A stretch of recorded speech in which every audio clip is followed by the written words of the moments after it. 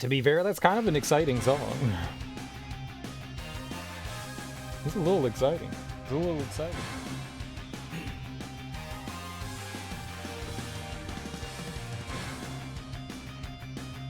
All right. Yesterday, we ended up beating the game. We got through Deep Log 23-6, so that was like the end of the story. And there's like a ton of stuff that we can still do in this game. A ton of stuff. I honestly wish I could figure out some better cards. Since we're mainly using a sword and a buster, I wonder what cards really complement that. We could probably find a way into it. I mean, I feel like I'm pretty invested in the cards that we have currently, but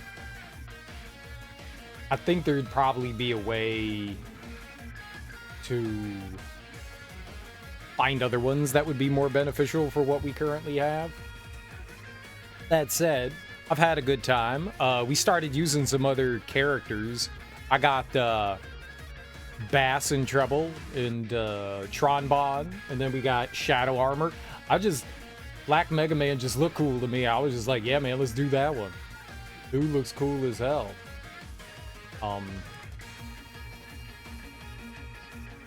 He does look cool. I wish I was that cool. But I've had a good time with it. Currently, we were going up the Jacob's elevator, and I thought maybe it wasn't going to be too fantastic. It is a little rough here and there, but by and large, like the first few floors are very repetitive and samey. But as we've gotten further into it, they've done like different things. You have like small snippets of levels, like boss fights. Bosses have like insane health pools and stuff like that. It's actually really cool. I'm enjoying it. We got to level 75. There's 100 levels, so we'll probably like mix things up. I want to try some events. I want to jump into some more of the tower. I'm not sure if there are other things we can check out, but there's still a bunch of other things that, you know, we're like going through and seeing in this game. So that's neat. That's neat. What's up, Sean? I started Black Myth Wukong and it's very good. I'm glad you're having fun.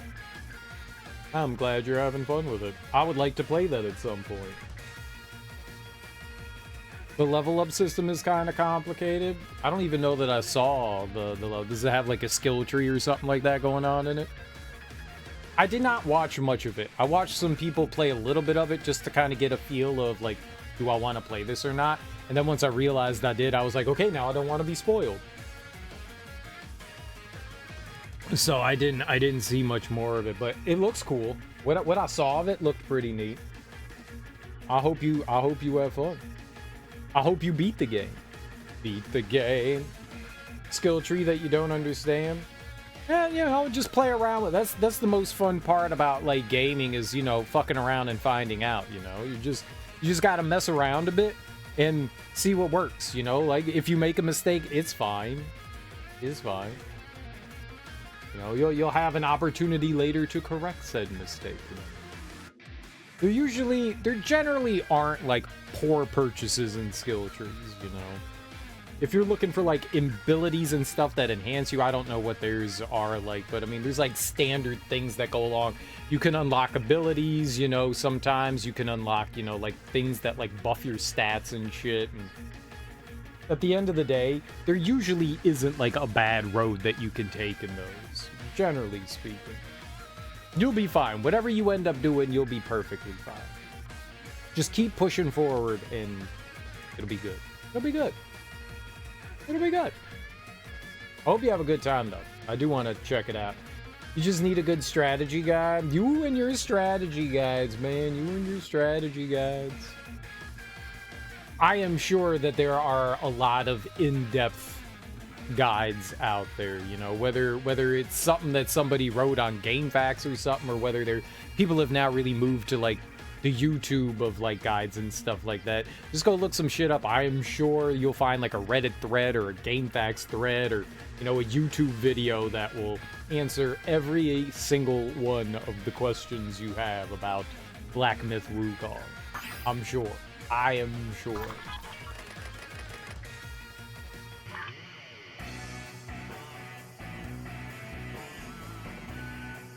It seems, you know what I want to do?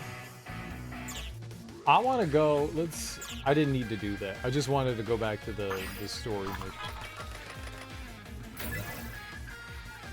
Can I just fight the boss? Ah, eat a big fat worm. I wanted to see if we could just like go through the level and I could beat up the boss. Sony's gonna start cutting all PS4 games from PS Plus. Yeah, I saw that. That just means that like you're not gonna be able to get the PS4 games in like the monthly stuff, but they're not taking PS4 games away. There will always be PS4 games.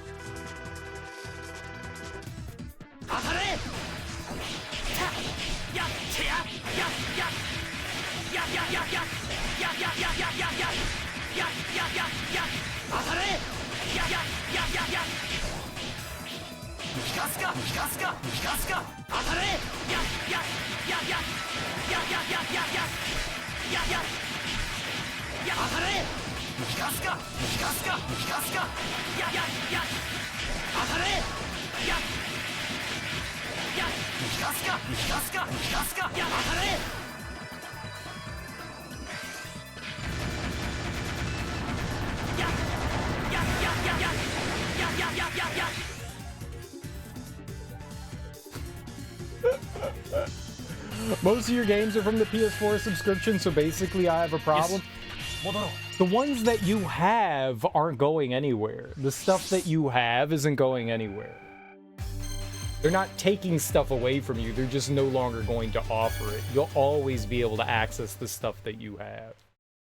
And the stuff on the store and shit like that, like say that like through PS Plus, you know, you were claiming games and stuff like that. So let's say you claimed Yakuza 2, you know, that is strictly a PS4 game.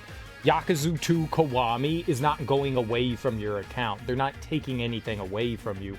What they're doing is they're no longer going to be putting those as like the monthly redemptions and stuff like that.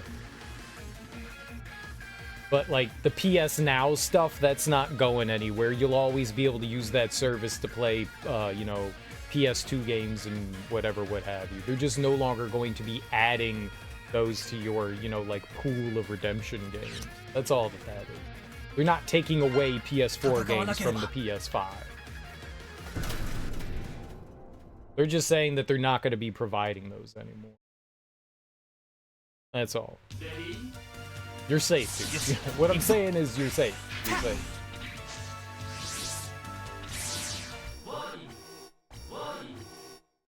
The games that you have claimed and stuff that are in your library, you're still going to be in your library.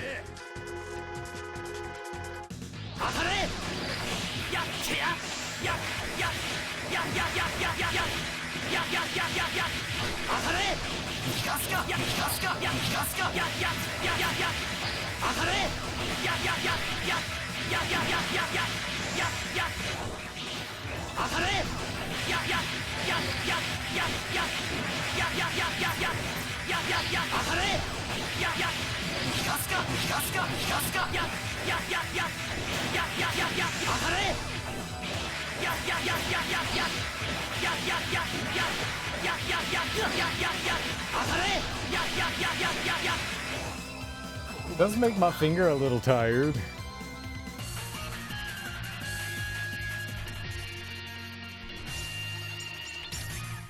We beat the ever-living shit out of him.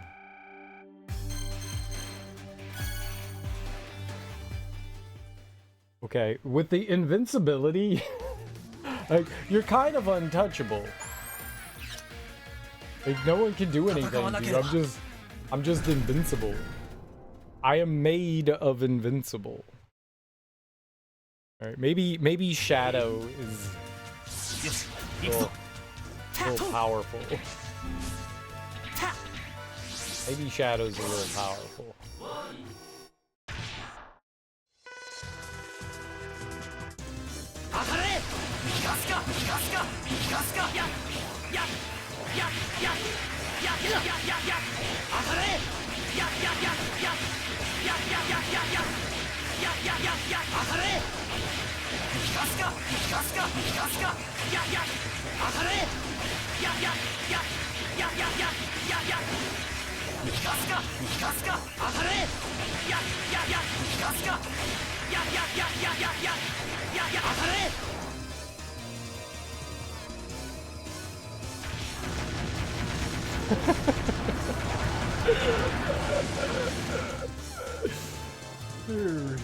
All you do is have to put on whatever the LB ability is, whatever that's called. That's it. And you just cut everything down. I was just curious what was gonna happen if we did challenge mode with Shadow Armor X, and what happens is you win. That's what happens.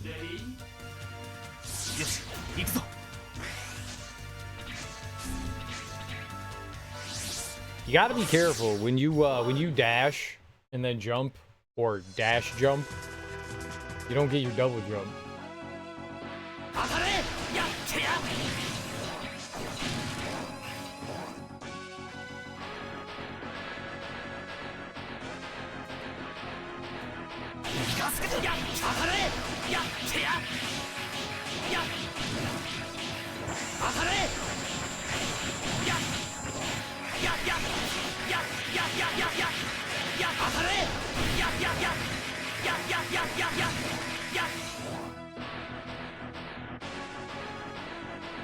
You dirty such and such. I don't know what that's supposed to do.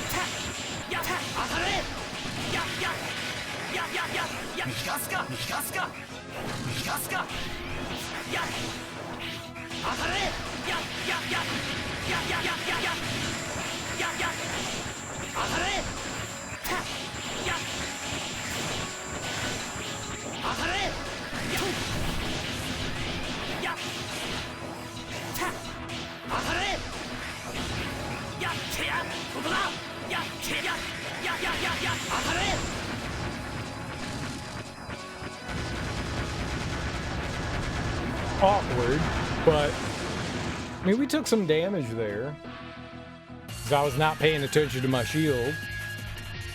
Yes. But winning, easy winning. My favorite part about these stages is there's no dialogue. This is my favorite part.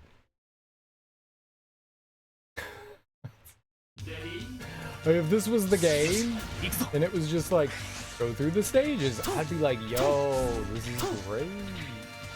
Wow. What an amazing experience to have.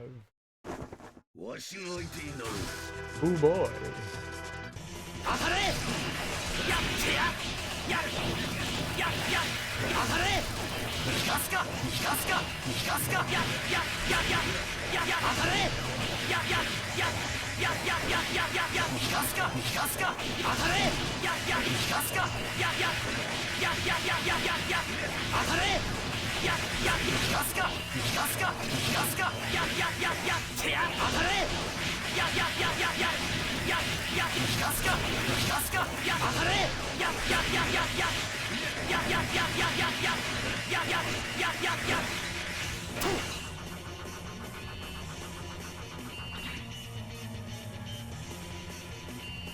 I ain't take no damage. Oh my god. You just have to keep your shield up and you're good to go. Who needs healing as long as you don't take damage?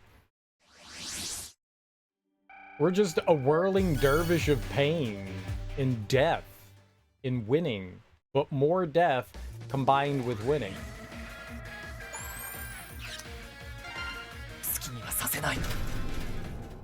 I was curious how, like, the challenge, if we can beat the hardest content of the game, maybe not the hardest content of the game, but the challenge stuff here.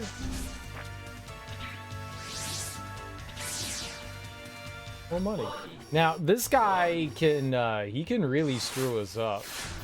This could actually be genuinely hard.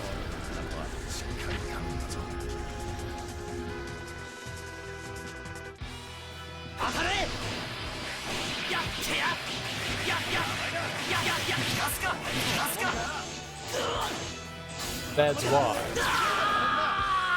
That's why.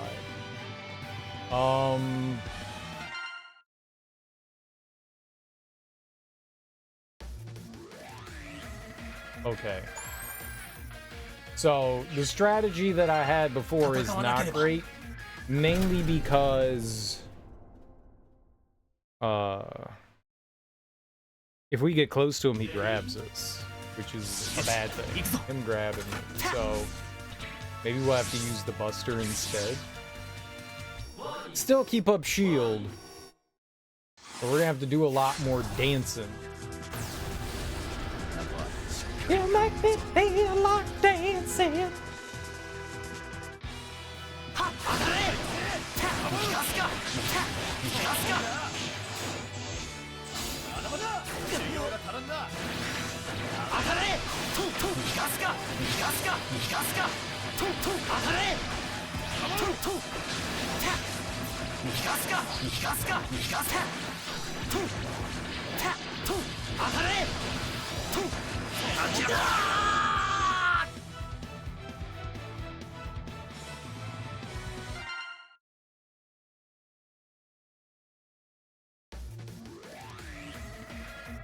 Okay, I can't beat him.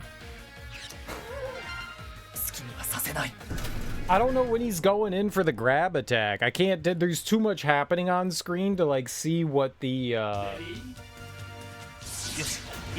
see if there's like a tell as to like when that grab attack is coming in. You lasted longer. I did. I took down 2 of his health bars.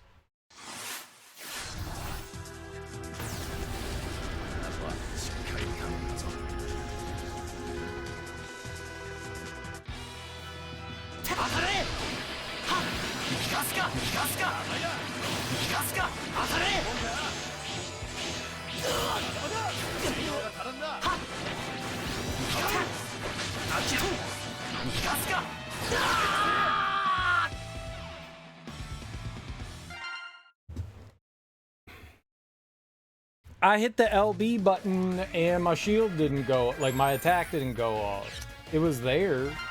I don't know why that didn't go off. I was just like, okay, shield, and I hit it, and then I tried it again, and it didn't work, and I was like, okay, I guess I'm not meant to do it. Yeah. That was bad, though. I shouldn't have used it out here. How you doing, Teak? How is your, Thursday going? How's your Thursday going? Let's just wait for that to come back. I think it still builds up in here. Long just getting home? Well, hey, you're home. It does seem like a long day, man. It does seem like a long day. Is midnight and you're just getting home?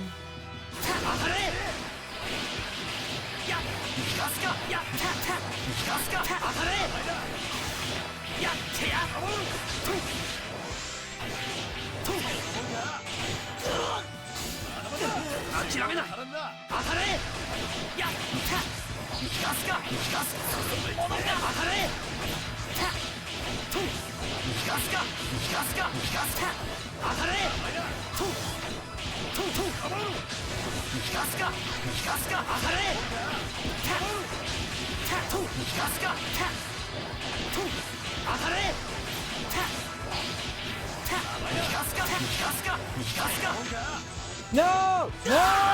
No! No! We were right there. We were right there. I was doing fine. falling and then I failed. Alright. Well, it's doable. 戦わなければ That grab, man. That grab is just pretty much insta-death.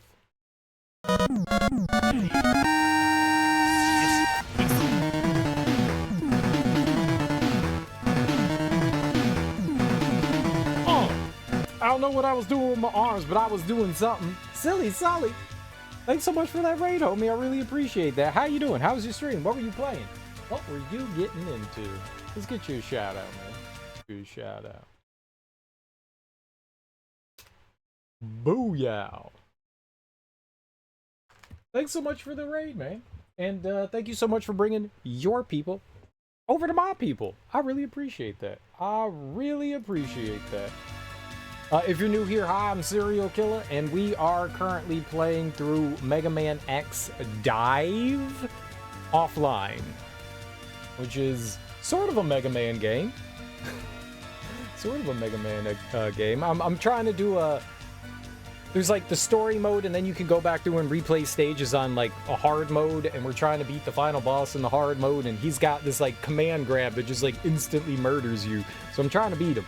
This is only like our third or fourth try on him, but like I got real close the last try, and then I cried a lot. Playing some more Bloodborne. Nice, dude. Nice, nice, nice. Where'd you get to in Bloodborne? Where are you? Bloodborne is a ton of fun. You played the gacha version of this. I did not play the gacha version of this.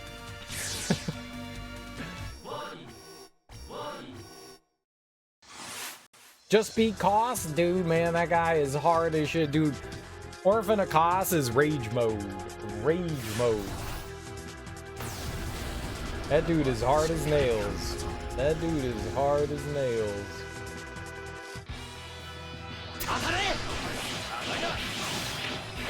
People say that it's a fun fight. I don't know that I trust them.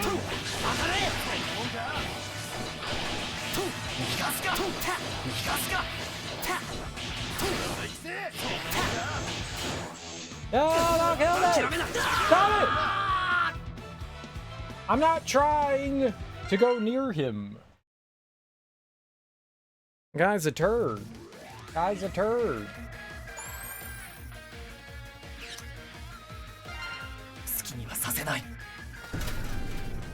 You just reach out and grab you? Koss is hard. Koss is hard. What'd you think of the fight? How'd you like it? The DLC, what do you think of the DLC? Does so much damage. I try to kill him with gun. Apparently you have to hit him with melee. He won't die to bullets. Do you have a gun-specific build? You really gotta go out of your way to like try to build a gun build in that one. I was really bad with parrying in that. I was really bad with parrying.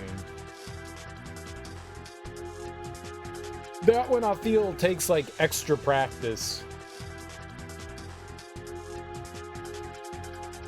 I was not fantastic in that, so I just had to rely on my reflexes, and that was it. Just smacking.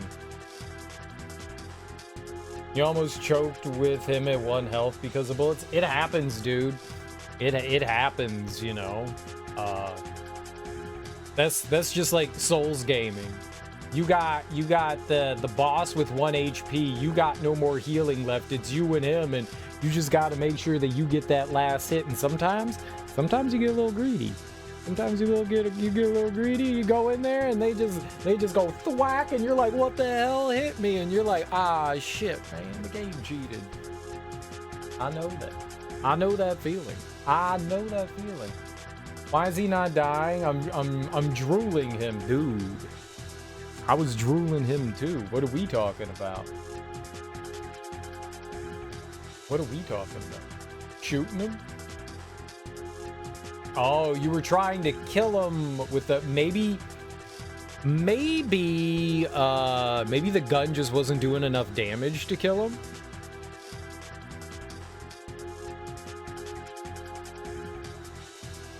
I did not know that there was like a stipulation on cost. I'm pretty sure, is that all bosses that you couldn't kill with a gun? That seems weird.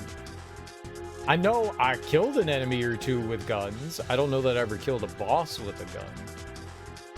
I would be surprised if you couldn't. That doesn't seem right, but I mean, From Software games be doing From Software things, you know. Sometimes things don't exactly make logical sense and you just go, okay, I guess I can't shoot him. I guess we gotta stab him. He's a tough fight. He won't die to bullets, so you tapped him after choking so hard and got the W. Nice, dude.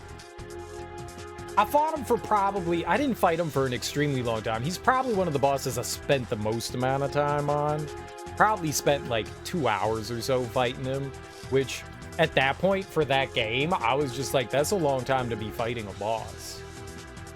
Little did I know that there were bosses in my future that I would spend more time fighting than 2 hours.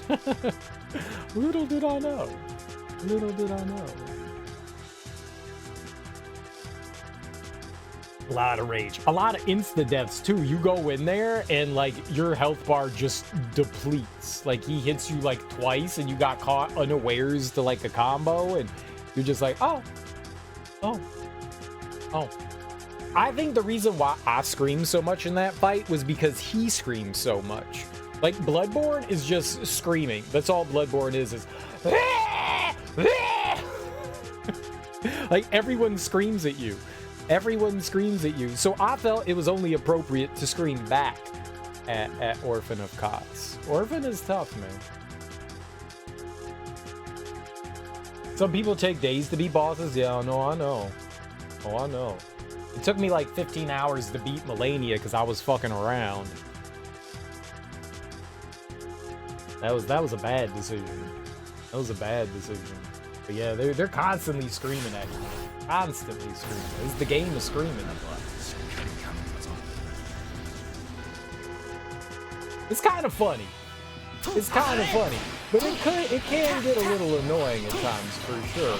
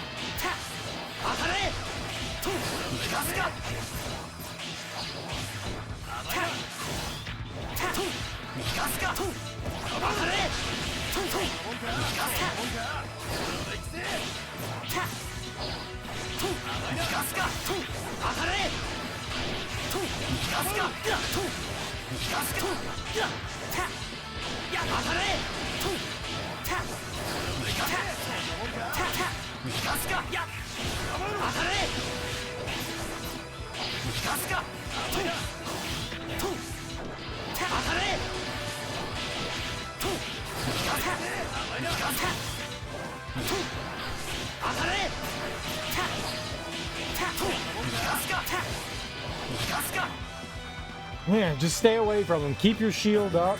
Stay the hell away from him. Alright. Easy baby game. Easy baby game. Easy. That made my hand tired. Easy baby game. Easy. Complete this stage in 300 seconds. That was more than 300 seconds. Oh, probably because I was sitting on... Oh, I gotta beat him again. Probably because I was sitting there talking. Pausing doesn't count. We was talking. And that screen where they gave the boss description doesn't count as like time stopping. That's some bullshit. That's some bullshit. Because that fight did not take 5 minutes. That did not take 5 minutes. That was like 2 minutes. My hand's tired. I'm old. I got childlike endurance in my fingers. But congratulations on Kos. Where are you going after that? What else you got going on? How much of the game do you have left? Have you done everything in the DLC, or do you still have more stuff to do in the DLC? Alright. Let's not die again. I was mixing it up with him and getting like getting physical with him. And taking some chances there. I feel like maybe we got a little lucky. I won't fight him again. 当たれ逃がすかと逃がすか当たれとやと逃がすかと当たれと逃がすかと当たれ No, you cheated. That is definitely cheating. 当たれ逃がすかや逃がすか逃がすと当たれとやと逃がすかと当たれと逃がすと逃がすかと逃がすか当たれ Oh, thank God. No. Come on, man.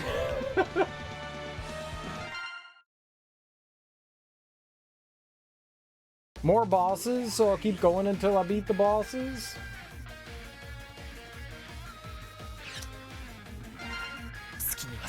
There's always more bosses. Did you do everything? Do you know that you did? Are you like following a guide or anything like that? Or is chat like helping you along? Do you have any like ideas of what you got going on?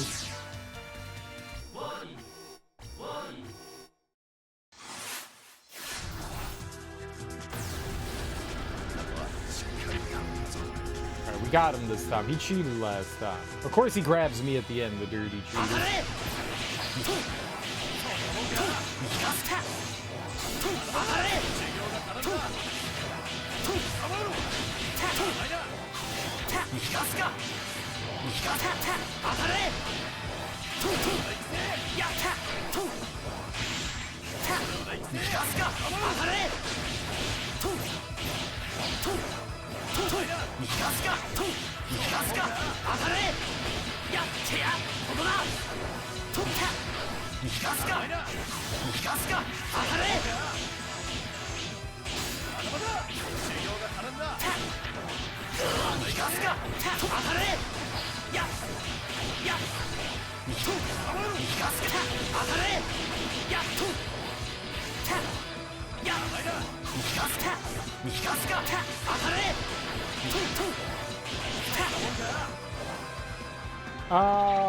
Right.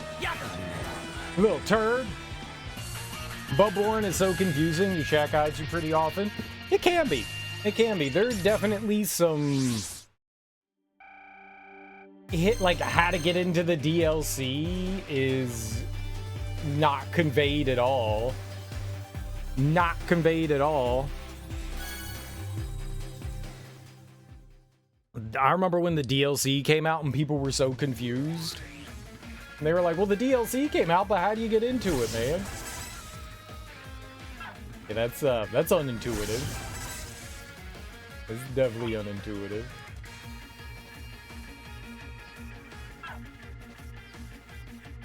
We got some bonuses for Via. Who this? Zero Nightmare. Who that? Who that nerd? Zero.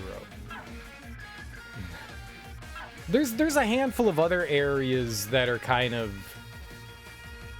hidden. Like you would have a hard time like trying to figure out like how you get into them. Yeah, there's definitely some of that shit in there. It's that's From Software for you. That's From Software for you. Burying access to the game. There are some things where you would beat the game and you would be none the wiser that you missed anything. You could have been a diligent explorer and still like missed out on shit and had no idea. How people like figure out some of that stuff is beyond me. After I got to, I think it was like to the end of the game, I was like, all right, what the hell am I missing? So I looked shit up and I was like, you can do that? There's a boss there? You can do that? What the? I missed like 4 areas. I didn't even know where the DLC was. And then you got all the Chalice dungeons. I would recommend checking those out too, man. The Chalice dungeons are dope. As long as you've been exploring the game and stuff, you'll get like bits and pieces for Chalice dungeons. I would definitely recommend going into those. They're not the greatest content in the game, but you have unique challenges and bosses that are just the Chalice dungeons. That's really cool. There's some genuinely cool stuff in the Chalice thing. Some genuinely cool stuff. May not be the greatest shit, but there is some cool shit. Certainly worth going into and finding some of the unique bosses in there. I think that definitely needs a little bit of nudging in the right direction too. Because they can be a little confusing as well. But fun. But fun. Alright. I did that. We beat the super boss. Or okay, we beat a boss. When you did, you were talking about things can be confusing. The challenge dungeons can definitely be confusing. They're, like I said, they're not the greatest content, but you're not doing it for like the exploration and stuff in those. You're going through and doing it for like the unique boss fights and stuff that are in there. There's like a handful for each one of the gravestone markers in there. There's like a unique chalice dungeon, and those are all I would say are worth going through and checking out. The dungeons themselves aren't anything to like write home about, you know, it's just wandering through, you know, dungeony area. Oh, my blaster can't go through that stuff? Weird. I thought it could.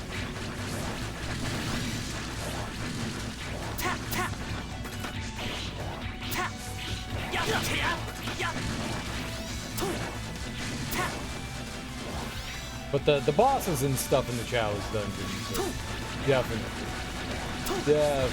worth. There is some pretty cool fights in there. Also some insanely frustrating and difficult fights. So there's definitely some fights where you were like, I thought Orphan Akass was hard, and then there were a couple of fights in the Chalice dungeons that were definitely causing me to prematurely bald. My malding was in full effect in some of those Chalice dungeons, for sure. But it's more challenge, and that's fun. That's fun. I'll say do it. I'll say do it. If you beat Bloodborne and you don't do the challenge dungeons, you can't really say you beat Bloodborne. I'ma say it. I'ma say it. You haven't done the Chalice dungeons. You haven't really beat Bloodborne. Right, Bloodborne people? Where my Bloodborne people at? Where y'all at? Are there any Bloodborne people here? Want to agree? No? Okay.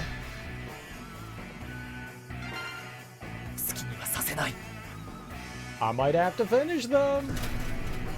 I think you do. I think you do. I think you do.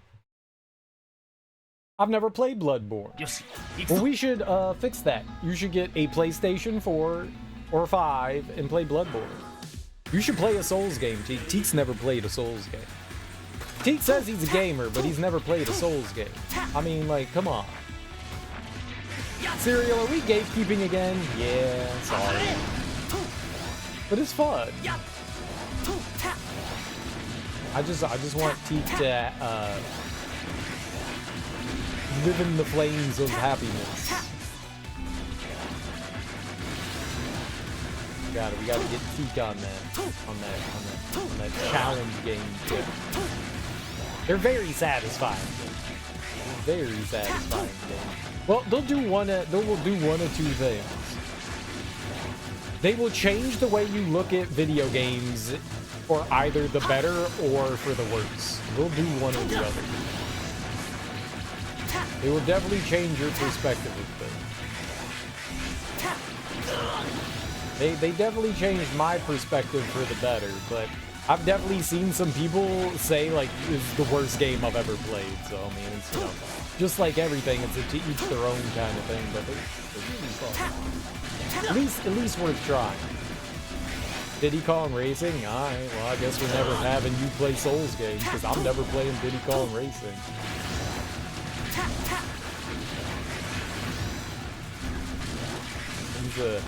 That one's never happening.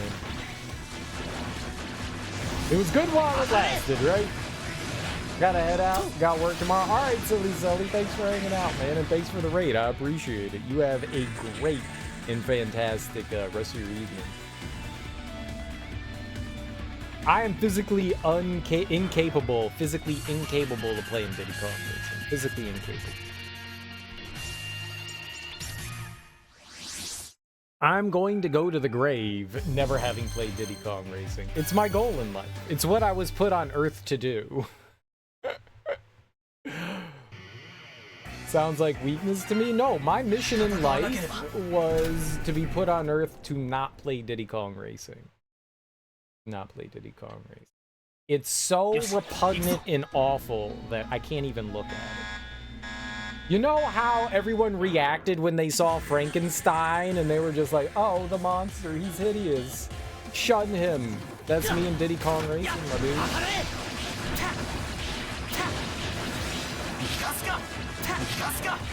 And no truth has ever been spoken as true as that. Yeah, I finished it a little while ago. Over the weekend. I think I finished it on Saturday.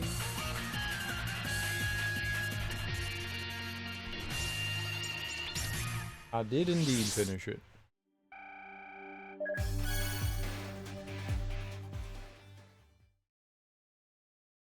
Not altogether what you were expecting? Yeah. Yeah. Not what I was expecting either. Not what I was expecting either.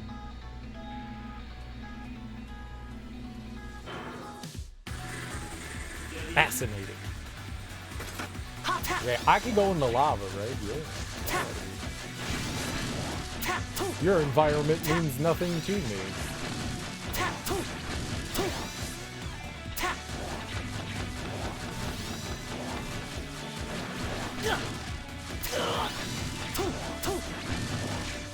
It's not my fault you all gave me a character that's immune to environmental traps. Way less focus on the process and implications of creating a new life. When do you want to talk about it? When do you want to talk about it? I feel like if we're going to talk about it, we should talk about it together. Rather than doing it over, you know, like Twitch chat, like here, like you typing shit out. So I feel like both of us, like, being able to, like, fully express what we're feeling and not having to worry about, you know, like, typing. No, but I'm saying, like we can actually have a discussion, you know, and maybe not face to face, but, you know, with both of us speaking versus one of us, you know, talking and one of us typing. Because I can clearly and concisely state what I want to say, but, you know, it's not always the easiest way to do that over typing.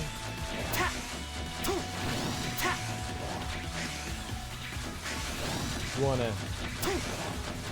Yeah, I feel like that would be a better way to do it. That way we're both on, like, I don't feel like we're gonna, like, have an argument over or anything, but while we're discussing it, it'll just be easier for the process, right? Easier for the process. Not that I don't want to discuss it. I've been thinking of my thoughts and stuff like that, and I definitely got some thoughts. I for sure got some thoughts. I for sure got some thoughts. Oh, I got some thoughts. I got some thoughts. If there was ever a human being that has some thoughts, I got some thoughts. I got some thoughts. When you want to do, I want you to, like, you just got home from work, get yourself settled, get yourself some food and shit like that. You let me know whenever you want to talk about it, and then we'll talk.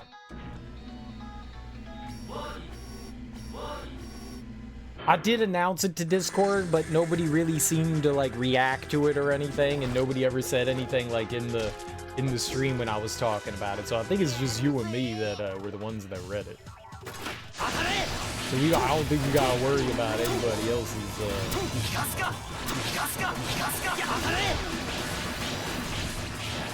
Anybody else getting in on it?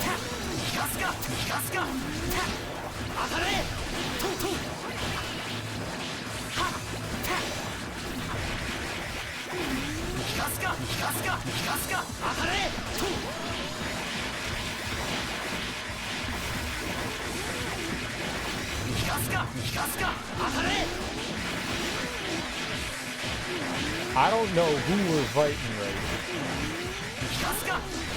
I can't tell who's who.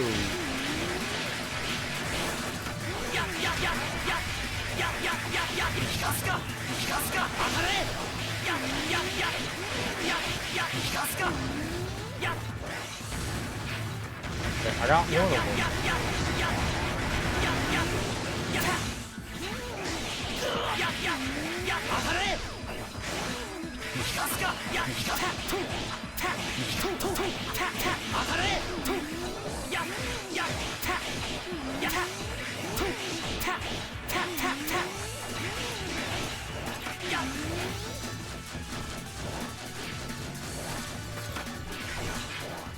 Wanna stop hiding? Man, that dude's annoying as hell. What do you want to do? We could talk on stream. I'm down for that. If you're okay with that, I'm down. I'm down.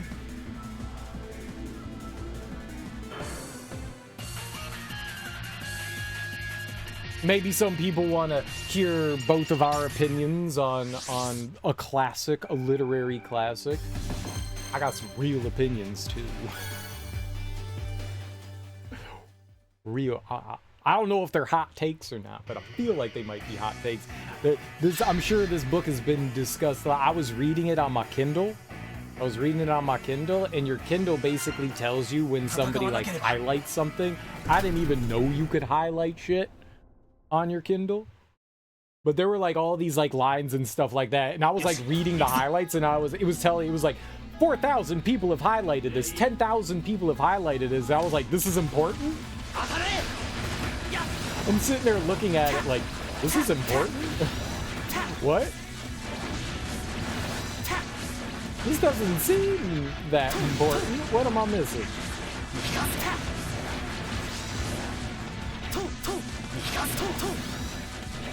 So long as you can critique and play Mega Man at the same time, give you a few minutes to finish. Yeah. I'm probably just gonna stop playing Mega Man for the time beginning. I want to be able to have my like full undivided attention. When I'm playing games and discussing, I don't know if anyone has noticed, but my brain don't function super well.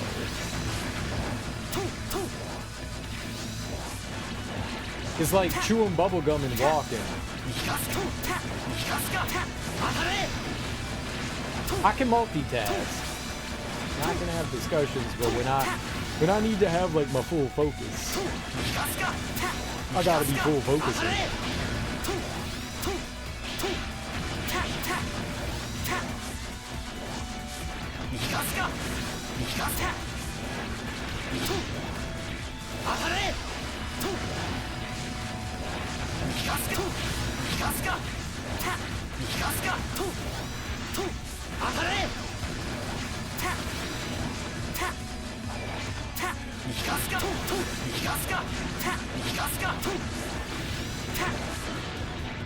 Because I'm actually having to concentrate now. I actually have to like move around and shit. Before I could just stand there and do nothing. Now I'm actually taking damage. That's not good. I wonder if there are better characters more suited for this. Like for like bosses and stuff, you can very much get away with him, but I wonder if there's like 9 trillion characters. Where's some of like the like unlocked limited characters? Like I got shadow armor. But is there like mega cool Mega Man armor?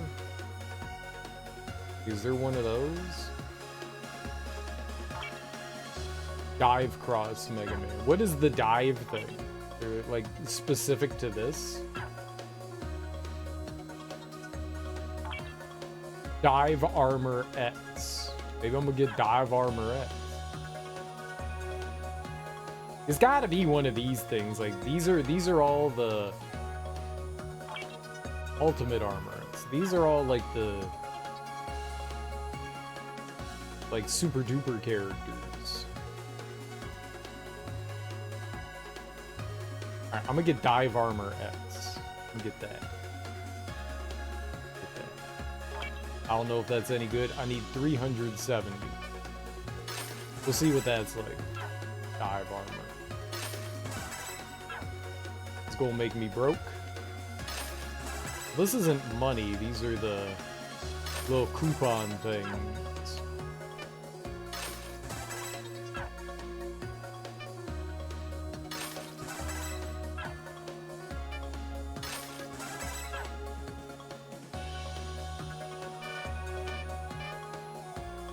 Go down one. 370. Okay. Character prep. Character. Zero Nightmare. I don't want that, dude. Unlock Zero Nightmare. Sure. Okay, very cool. Very cool. Very cool. I want...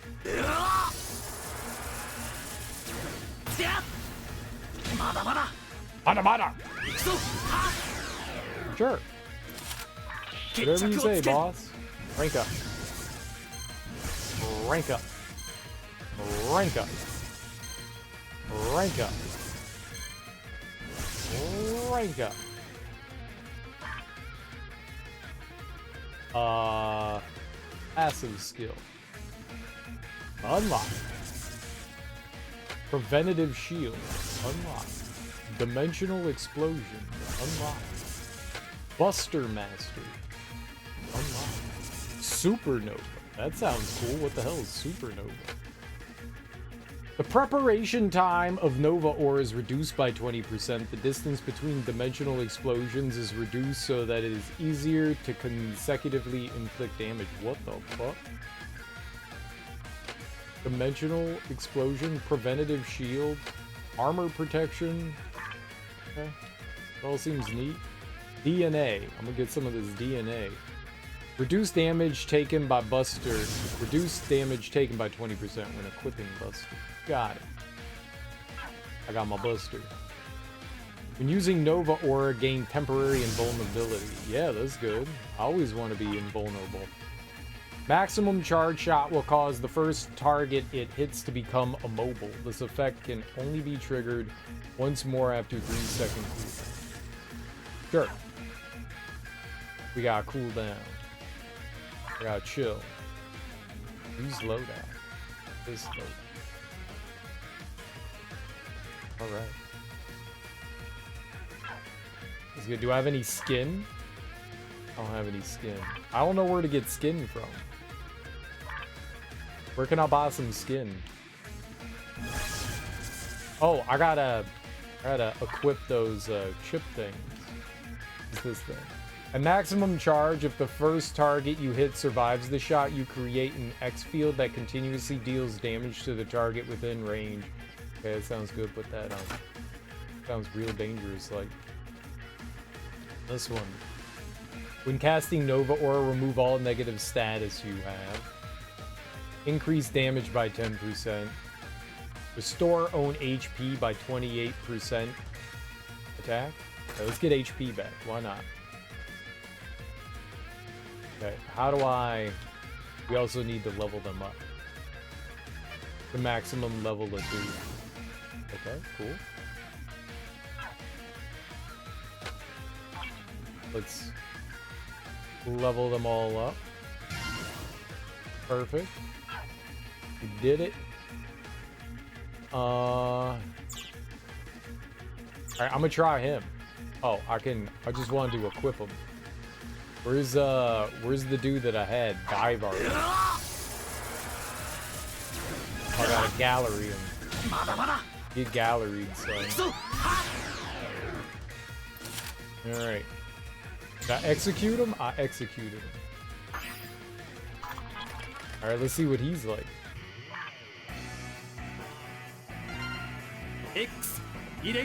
Alright, he's got some cards. Got weapons. Let's see what this guy's like. Let's see what this guy's like. Let's see how he rolls. Why not? Let's try a different Mega Man. This is like the super duper Mega Man. It was like regular Mega Man, and now there's this Mega Man. So we gotta put a buster on.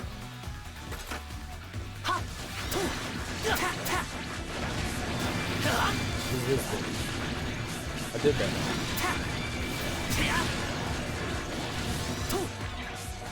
Shot like a giant beam.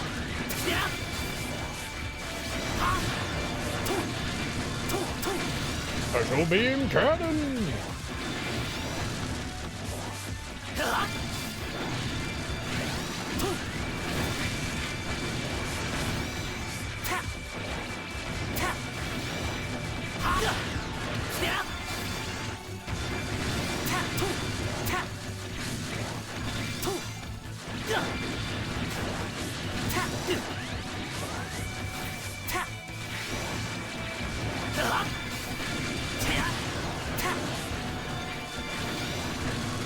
That's what they meant by the aura thing there. I don't know what any of the things do here.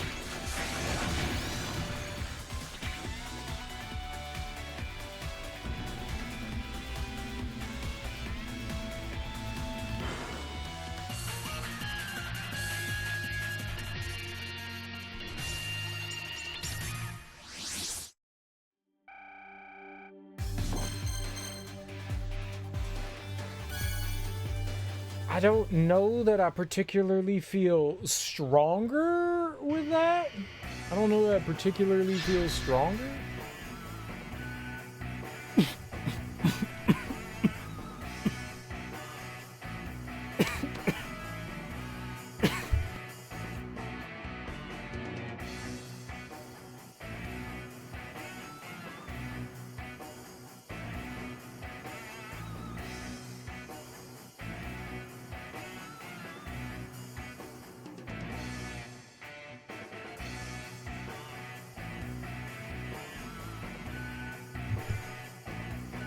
I think I almost died.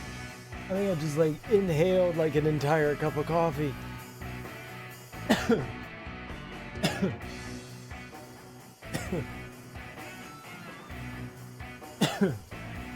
That was not good. That was not good. That was the opposite of good. That was bad for me. It was bad. Bad for me. Bad. Bad for me. Bad for me. I'm gonna be coughing. Man, I got liquid in my lungs. Hot liquid in my lungs. That's not supposed to wear. That's not where coffee goes.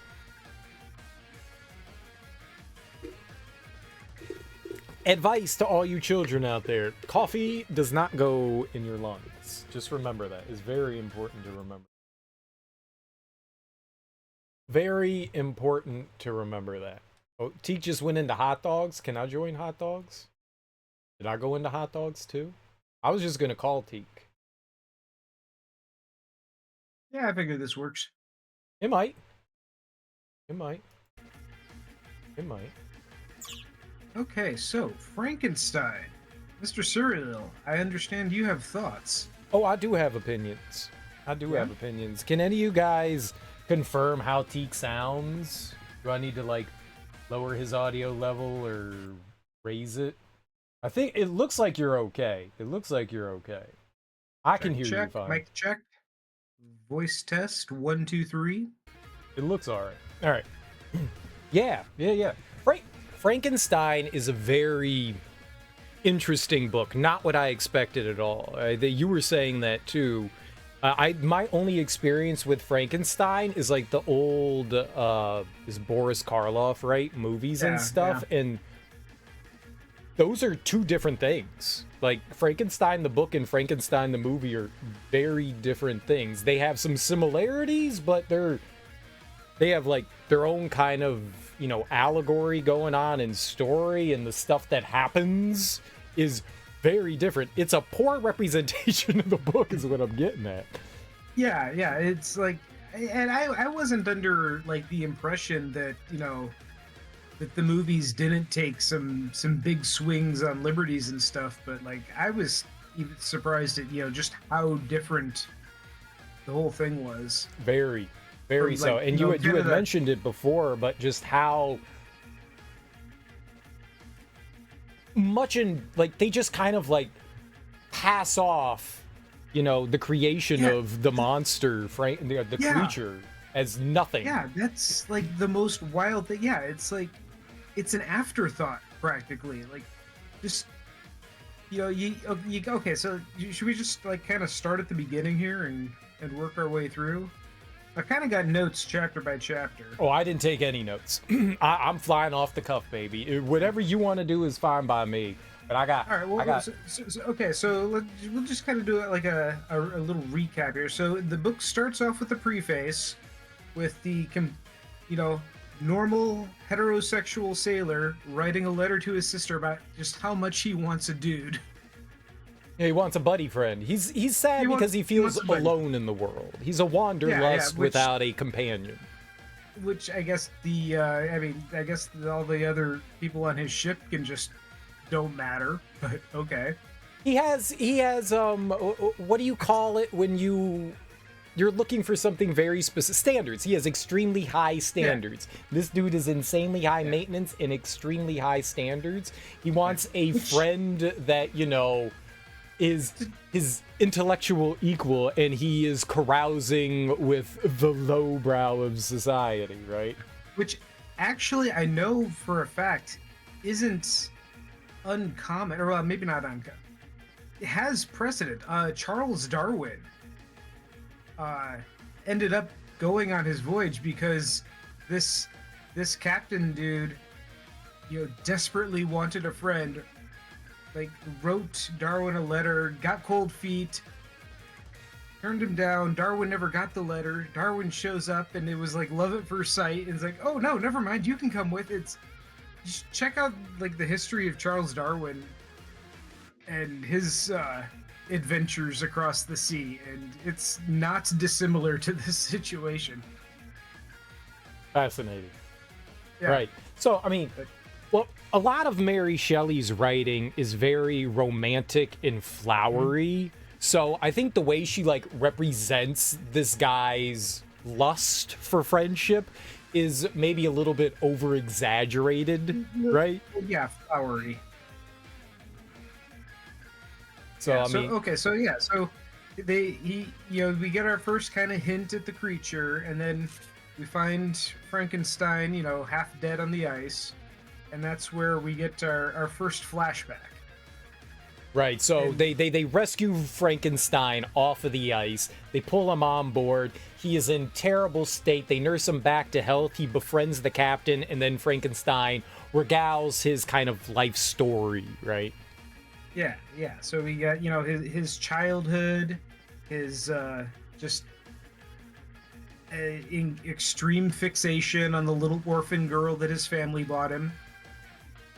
Right, which is weird, but probably not uncommon. They feel like they were probably they, not. they bought him a wife. That's what they were doing. Like from the onset, they knew what they were doing. Like the family knew it. Like the children didn't. He didn't know what his parents were doing, but he does outright state they bought her for me. Yeah. Well, and the weird thing, his mom and dad. His mom was his dad's good friend's daughter. That That whole thing. Yeah. That's right. Right. Like, what the- Right. So his dad's best friend who became ill, he went off to go do his own thing, and he lost all of his money. yeah. And so yeah, Frankenstein's dad goes to visit him, sees that he's in a destitute state, and is like, you know what? I'm just gonna take your like 12-year-old daughter, and then I'm gonna marry her. I mean, yeah, but that happened all the time back then. That was child wives. Not saying that it was, you know, an appropriate thing, but it was something that happened a lot. I don't know that they said they actually gave her an age. I kind of figured she was, you know. It felt implied the way they talked about her to be like expressly young, but maybe like young teenager, 13, 14. I don't think she was supposed to be like a 20-year-old adult. I think she was supposed to be like young. They describe Shelley describes her with very. Or 17, it could be. They don't expressly say. Maybe that's just my my naivety and goodwill towards man. But all right, that's a weird foot to start out your life on, though. So yeah, your dad married a very young woman and then had a kid, and he was older. Like they don't really give his age either. But your understanding of Frankenstein's dad is he's supposed to be like an older gentleman. So we're thinking like maybe 50s. I don't know what they mean old in this generation. It could be 40s, but the age gap between the two of them was large, multi-generational. See, it does say here that the daughter was tending to her dad as he was dying. Right. So that gave me the impression that like she was, you know, taking care of like, you know, the house and doing things, which I guess, you know, a kid could do. But right. They also said she went and got a job as well. But again, if you're like now the breadwinner, you're going to have to go out and do those kinds of things. So regardless of whether you're 10 years old or 40 years old, you know, yeah. They don't really express it, and I guess that was on me for like assuming that it just the way Shelley worded it in my mind, that's what I pictured. You obviously pictured something a little bit older. Yeah, I don't think either of us are like entirely wrong. It was a young individual. She was very young in compared to the age of Frankenstein's father.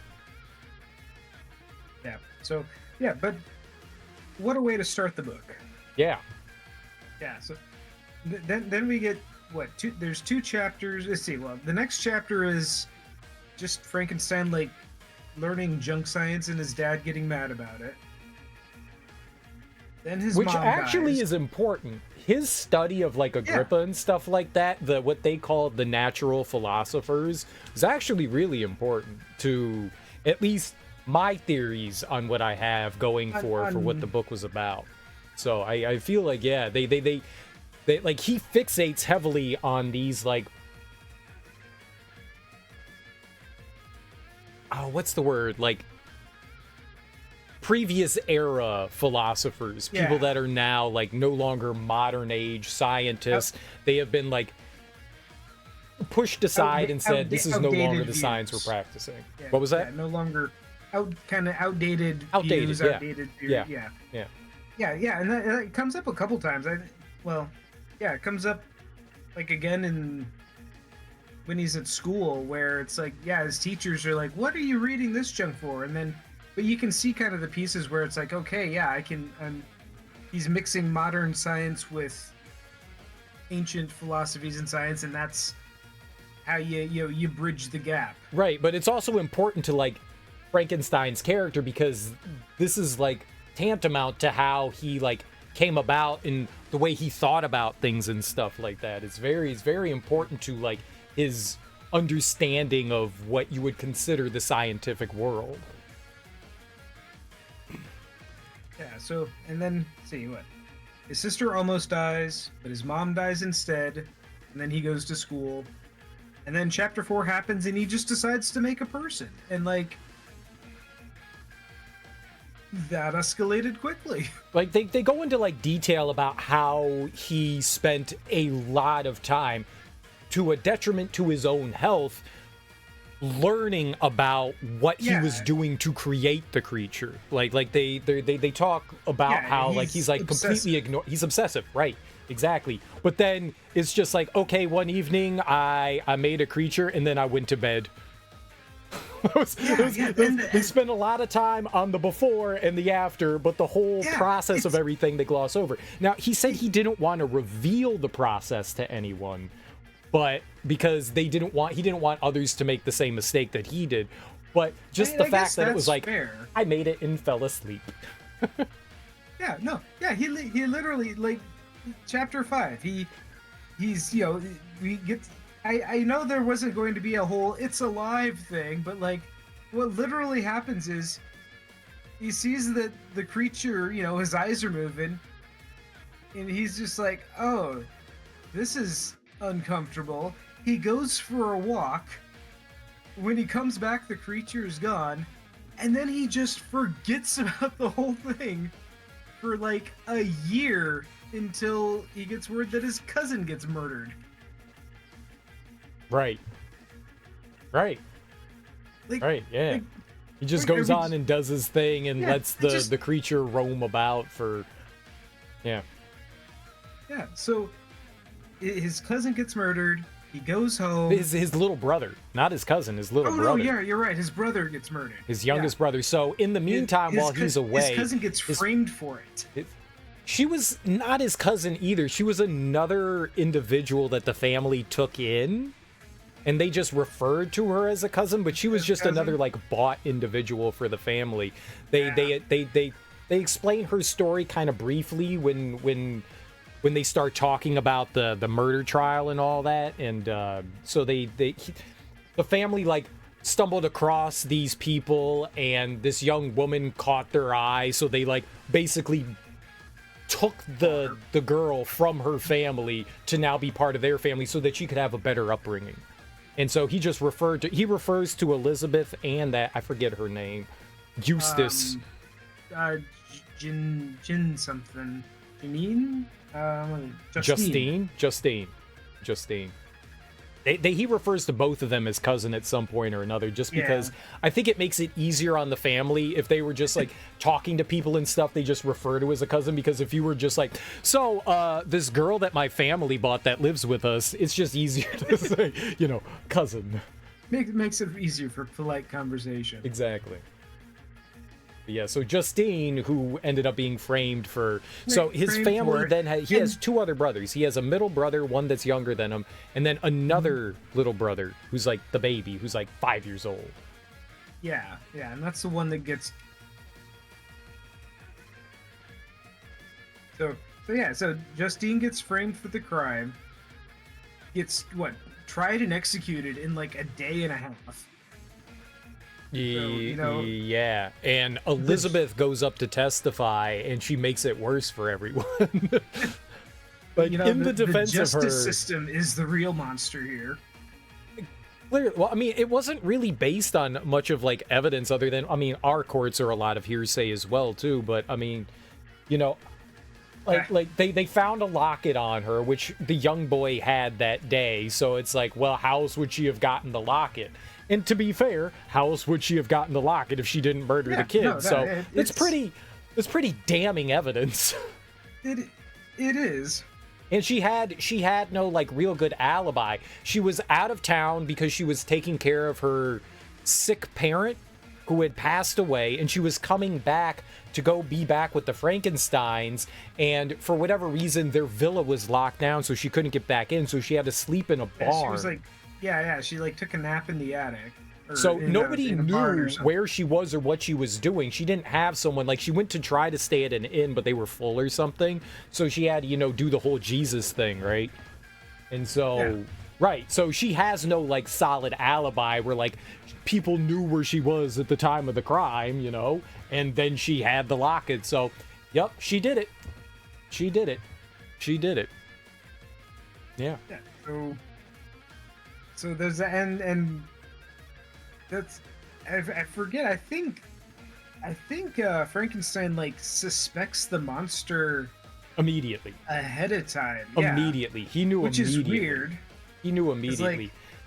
I mean, obviously that's supposed to be some sort of foreshadowing, but I mean, like the idea is like, who else would have killed this young child? And for the book's sake, it goes along, and you're like, okay, it's Frank, it's the creature. And then he like actually gets a glimpse at it, and then while he's returning home, he spots the creature. While it's raining, there's a lightning flash, and he's hidden behind the tree in his ghastly visage. He sees it. Yeah. This dude that he hasn't thought about for an entire year. Yeah, and then scampers away. So now he's just like, oh, it is him, the vile demon. So then then the creature confronts him, and they have a powwow, and we get a flashback into the flashback.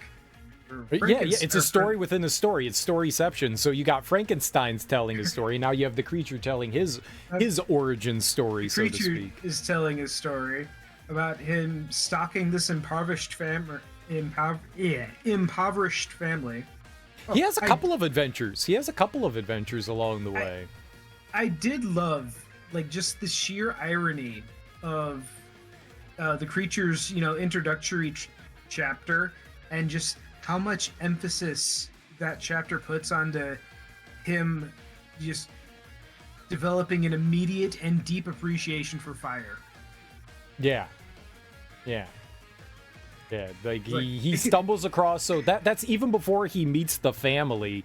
He's just kind of like wandering. He's a newborn baby, and he's wandering through the woods, and he stumbles across some like hobo campfire, and he's like, ooh, it's warm. All right, I'm gonna throw some nuts and shit on there. Heated nuts are delicious. Oh my god, this is my jam. I love fire.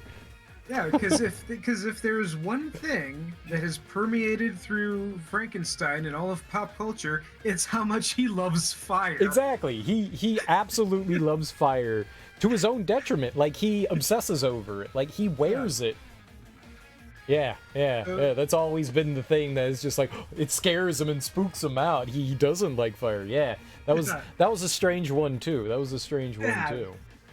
But like when he's like, before he gets to the family, he's like trying to figure things out for himself, and he's just like storming into people's houses and shit like that, like breaking and entering, stealing shit and all that, like just whatever he wants. It's like he's playing Skyrim, He's just going into people's houses. There's a rope, there's some bread, there's some cheese. Yeah, no, but I do like the the very speed running through. Basically infancy through,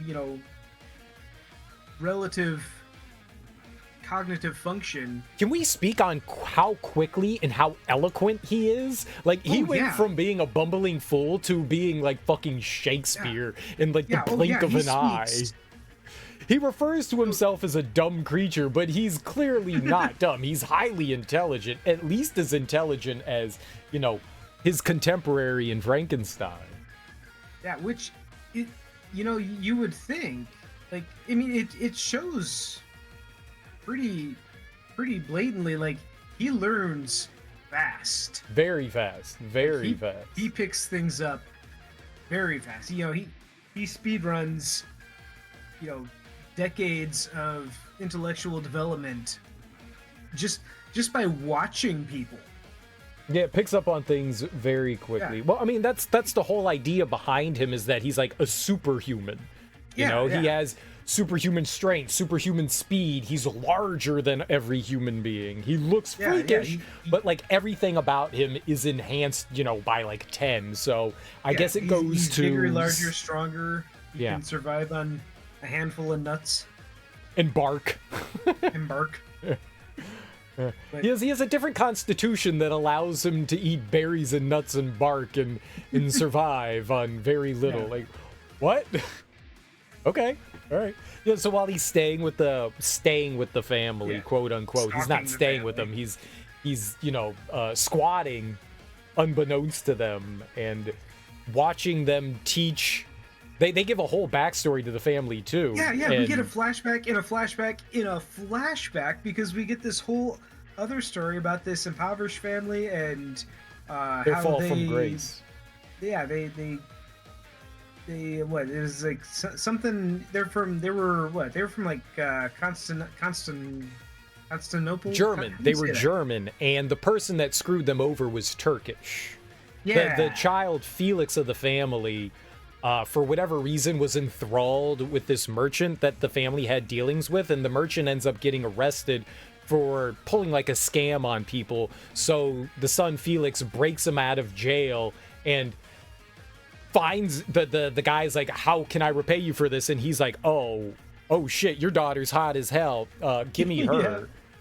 And so he like helps him escape, and then he ends up like giving him a ton of money, and the merchant promises to give him back, but somehow he screws him over. So the kid does something really stupid, and by helping the criminal escape, the government seizes all of their property and excommunicates them. So forces them out. So they're forced to move to I believe that they were in Switzerland. I believe that they were in Switzerland. So they go from German-speaking country to French-speaking country. And then he goes and gets the daughter and brings her back too, and they finally get to be together. And it's like it's just this entire drama unfolding. Is okay, cool. Sure, yeah. Inhuman monster. And then while they're like teaching the Turkish man's daughter French or German, I'm not entirely sure what they were speaking there. Their native language was German, so I'm assuming maybe they were learning German. Mm. But yeah, Frankenstein's the monster's picking up on that. Right. Learning language, learning geography, learning history. They're teaching them everything. Developing a increasingly large existential crisis along the way. And then somehow, when he's wandering through the woods, he finds a satchel with a bunch of like philosophical books like Paradise Lost and shit like that. So then he studies these books to increase his intellectual aptitude. Yeah. So he does that. He's like become like, it's been a year. He spends like a solid year watching this family, doing stuff for him, learning all this. He decides to make contact with the blind patriarch, and it's going very well until it isn't. Because once people see the creature, they're like, oh my god, what is this monstrosity? Yeah. Get it away, kill it. Burn it with fire. He kind of handles it poorly himself. Like it's an unfortunate first encounter. That gets him onto a bad headspace. Very bad.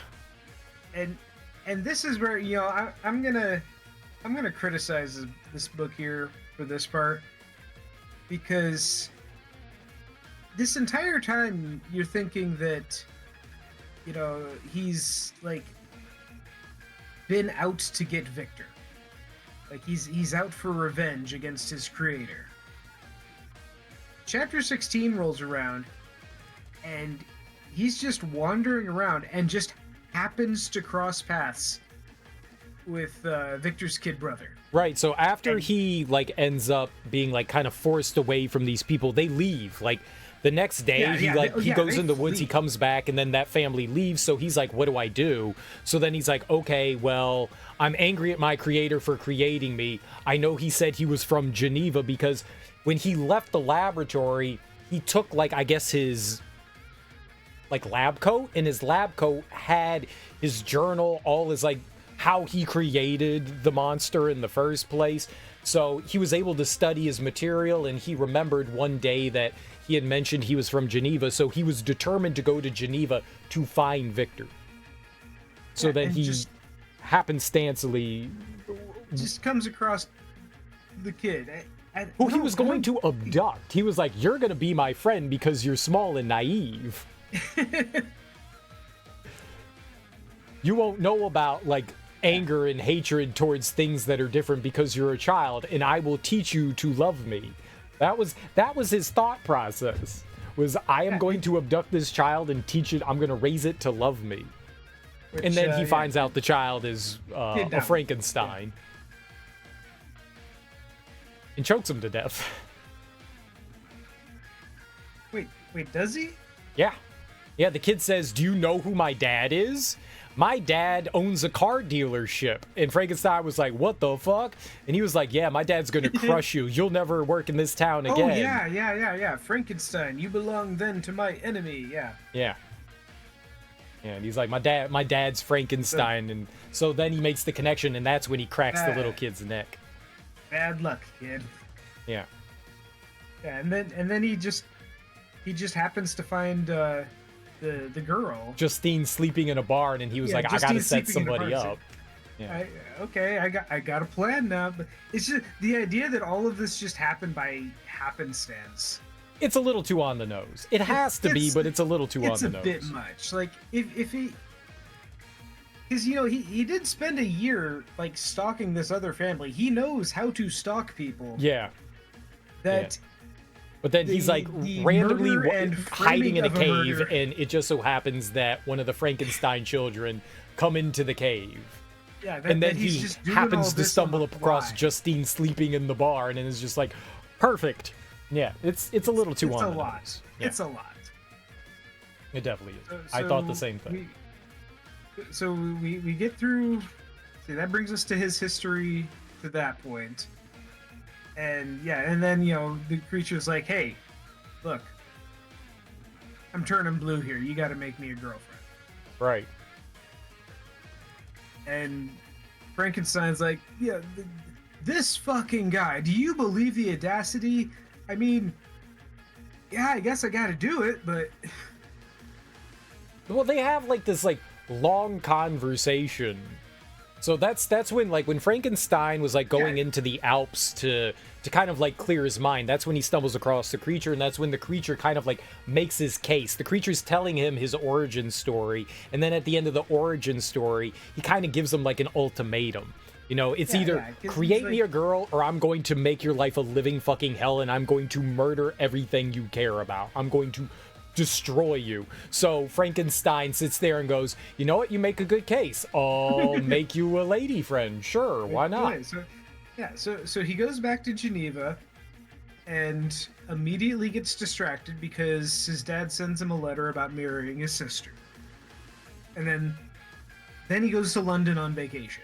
Well, he goes to London to learn from he read some papers about like English scientists, and that's where all the great minds gather, and I'm assuming like Oxford or something like that. They don't expressly say that, but some great institute there. So he goes to like pick some brains, like high thought brains of science, so that he can improve upon his design. So that's why it wasn't just for vacation. Clerval, his childhood friend, comes along on vacation. He doesn't know why they're going there. Frankenstein goes there on vacation, but under the guise of vacation. It was really to improve his science. He was having a pretty good time. But he didn't want to have a good time. Every time he was reminded of like having fun, like he was having fun, he was reminded of like this grotesque thing he had to accomplish. He was constantly like, there was like this dark shadow constantly lingering over him. Not just the monster, but the idea that he had to do this thing again. So he was not exactly having the peachiest of times. Clerval was having the time of his life. Prancing around, skipping double rainbows, doing acid, getting drunk. And Frankenstein's just like sitting there in the corner, like shivering, like doom is coming. So he like what, rents an island? Like, yeah. he can. Well, a cabin on an island, a low inhabited in the it's not Orkneys. I remember. It doesn't matter. Yeah, he goes to an island with very few people, and that's where he's going to do his starts deed. to work. He just about finishes the bride, then realizes, oh wait, even if the creature, promises to behave, and even if I trusted that, like, I'm just setting myself up for the same problem with this new person that I'm making. Right? You don't know. Frankenstein has made a pact with him, but the new Promised. creature is not involved in that and is not like part of that deal. So Yeah. you have no idea. One, if the creature's gonna like the creature, the lady creature's gonna like the new creature, or if it'll abide by anything. Right. So he weighs his options. So it's like, oh yeah, but like that finally dawns on him. It's like, oh, free will. Yeah, shit. So so he destroys the second creature. Creature one sees this and is like, whoa, we had a deal. And Frankenstein's like, yeah, I'm altering the deal. And the creature's like, well, I'm altering your friend's neck. And we get our second framing of murder. That's another very happenstance type situation. Very happenstance Yeah. type situation. Like, insanely happenstance type situation. Insane. This is like winning the lottery 3 times in a row. How convenient this shit keeps happening. Yeah, so like Frankenstein, the creature haphazardly frames him for murder again. Well, They go Frames a all murder the way to again. fucking. They're in England. Frankenstein goes out on his boat after he destroys the lady creature to kind of like refresh his brain and get rid of evidence. So he's going to dump the body in the middle of the ocean, and then he falls asleep in the ocean. He just falls asleep. And there's a storm, and it carries him somewhere, and he doesn't know where he is. And then all of a sudden, he starts rowing, and he sees, oh my God, there's shore. So he lands on shore. He lands in Ireland. He went from England to Ireland, and it just so happens that, lo and behold, there is a murder that happened, and they think that Frankenstein did it, and the person that was murdered was his friend Clerval, who is not in Ireland, who was hanging out like in Scotland. Like, he wasn't anywhere near Ireland, he was in Scotland, and somehow the creature got him from there. Scotland to Ireland, and just so happens that Frankenstein washes ashore, and they're like, murderer! What kind of coincidence is that? which, to be fair to the Irish judicial system there, justice system there, that is pretty compelling, because like he knew the victim's dead. This dude washes up. Like, that's more. That's less circumstantial than what's her name Justine. getting executed in a day and a half. But- Meanwhile, Frankenstein, like, he gets put in prison, put in holding for I forget how long enough for his dad to come. He has a mental breakdown for multiple months. Like, he just yeah. goes nuts, and so they lock him in Yeah. prison. Yeah, and like, but nobody even thinks he did it at that point.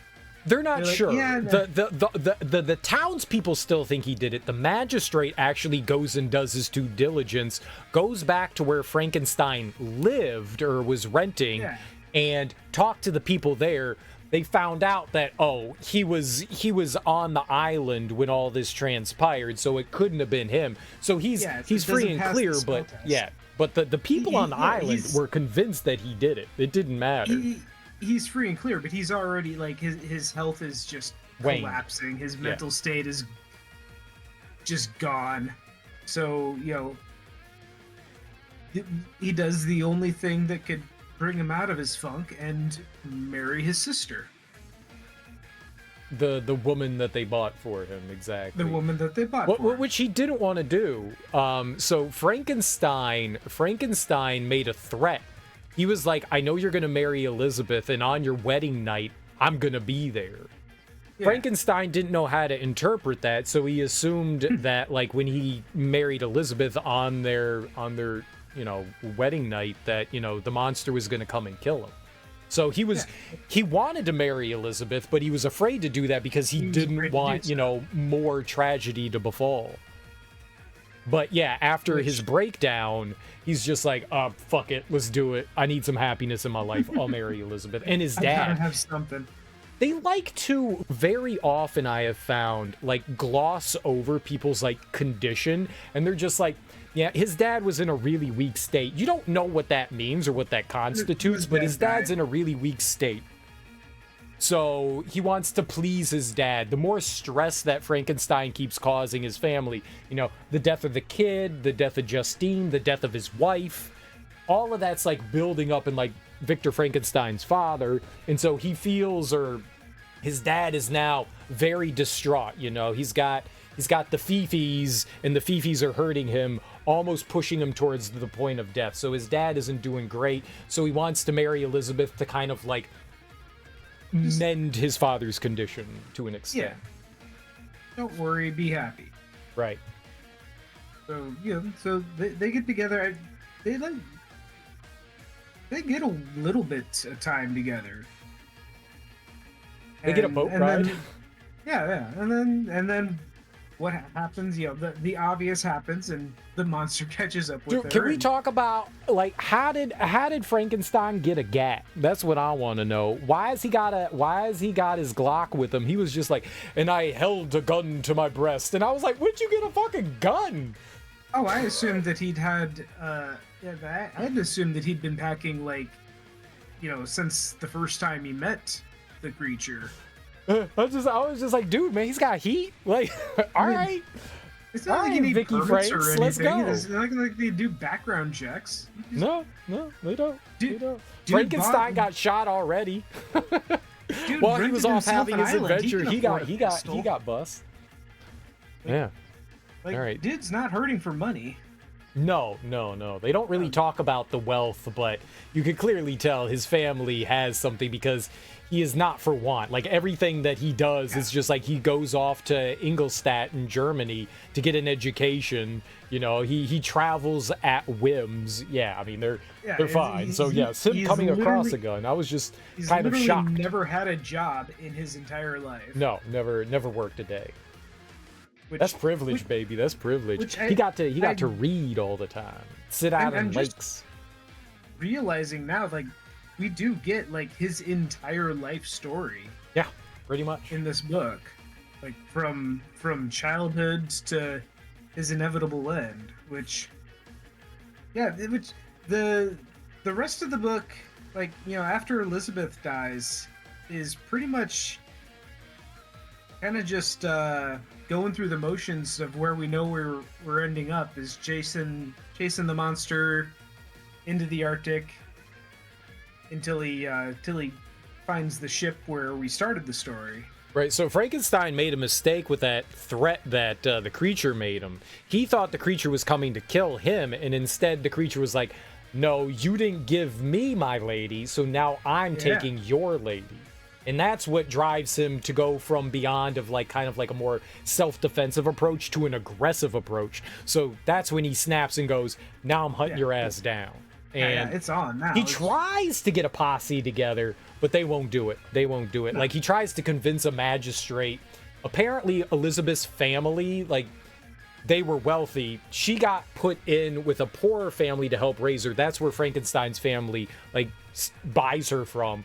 But apparently, in the background, wherever she was from, they, like, I don't know, decided that her family still had property, so they're going to live in her like family's, like, I guess, bequeathed property that she got from, you know, the deaths of her family. So they're going to go live there. So they were on their trip to go live in their new house, and so right, either way, so they stop over at an inn. Elizabeth dies. Frankenstein was just like, what? You didn't want to kill me? So now he goes crazy, and then that sends him over the ledge, and he goes and chases the monster. And so they go through the end of the world. Pretty much to the end, to the unexplored regions of the Arctic, the Northern Pole. Thomas Henson, right? It's Henson.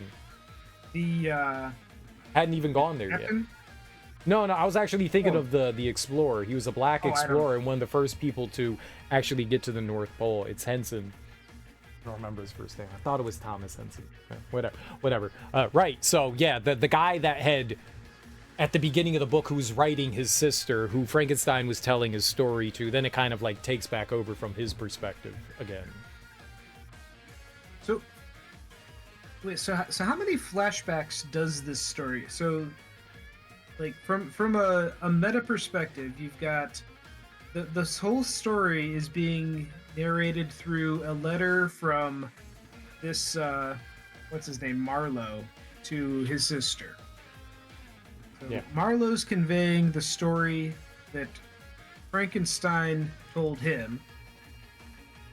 Frankenstein conveys the story that his creature told him, and the creature conveys the story that the random impoverished people he was stalking over here. So it's like, we're like what, 4 layers deep in Yeah. the flashbacks. It's at one Flashbacks point. within flashbacks.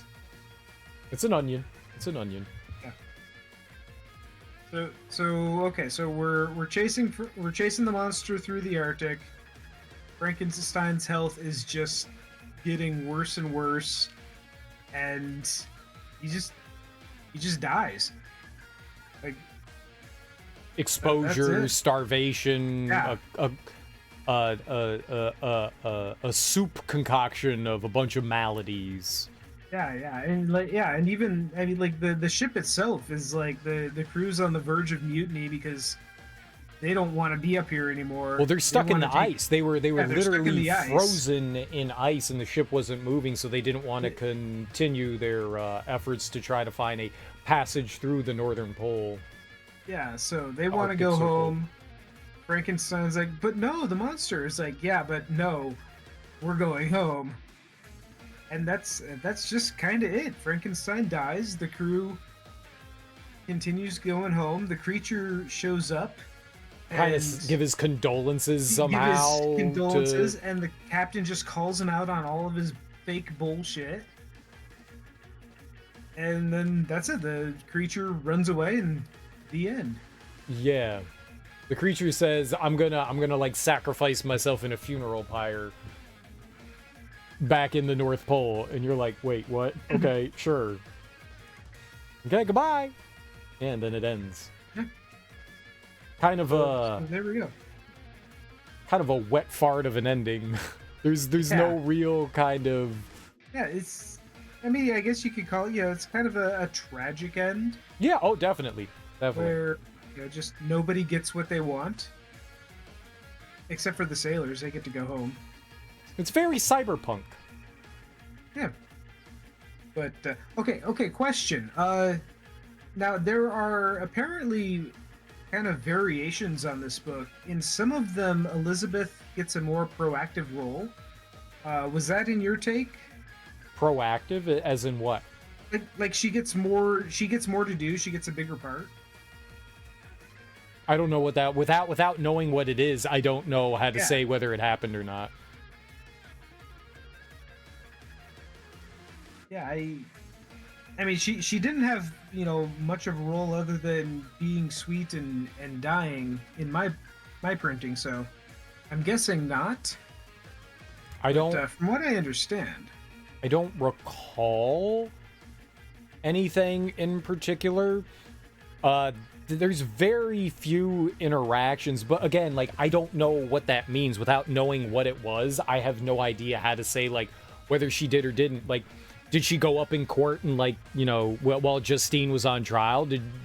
Was that part of it? Does that mean that's more proactive? Was that not, like, part of it originally? Was that, like, an addendum at some point? I don't know.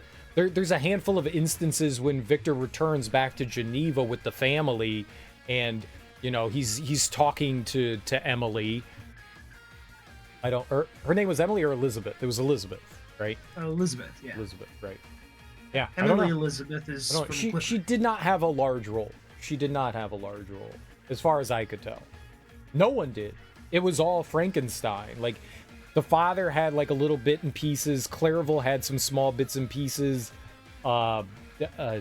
Elizabeth had some small, but that was pretty much it. There weren't a lot of characters that he directly, and he talked to a couple of his professors here and there, but there weren't really any other main characters outside of Frankenstein and the creature. I mean, I guess the people that they went into most detail were the people that Frankenstein was kind of like getting his tutelage from. You know, when he was squatting. Those are the only other characters that they really go into any in-depth detail about. Yeah, which it's definitely a choice just to have this like very, very fleshed out history of this otherwise completely unrelated family. Just kind of living in a cottage in where were they? Switzerland? Switzerland, yeah. Yeah, just it's a weird tangent that the book focuses on. Yeah.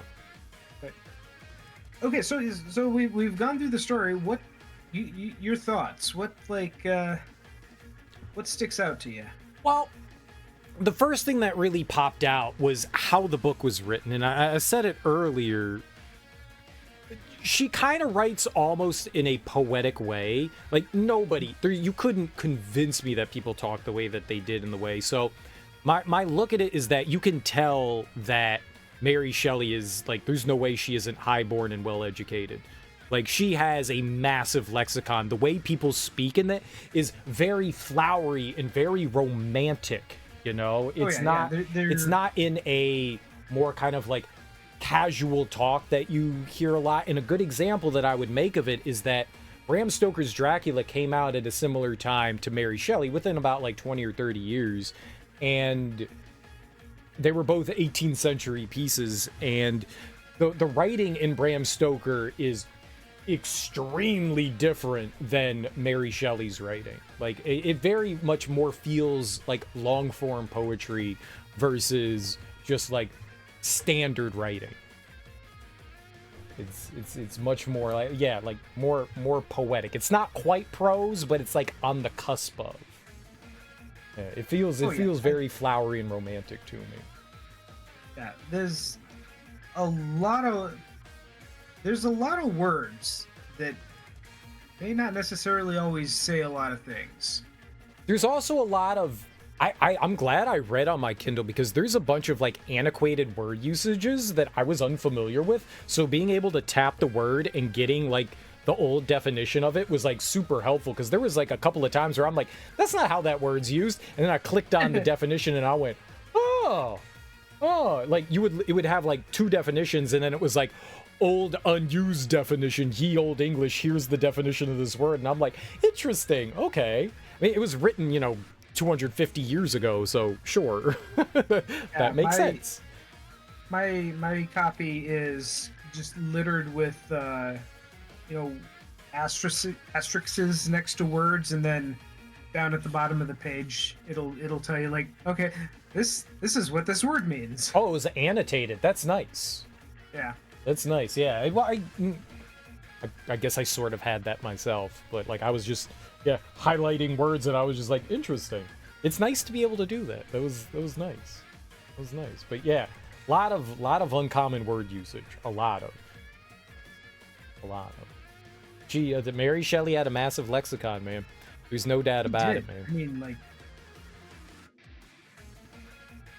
yeah, like she, just the detail of every little thing. Yeah. Before I go into like all the like what I thought about the book, I gotta say that I don't think I was particularly fond of her writing style. I don't know that I would want to go through and read, like, I don't know if she's ever written anything else. I don't know if this is the only book that I doubt it, but this would not make me want to go and read more. When I was done with the book, I was like, I am so happy this was only like 400 pages long. It's a quick read. Oh, yours is... I don't know how long it was. Well, I read a digital version. I was just saying, like, 400 pages to me is short. I assumed it was like 400 pages long. I have no idea how long it was. No, my copy is 220. Oh, okay. Which, I mean, doesn't actually mean anything, since there's no reference to like what a standard age is. But on my Kindle, I was reading like 10% a day, which I'm assuming was, you know, like Yeah, it's about 20 a or chapter. 30 pages or something like that. It was, Yeah, it I was like just, 2 or 3 chapters every day that I was getting through. Yeah, I did like a chapter a day Okay. till I was about done. Sometimes two, if it was short. It really is. It's a quick read. Yeah. Yeah. It's not a long book. Not a long book. Yeah. But that aside, it did not enrapture me in a way where I was just like, dude, if she wrote more, I got to dig into this. I'm good. I'm good. I'm good. I'm glad I read it. I'm glad I read it, but I do not see myself like ever like returning to it. Like I'm good. It's a classic. I wanted to know what it was all about. It did Yeah, not exactly. strike me in that way that I feel like a lot of people feel that way about like certain pieces of literature. I'm going to be honest, I don't understand why it's a classic. I don't get that bit. I've got some thoughts though. I've got some thoughts. I mean, I feel like it will. I feel like you have to compare it to the work at the time, and I Yeah. don't know. I mean, there's obviously a reason this survived, and it stood out for a reason. Yeah. yeah, it stood out. So you have to give credit where credit is due. If For this sure. were made today, like, no, forget it. I would tear this apart if it was made today. Right, Like, before its time. It definitely yeah, it's certainly ahead. And it's violent. I don't know how common that was, but it's very violent and kind of creepy, you know? I don't know what people mean when they say gothic. I don't, because it seems like there's like different definitions of that. My understanding of gothic is not always what other people's definition of gothic. When I think of gothic, I think of a very particular art style and architecture and stuff like that. When it comes to Yeah. gothic reading, I'm not entirely sure what that connotes, because I haven't really read a lot of gothic period pieces, so I'm not entirely sure how that translate. I don't know that it's necessarily just writing style, content. I don't know what that means as far as like writing goes.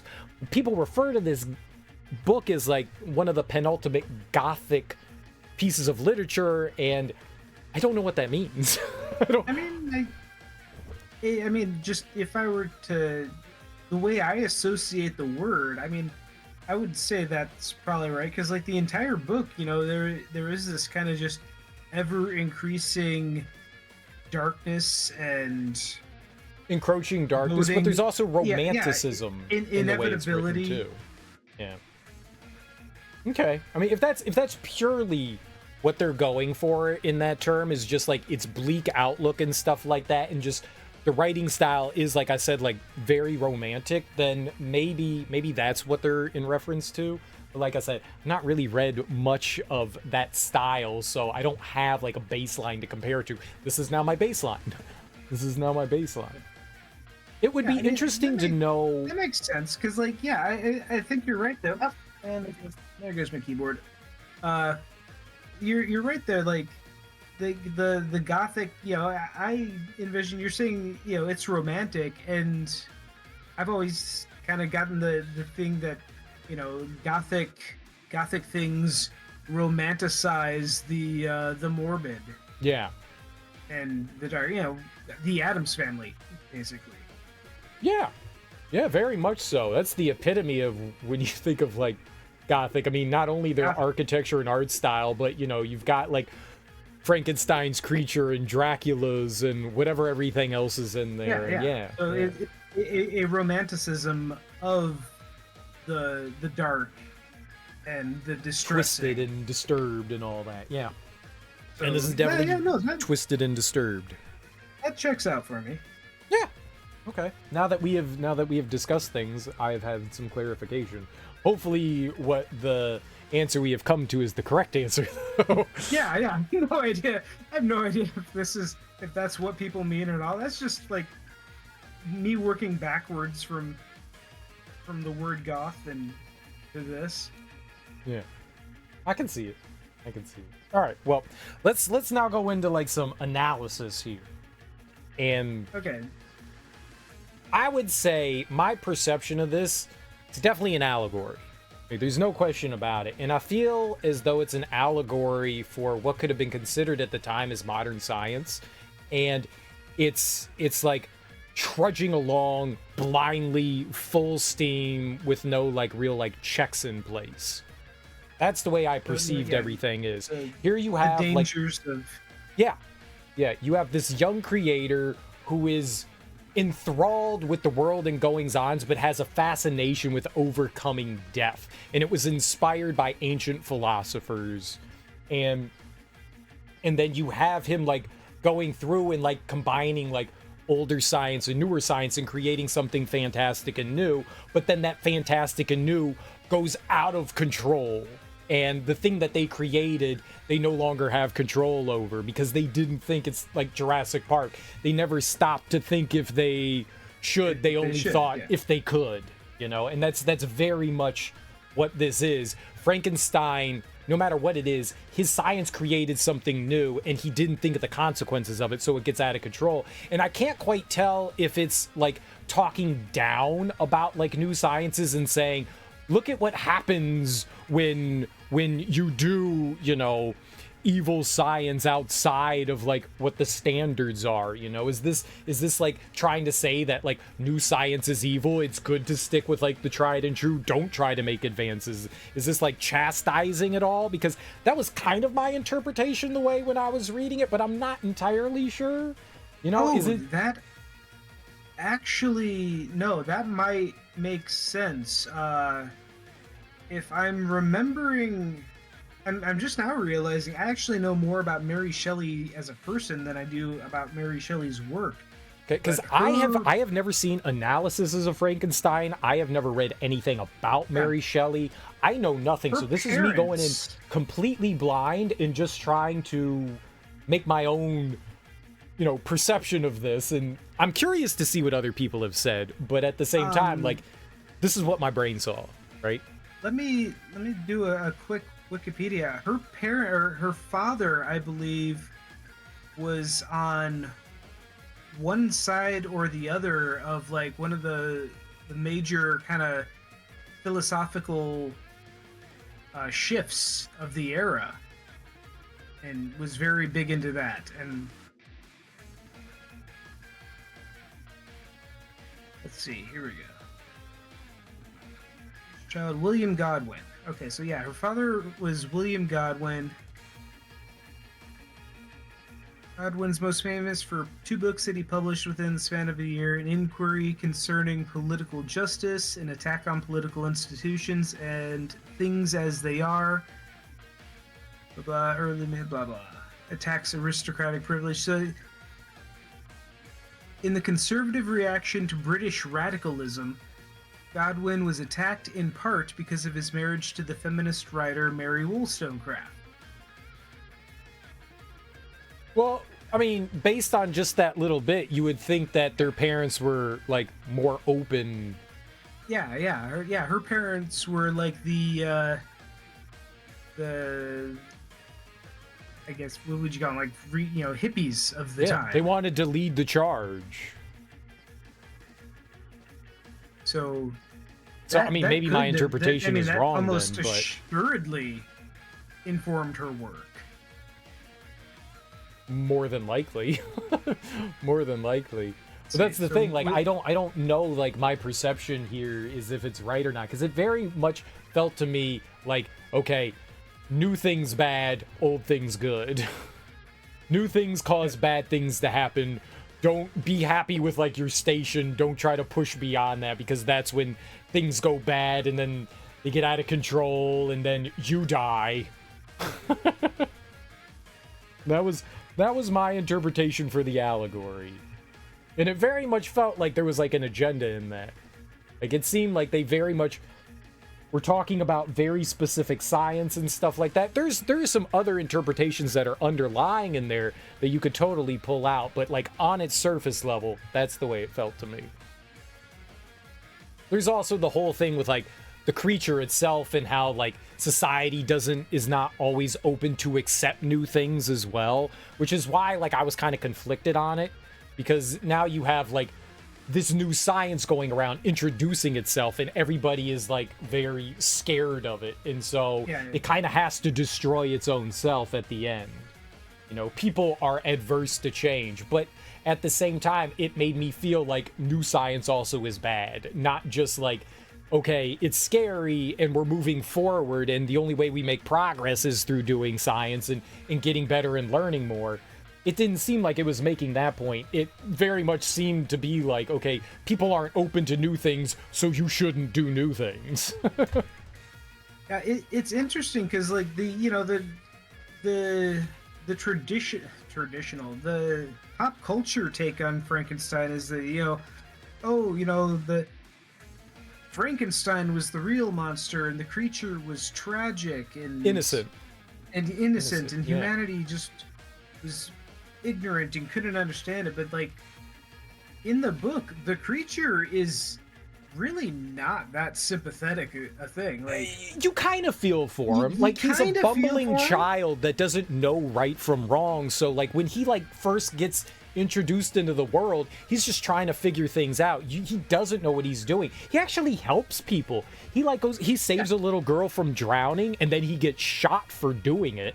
You know, every interaction he has with people is bad. When he's going to try to get food and he walks into people's houses, like I was saying, like in Skyrim, like he goes in and he's like taking food and stuff and clothing, and people are like accosting him and attacking him. Like, he goes to a town and his reception is one of disdain and hatred. So he's learning the wicked side of humans, you know? So he does try to make these attempts at being a good human being. He does seem to know right from wrong and good for bad. It's just he gets like driven to this point of violence and no return by society. Yeah, I mean, he does, but like you said, he does know right from wrong, and like there is a point, especially later on, where he's not the innocent babe anymore. He's master of philosophy and language and stuff. He knows. And he states it when he's talking to that he's Frankenstein. He states that, like, this is I at the end when he's talking to the ship captain. He states that, like, he knows that he went from he was perceived as a monster. He didn't feel like a monster, but after a certain point, he was pushed so far, he was like, well, now I'm going to be that role. Everyone looks at me like a demon, so now I'm going to be that demon. And at this point, I know there's no turning back. Like, he makes that statement, so he knows what he's doing. He's fully aware of what he's doing. And knows he made that transition as well, that there's no turning back. He didn't need as much of a push as he lets up. Like, he kind of wholeheartedly embraced being a monster. I want to argue with that, but I don't think I can. Like, I don't. I honestly don't think that I can, because it happens. A lot of the things are very fast paced, so things happen like really quickly while you're reading them. So, like, in real time, it probably took him a while to get to this point, but in the book, it does seem like instantaneous, that he goes from like, oh, I'm gonna help people, to like, I'm just gonna fucking murder everything and I'm gonna tear it apart and I'm gonna ruin everybody's life. Yeah, he goes from 0 to 60 pretty quick. Yeah, he does. He very much does. And I feel like that's where Frankenstein is justified in his, wariness towards him, towards not giving him a chance. And well, even the captain, at the end calls him out, is like, don't start crying like you're a victim in all this. You knew what you were doing. Well, and that's a big part. Take some responsibility. That's it. It's responsibility for what you did, because he created this thing and then just pushed it aside as though he didn't do anything. It's like unleashing a virus onto the population and then going, well, I'm just going to go somewhere else and I'm going to pretend that I didn't do that, Like, you kind of have to face up to the consequences of your actions. Oh, no, there's I mean repercussions. the creature. The captain cast is the creature. Oh, I thought you were talking about Frankenstein, because Frankenstein literally completely ignores his, like, responsibilities. Yeah, Frankenstein just up and like, well, glad that weird thing's out of my dorm room. Yeah. Guess I'll just never think about that again. What Yeah. could go wrong? He Oh, yeah, unleashes that something he happens. doesn't know anything about onto the population, right? I mean, he is the creature is sentient and sapient and capable of making choices of right from wrong, but he's kind of childlike in a way too. So there's a little bit more of like leeway that you can have with that. Frankenstein outright knew what he was doing and then just washed his hands Yeah. of it and was just like, Yeah. whatever, I didn't like it, so it's somebody else's problem now. Yeah, I know. Yeah, and he does that multiple times through the book.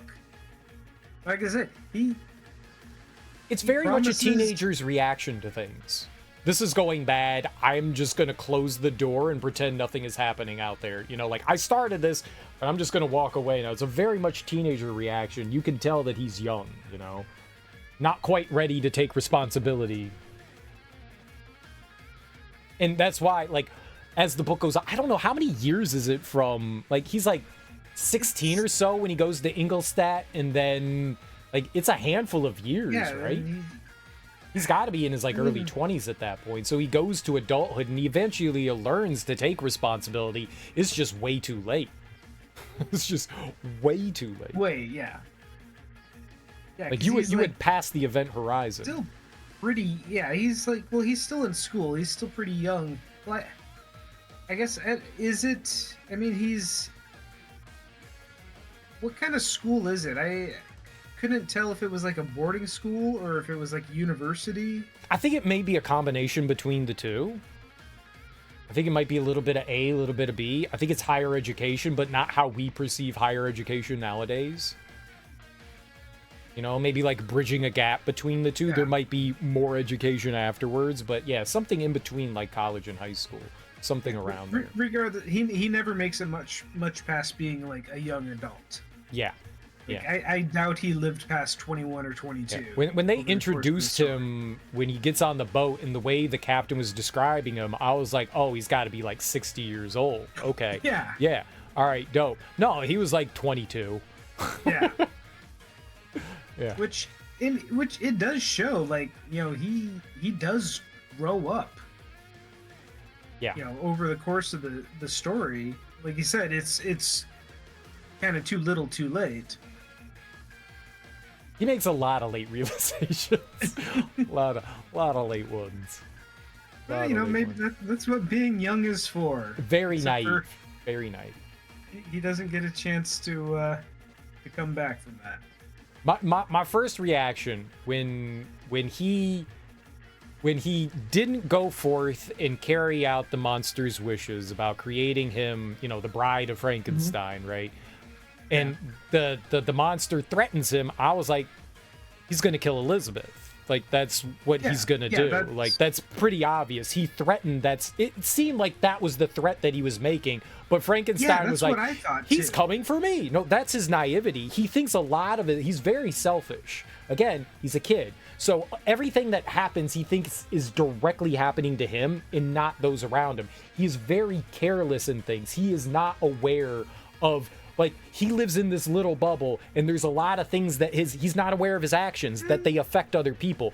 And that's I don't what know you about that, 'cause constantly see. He does spend like the entire book blaming himself for the death of his brother and other adopted sister. Yeah, he does Like do that. he never. He's he, very like, self-reflective in that way. From You're the right. very start, he doesn't shy away from the fact that, oh shit, they're probably dead because of me. Like, No, you're that- right. I take that back. You're right. He is self-reflective in that way. He does ignore some things, though. There are some things that he ignores, whether, you know, Yeah.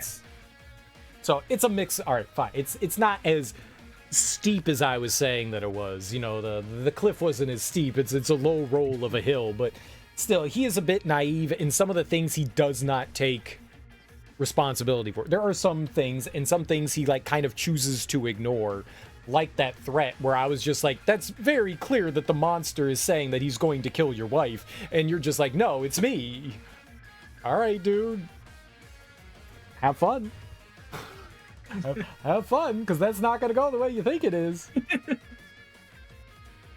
Wait, I can't What, believe he married Elizabeth. Like, I'm just like shocked about that. When like you got the threat, he was like, I'm gonna visit you on your wedding night, so just don't marry her. I mean, What, he dude? had the gun. I assumed that like he thought like maybe he could protect her. I assume that's it too. He thought that he could protect her. That's why he had a gun. That brings you to the point though where okay, so he takes a stand. He decides, I'm not going to make the bride after all. Yeah. And he makes no follow through with what he's going to do after that and how he's going to deal with this 7-foot murder monster that's stalking him beyond that point. Like, I want to say that Just a lot maybe- of decisions we make, even especially when we're young, but even as we get older as well, but especially when we're young, we don't fully think of the consequences of things. There's repercussions to like all the actions that you do, whether they're good or bad. And so, yeah, he largely did not think of repercussions ever as to what it was. It was just like, this feels like the immediate solution right now. Right now, this is, to me, the right thing to do. But he never really thought about what was going to happen because of what he was doing. So, right, he Yeah. was just like, no, I'm not going to make the bride. No, because we don't know what's... Thinking of like what the bride could do, but not how the creature was going to react to his decision. Yeah, and it's not like it's not like he doesn't know how the creature's going to react to his decision. It's just he knows it, and then he just makes absolutely no effort to, plan beyond that step. Right. They're like, okay, I know how the creature's going to react to this.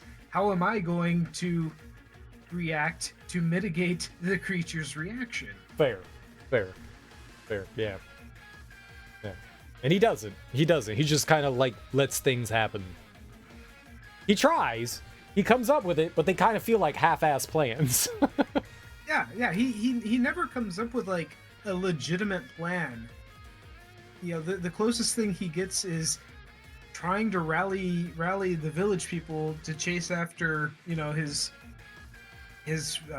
Wife's murderer. wife's murderer. Yeah.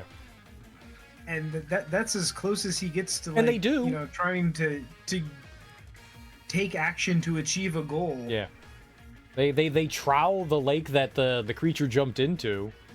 They do try to find him. So at least he got that going. But yeah. But like he knows the creature's presumably watching him. Like he's not making he never even attempts any kind of like counterplay Right. against the creature. He knows he's gonna have to face him. He also knows he's outmatched too. Yeah, At least on yeah. the So physical side of things. which like and this is a guy who literally built him. And there's no he never like considers and say, okay, I made him, how can I unmake him? Like that's not a conversation that happens in his head. Well, he's just like, no, he's confident that he can do something. Like every time, like he's like, oh, it'll come to blows and I will take him down. Like he constantly is like reassuring himself that he can take the Yeah, creature down. He's like, yeah, I could probably fight a bear. I will fight him and I will take him down if that's what I must do. Like he constantly tries to like build his resolve about how he's going to take him down, and he's pretty sure that he can in a physical match. And then he's just like, he is but just every 19-year-old college dude thinking, yeah, I could probably take him. when I was 3 years old, my mom would always tell me, Greg, you gotta look both ways before you cross the street because cars are very powerful and they can hurt you. And my response to my mom was, bullshit, I could kick a car over if it comes at me. That was my thought process. No, I can kick that car over. I'm super powerful. Yeah, it's underestimating and undervaluing your position in that stronger position. If a car came at me, little 3-year-old me, it would have turned me into a little cereal pancake. Just like if the creature came at Frankenstein, he's going to be a little Victor Frankenstein pancake. He just, for some reason, thought that he was just like, yeah, I'm young, I'm full of vigor, I could totally take on this superhuman. He did have the gun. Yeah, I got a gun. You know what the crazy thing is? He never really gets to show down with them. There's a little bit of a scuffle when he first comes across the creature, and the creature kind of like shows him up a little bit. Like when he first meets him in the Alps, right after he's like, oh man, look at this lovely view. And then the creature comes barreling down an iceberg at him at like 12 million miles an hour and like tackles him. And he's just like, the creature overpowered me. And then, you know, we separated and I felt so weak as a babe compared to him. And like, so he does have like a moment where he's like physically active against him and the creature shows him up pretty quickly. Yeah. And then he's like, come with me to my cabin. And he's just like, yeah, okay, I'll beat you at your cabin. And you're like, what the hell is wrong with this dude? Well, obviously, you know, it wasn't fair the first time. The creature took him by surprise. But he makes that point. He's like, well, he caught me unawares. So now that I have his attention, I can totally get him. Yeah, I can take it. I can take him. Yeah, now that I'm aware of his awareness, now we're on even footing. Even though, I mean, they don't tell you how large he is, but I'm assuming Victor Frankenstein is like 5'4" and like 100 pounds, and the Beast is like 6'9" and like 250 ripped. You know, yeah, no, it's fair fight. Fair fight. You can totally do it, kid. I got a whole shekel on you. Go for it. Yeah. You know what I would have liked to see though, and like this is just kind of the how do I turn this into like a franchise or an ongoing thing is like, okay, so Frankenstein, he's a teenager and he knows more about human physiology than any person that has ever lived. Before Like, or after, apparently. Before or after. He's doing objectively science. knows- Like, he is putting together capillaries and muscles and bones, like sewing he all that knows- together on a micro scale that we Yeah, have. he literally We can knows. barely do that. Okay, we can do that today. We've been able to do that for a little while. We've been able to, like, reattach limbs for a while. But that was 200 years before. Yeah, and not when they were already dead. Yeah, exactly. Like, so, like, just the storytelling possibilities you have with a character that is this, like, you know, like the League of Extraordinary Gentlemen. Having Victor Frankenstein kind of into that as, like, you know, the team medic, because you have this dude who is, you know, maybe, If you get your maybe a arm little- cut off, he can just reanimate it and reattach it, and you good to go. Yeah, like you have this guy that is just straight up the best, you know, surgeon to have ever lived or ever will live. There was a video game that I played. I don't know if it was on stream or prior to streaming, but I remember distinctly that there was a character that could reattach limbs. Like, not their own, it could take a limb and put it back on you. That was their, like, superpower thing. Like, they could take a severed limb from something else and then put it back on, and that's how they healed you. I remember that distinctly. I don't remember what it was from, but you saying that triggered some, like, latent memory in my brain. I know there's an old Genesis 2D beat 'em up called Cyborg Justice, where you're a robot, and kind of the gimmick of the game is that as you're fighting all these other robots, you can do things like pull off their arms and then swap your arm with their arm, and it gives you like different abilities and stuff. Neat. I think you had different legs and different arms and different bodies, and they had different, like, you know, jump heights or punch strengths and stuff.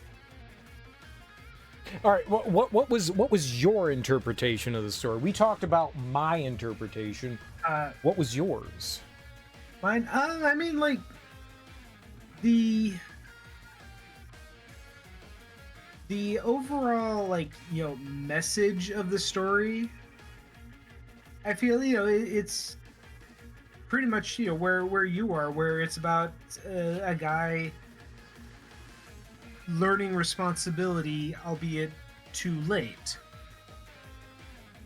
And I don't know if I would say that, like, the whole you know, intolerance of humanity and the pushing of science is at the forefront of the story. It's definitely there, but I feel like it's more of a compliment, or a mechanic of the story than like the point of it. It serves the story. Okay. But yeah, for my take on it is that it's the story of Frankenstein and how he goes from, you know, how he learns how his actions have consequences and ultimately he has to pay for them. Which he does, and then just nobody gets a happy ending. It's definitely a bleak Except ending, no doubt. Yeah, except for the sailors, they get to go home. They do get to go home. Maybe. Yeah, maybe the ice shut up on them again and they all died. Mm-hmm. That's my interpretation. But how did the letters get out of there? Some great explorer, Matthew Henson. That's the explorer, Matthew Henson. Matthew Henson found him, and then he told the story, and that makes it a flashback and a flashback and a flashback and a flashback. Exactly. That's my canon. It's my canon. Take that, Mary Shelley. Now, I'm actually curious now to go back. I know that there was a 90s Frankenstein movie. I want to watch that now. I've never seen a Frankenstein movie. And I want to go back, and I want to watch the Boris Karloff ones again. That's not true. I did see the one starring, what's his name? He played Two-Face in Dark Knight Returns. The Dark Knight. Thomas Jane? Eckert? Oh, that's Aaron Eckert. Thomas Jane, Aaron Eckert. Eckert. They're the same dude. They're white people. They all look the same. Yeah. He was in Frankenstein's Army or something like that, right? I Frankenstein. I I Frankenstein. don't know, he was like fighting angels or something. Yeah, So I not never saw exactly that. a straight adaptation. But I think that's like the only Frankenstein movie I've ever seen. I've seen the Universal Boris Karloff, Frankenstein movie and Bride of Frankenstein. But those are the only two ones of those that I've and what's the Mel Brooks movie? Young Frankenstein. Young Frankenstein. Yeah, that one's great. Gene Wilder. Yeah. That one's good. I like that one. I've never seen the old Universal Frankenstein movies. He does show up and in the House of Dracula or Mansion of Dracula or something like that. It's like, it's great. It's like decades before the Marvel Cinematic Universe is a thing. Universal had Dracula, the Wolfman, and Frankenstein all showing up in one movie. They had like Frankenstein meets the Mummy, the Wolfman meets Dracula. They had a bunch of stuff like that. Yeah. Just like these like quick, like it took us 3 days to shoot this movie type stuff. Yeah, there were a bunch of those. Yeah, I forget what I think it's the House of Dracula where the Wolfman ends up in Dracula's castle and they're kind of in conflict with each other, and then Frankenstein is just randomly in the basement. Makes sense. Dracula should have the creature in his basement. Yeah. It should. Yeah. It should. Like a Castlevania game. It's exactly like a Castlevania game, and then you got to kill the creature with fire, apparently. The creature's weakness. But yeah, beyond that, like I said, definitely not the story I was expecting. No, not at all. I thought there would be. I've always been, I've always heard that this is like considered the first science fiction novel. And okay. I gotta say, yeah, I was a little disappointed in the lack of the science fiction part of it. Right, but it's definitely just gets glossed over. Right, but the idea that here this guy did some like fictional science to bring life to the dead, that's science fiction. That's definitely science fiction. Yeah, it absolutely is. I'm just saying, it's just chapter 4 happens, and it's, hey, I thought, wouldn't it be cool to make a person? Chapter 5, I made a person. Yeah. And then that's it. That is literally it. Yeah. And it becomes a lot more meta than science. Right, but yeah, I could. Yeah, I mean, if you told me that this was the starting point of where science fiction would come from. Oh, yeah, yeah. I'm in. I totally got you. I don't know literature before that or even around that era, but yeah. Okay, sure. I'm with you. Yeah, I can no, totally I, see I that. definitely see how this would be considered like, the progenitor of sci-fi.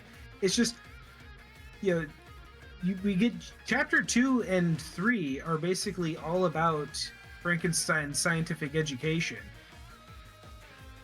and then just you think, okay, so we're building up to this. We're going to start from where he was educated, the scientists and the philosophers that informed his theories and stuff.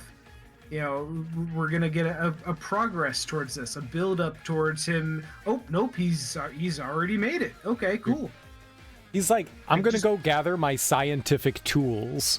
Like, I have to gather my scientific... What scientific tools? Like, what do you mean? Yes, my bag of science. I will take that out. And there's like a bunny in there and a hat, and you're just like, wait, science? That's what you did? Yeah, you got some glue and duct tape.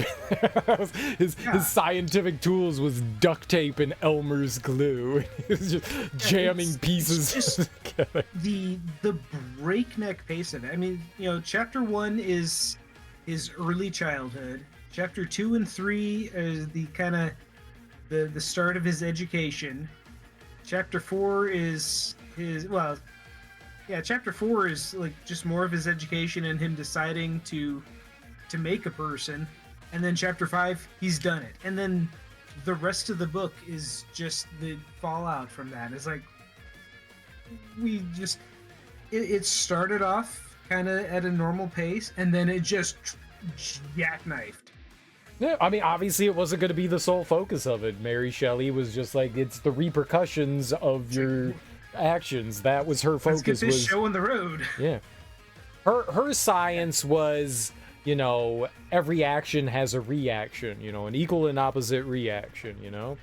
He took the science callously, and then the science acted callously back to him.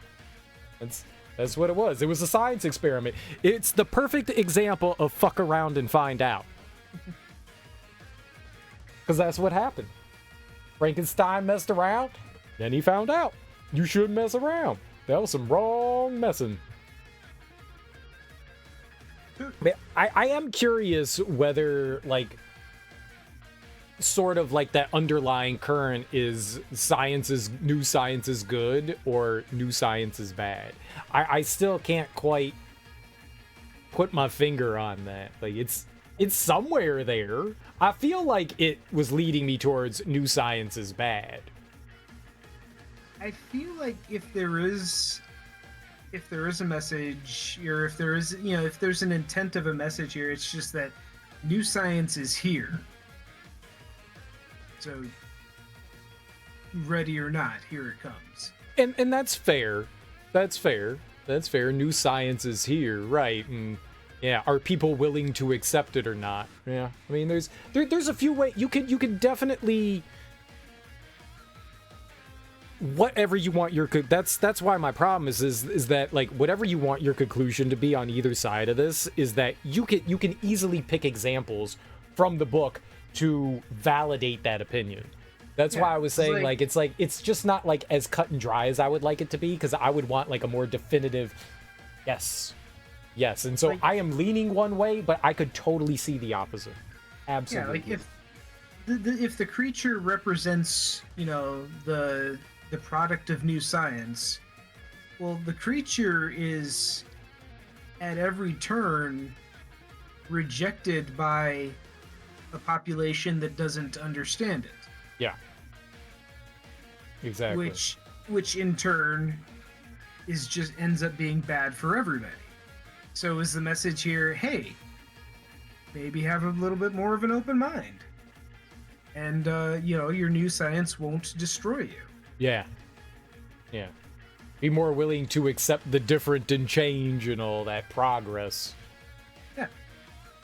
On the other hand, like I said, on the other hand, like I said, the creature kind of, like, I feel like, at least at the end, he's just fundamentally a dick.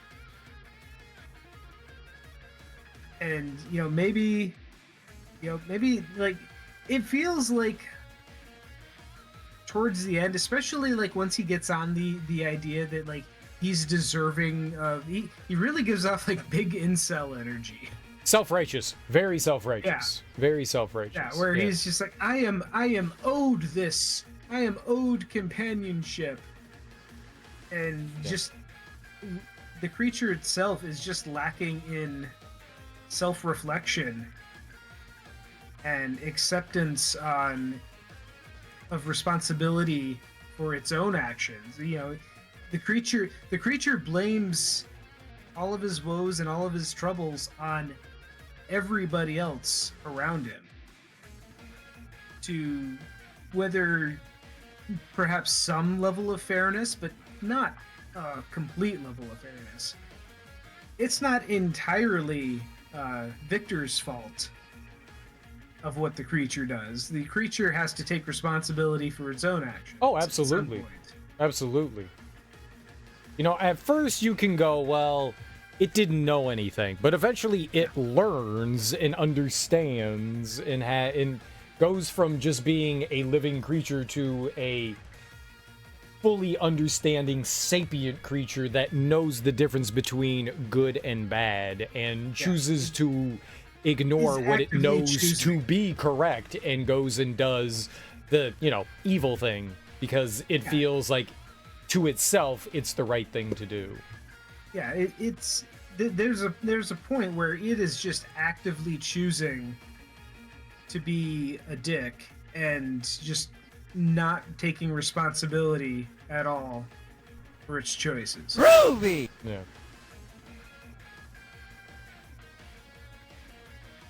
Hey, I Bill, can't it's stay. Teak. New department at work is going great. I'm okay. The last 2 days have been a bit living in KS, not losing anyone BTW. I see we have upped the class on the stream today. Hi mystery voice. Hey Greg, I love you. Thanks for the bit, Bill. I love you. I thought you sounded familiar. It was okay. It was voice or auto speaking thing. TTS, yeah. It was TTS. Yeah, okay. I obviously don't have the stream audio on. Did you enjoy the book? Oh, I enjoyed the high points. It has highs and lows. We'll say that. I could not get myself to get overly invested in like the story of the blind impoverished family and the Turkish girlfriend. I kind of just was going through that. It's like, okay, are we getting back to the plot? I wanted to know where it was going, and that's all strictly for the development of the creature. It's trying to get you to empathize and sympathize with what the creature's going through. Why they gave in such long backstories to that felt completely unnecessary. Yeah, but the whole the creature kind of like learning to be a human and understand the world around it through observations and learning, that was a point to get you to empathize and sympathize, so that was fine. But yeah, the extra story bits of the family felt completely unnecessary. Yeah, like I liked, the creature. I liked the parts where the creature is observing this family and, picking up on what it is. Like that was probably my favorite part of the book, is the creature's point of view as it, develops over the course of time, learning. Credits to Shelley, like she really put a lot of thought into what it would be like. Okay, so I am a complete blank slate. What is the process of, how I learn, going from, hey, fire good, to, oh, now I am a literate philosopher. Yeah. And like it really is a good step-by-step, accounting of that process. But yeah, like the cottage family's backstory, I just could not figure out why that was supposed to be necessary. For sure. Like I was thinking like maybe there was supposed to be some kind of parallel to be drawn between them and you know, Frankenstein's relationship with the creature or something. But I couldn't make a connection. I couldn't. I Figure tried, out, like, and what yeah, I the couldn't really see relevance. anything there either. It just felt very unnecessary.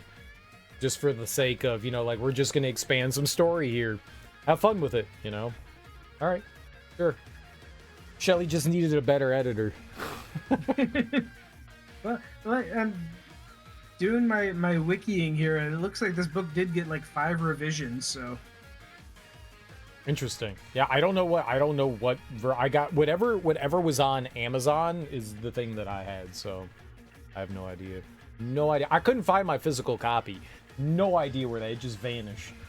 Just vanished. I have no idea. So yeah, I read whatever version was the version that I had. yeah, I just have a Barnes and Noble paperback. I think that's what I had. That was the copy that I had. You walk into Barnes and Noble and there's the rack right in front of you. Oh yeah, Yeah. yeah, and they sell all these old Classic public literature. stories for like $5. Yep. I picked up a bunch of Yeah, books from that, and it's it's like $5 exactly. Yeah, that's how I've gotten basically most of my old classic stories. What's But- up, Darby? but yeah, How you doing? You getting? that's I my want to take. see if this says like what edition of the book it does, because it should. Holy crap! 1797 to 1851. That was Mary Shelley's life. So, all right, so it was 19th century. I really thought this was written in the 18th century. First So this was written a published bit later. anonymously in 1818, this text follows Mary Shelley's revised edition of 1831. Okay, so I have the 1831 version. Yeah. Mine does not say. Like, it's got like a bunch of people that went over it, like scanned by, proofread by, but none of this is.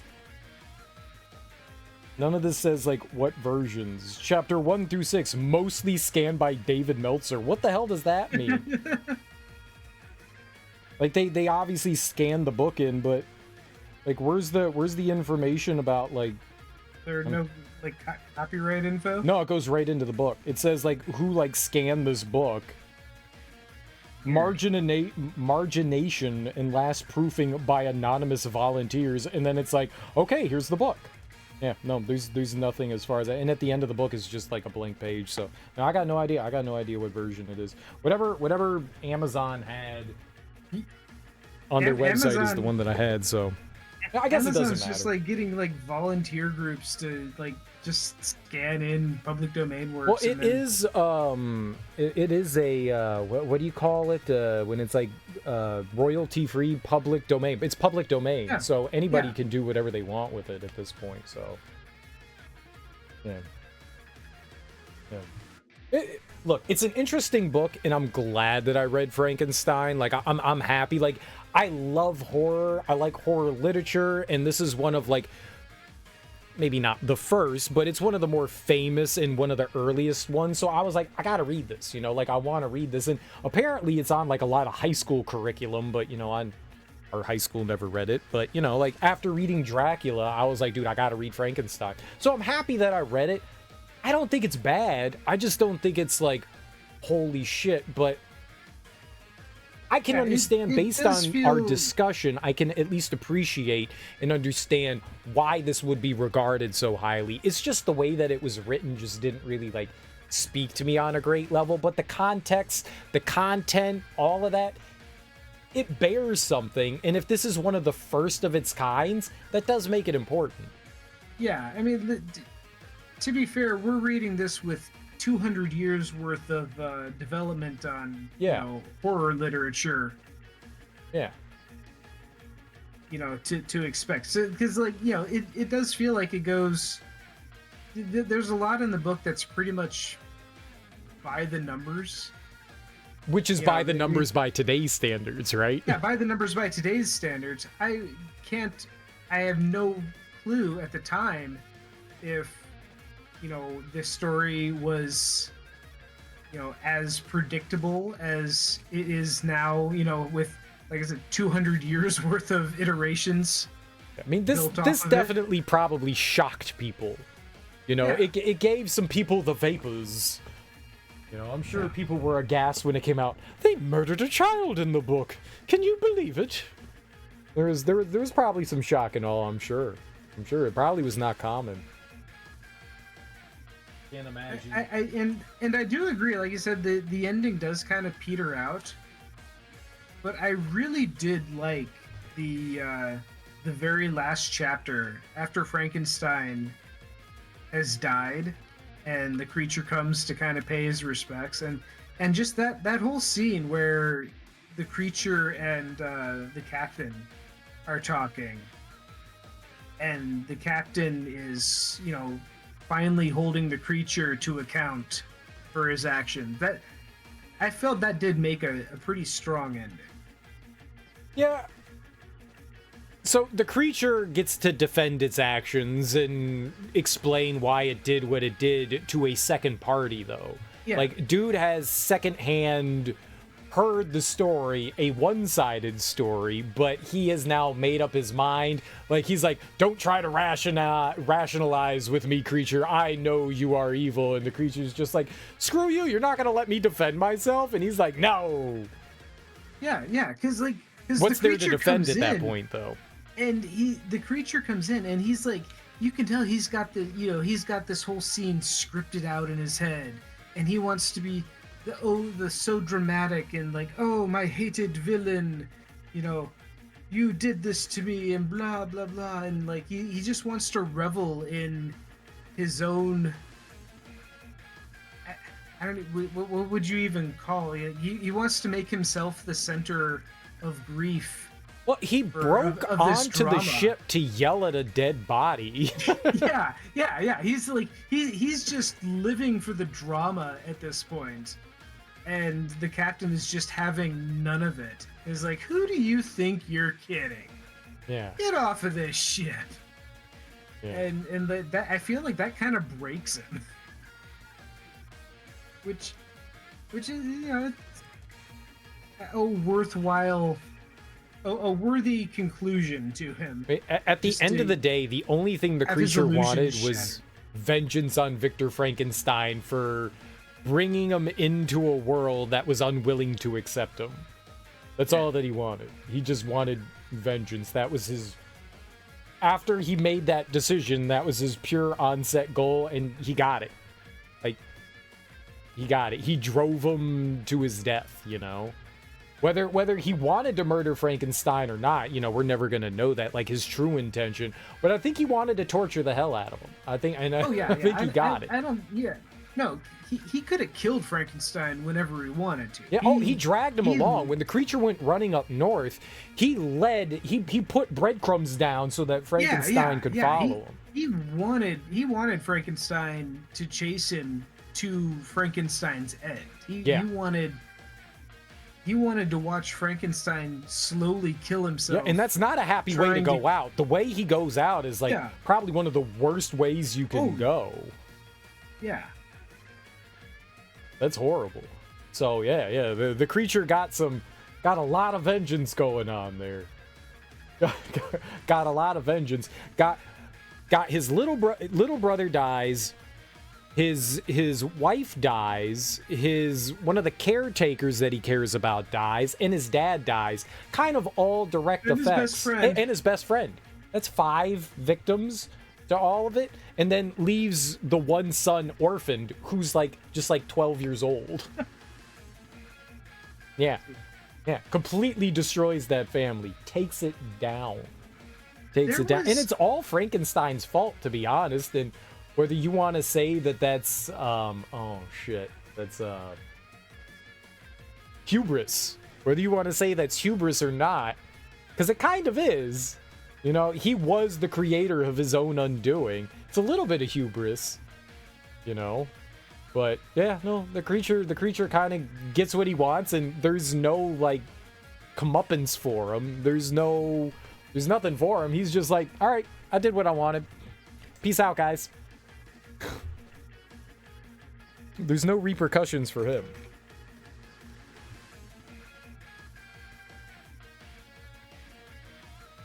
All right, where's Frankenstein Part 2, where he goes and fights the Nazi army? Is that one? What? There was a kind of a story thread about one of the brothers that like really wanted to be an adventurer or go into the army. Did that go anywhere and I missed it, or I don't recall that at all. was that ever relevant? There's probably a lot we forgot to talk about in the book. I don't remember that. Probably, yeah, I don't remember that. Just remember, like there was in one of the letters that I think Elizabeth sends to Victor.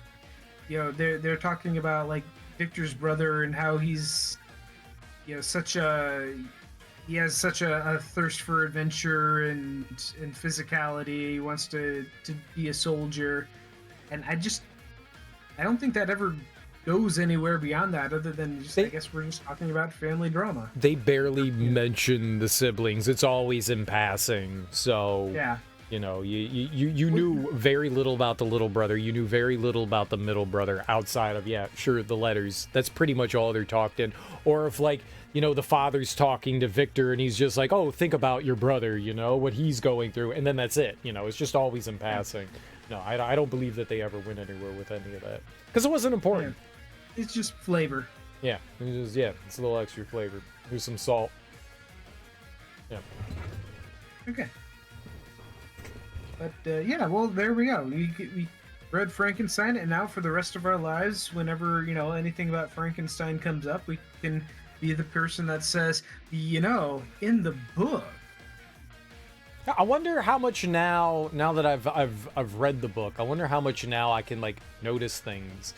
Is this an allusion to Mary Shelley's Frankenstein? I'll never do that. I do not have the wherewithal to make those kinds of connections. Do not possess that. Well, I definitely want to refresh myself on Mary Shelley's history, because as you were talking about what the message of the book is by means of scientific and philosophical advancements. There's definitely something there. Stuff. She is making a point. I mean, there is no question about it. It's just I am a little gray on what that exact point is. I'm definitely I want to deep dive into it. I want to see some other discussions. I want to see if maybe there's someone out there that's smarter than the two of us that went dedicated their whole dissertation to breaking it down. I mean, just Mary Shelley's life in general is a crazy story. I'll have to look into it. I did a report on her back in school, back in middle school or something. It's oh wow, she had a hell of an existence. Okay, yeah, I know nothing about her. I just it was rare for women to do anything outside of doing household work. So the fact that she was a writer and a prolific one is pretty impressive for the time. So that's all that I know though. Yeah, no, definitely. I'm sure go to YouTube. I'm sure there's a handful of in-depth deep dive biographies into Mary Shelley and Percy Bryce, or Percy Shelley. Is that her father? No, that's her husband. Oh, right. Her maiden name is not Shelley. Yeah. Okay. Fair enough. See, I didn't know that. I was just and she's a spinstress in my mind. Oh no! She was no spinstress. She and Percy Shelley ran off with, I think, another woman as well. What? And Mary Shelley was. They was living 50 Shades of Grey. She had some tastes. Nice. Okay. She had some urges. Friday. Okay. Yeah. I need to know. Like I said, her her life story is way more interesting than the book she wrote. What's up, Smoke? Happy Friday, dude. Okay, yeah, all right. Now, all right. I gotta read more. I want to know more. I want to do some deep dives on the book itself. But I am definitely intrigued on Mary Shelley's life now. Definitely. I'll have to look at both of them. I'm ready. Thanks for discussing this with me, and thanks for reading it along with me. I appreciate that, man. It's nice to have someone to like bounce your ideas off and discuss what you went through, because having different perspectives can definitely help open and understand what was going on. I like that. Yeah, and it's just a good excuse to read something that's been sitting on my bookshelf for 20 years. Yeah, exactly. I've owned that book for I don't know how long. So yeah, it was nice to be able to like finally like sit down and be like, hey, it's a classic piece of literature. Let's do it. Let's see what it's about. Now to do Moby Dick. God, I don't have Moby Dick. I do have the Count of Monte Cristo. If you don't want to read Moby Dick. I've tried to read Moby Dick a few times, and Moby Dick devolves into like 300 pages of marine biology. It is atrocious. Like when Ahab is going nuts and doing shit, it is fascinating. But when they're going around and introducing you to the crew, and then you're learning about marine biology, it is the worst thing you've ever read. I can't do it. It's like a 1,000-page book, and then right in the middle of it, there's like 300 pages that is just like reading a college book, a course book. It's just so terrible. But no one ever finished Moby Dick. They skipped over that part. What's this about Mobius Dicks? I don't know, man. You read the book and you tell me what it's about. I don't know what I'll read next, but I'm willing to do this again. If you like, I suggested Frankenstein. If there is something in the future that you want to throw out there and be like, hey man, read this with me, I'm more than willing to do it. I mean, I guess maybe depending on what it is. If you're like, dude, read 50 Shades of Grey, I ain't gonna do that shit. But, well, yeah, you've already read it. I've read 3/4 of it. I have not finished it. I have I got to page 334, and the end is like 5, so I'm like 200 pages out of the end. Fuck you, Smoke. All right, you're getting there one sentence at a time. Yeah, one random sentence at a time. But yeah, I mean, I'm willing. Like, if you have something that you want to read as it goes, and piece it all together. No, that's not fun. Random. But yeah, if there's something in the future that you're like, hey man, I wouldn't mind having a reading partner with this, yeah, just let me know, man. Yeah, I'll check out what else I got on my shelf that I haven't gone through. Yeah, word. All right, cool. Well, I'll do that. You can get back to Mega Manning. I will do, man. And may or may not go to bed. I got to be up in like 7 hours for a phone call.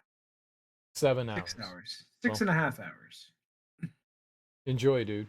Enjoy. Yeah. All right. Well, we'll catch you later. All right, man. Bye. How'd the call go? Dude, don't ever show me this again. Why are you asking me this? Discord. How'd your phone call go? It was terrible. It was truly terrible. All right, give me a second here. I'm gonna like fix the volume again. We'll get grooving out again. The Mega Man. I think we were somewhere around there. Alright, I got you, Smoke. How you guys doing? That was just Teak and I, so we did like a little book club thing, and we read Frankenstein together, so we were just discussing it. And I hope you all enjoyed our Frankenstein-y discussion. I want you to behave in a particular way, and if you don't, I shall punish you, and you will learn to behave the way I desire. All right. That was a good one. That was a nasty one. That was a good and a nasty one. That was good and nasty. That was real nasty. I got here at the tail end. Oh no, you have to go back in the VOD. And listen to me and Teak discuss Mary Shelley's Frankenstein. Have any of you guys ever read Mary Shelley's Frankenstein? Have you ever gotten down with the Stein? It was not like the movies at all. It was blatant disrespect to the original. How dare they? It's very rude. Nah, never. Yeah, you don't need to read it. But you should, but you don't need to. You should. It was alright. I wanna go and check and watch the movie that came out. Can't say I've watched the whole Frankenstein movie. I really enjoy like the old Universal Frankenstein movies with Boris Karloff. Those are actually really fun. I mean, I've only seen Frankenstein and Bride of Frankenstein. There's like 6 or 7 in the. Maybe more, I don't know. There's a bunch of them, but I've only seen those 2. But they're fun. I mean, if you somewhat enjoy like older movies, they can be entertaining. I had a good time with it. I haven't seen the movie. I think Robert De Niro plays the creature. I've never seen that one. The movie's called Mary Shelley's Frankenstein, and I've never seen that. Which now I want to, because I think that one's supposed to be a better representation of the book than like the old movies. The old movies kind of just like take like the basic concept of like creating the monster and then run with their like own idea. They don't really follow the book all that much. So I'm curious to see what like the other movie and like how close it is actually to it. I've seen bits and pieces but never fully committed. Yeah, I get that. Sometimes some movies just they don't grab you, or they're like well paced enough to like hold your attention.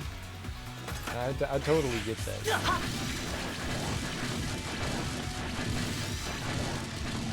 I absolutely get that. I'm just curious now.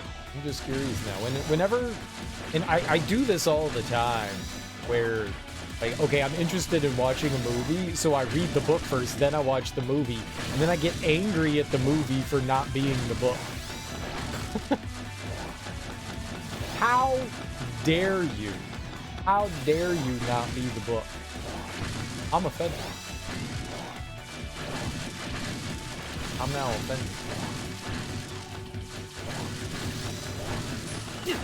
Well, yeah, I mean, as Smoke stated earlier, it's Friday. How are your guys' Fridays going? Everyone having a good Friday? You like Friday? Big Friday? You guys got anything exciting going on for the weekend? Doing anything interesting? Getting freaky?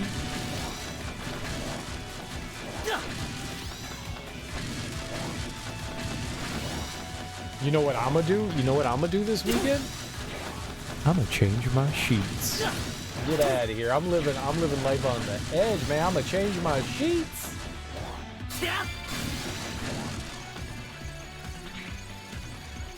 I change my sheets every weekend. But I'm gonna do it.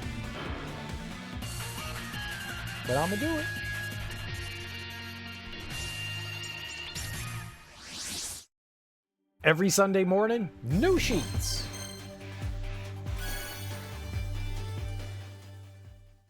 That's the most exciting thing I think I'm doing this weekend.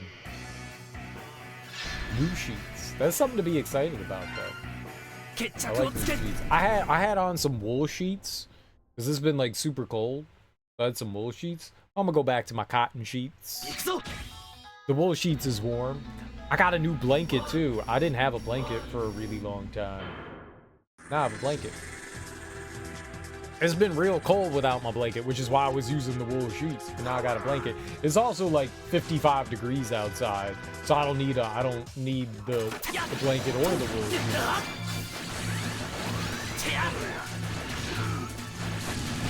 I don't even know that shit.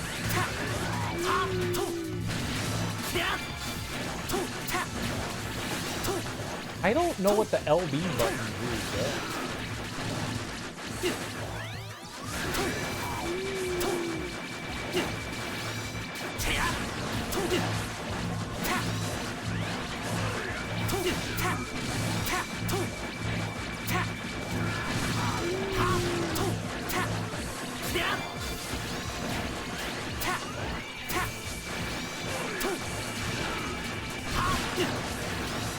I don't feel like I'm doing all that much damage.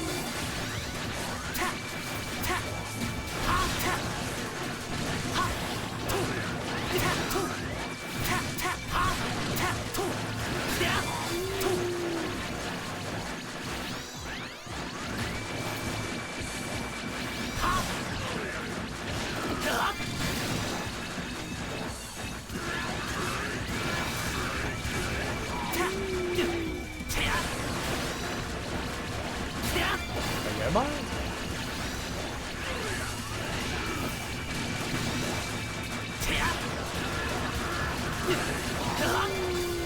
I don't know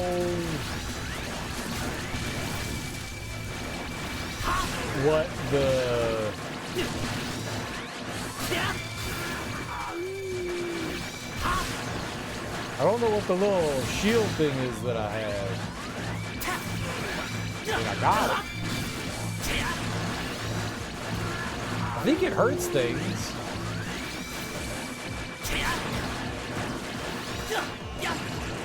Balls.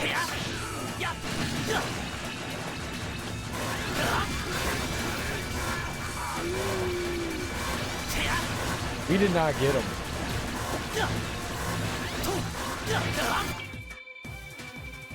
We got him like halfway down. Percy Shelley ran around Europe with Mary and Shelley's stepsister Claire. See, so that's why Shelley was all about like family members buying other family members and marrying them. Because she had that experience. She was like, this is my stepsister, she belongs to me. Would you also like to get freaky with her? And dude was like, yup. Let's do this.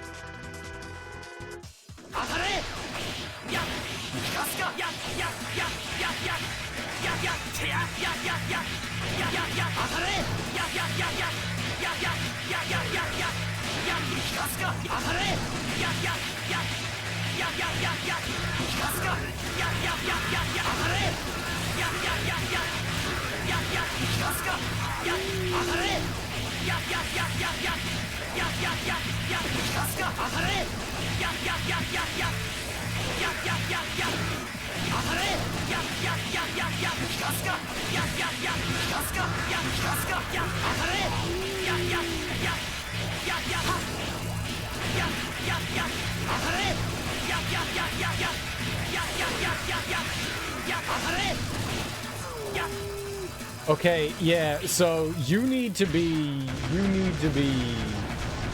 Shadow. Shadow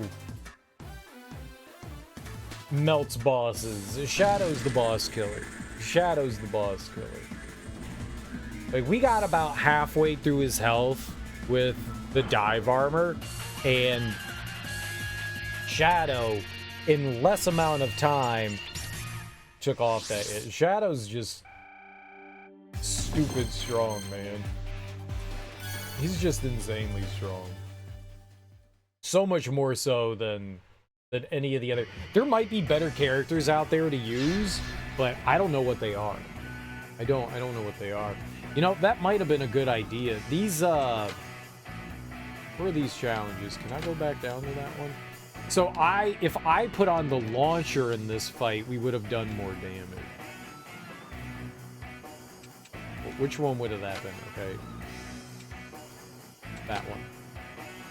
Sprayer. The sprayer would have done more damage. I'm not paying attention to any of that. I'm just going. So on the right side of the screen, each like tower level you go up to, there's like things that so far only help you. So on this level, if I wanted to, I could put on the machine gun and we would do a lot more damage. I have not really been paying attention. Which, I mean, do I have... I wonder if I have a high-powered machine gun. Do I? Where are my weapons here? We don't. This would be the high-powered machine gun, and I haven't leveled that at all. I guess I could.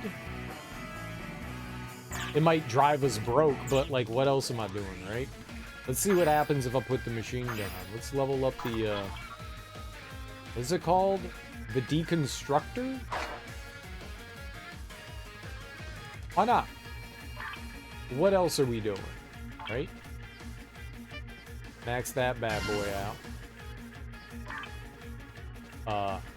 Hit up some of these upgrades. Very cheap upgrades.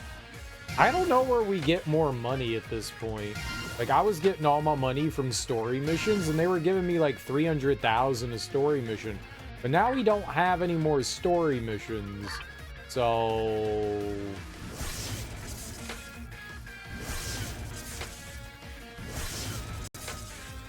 I don't know what to do that. Okay, I can't level up any of those, so that's a pretty cheap upgrade. And we got Via. All right.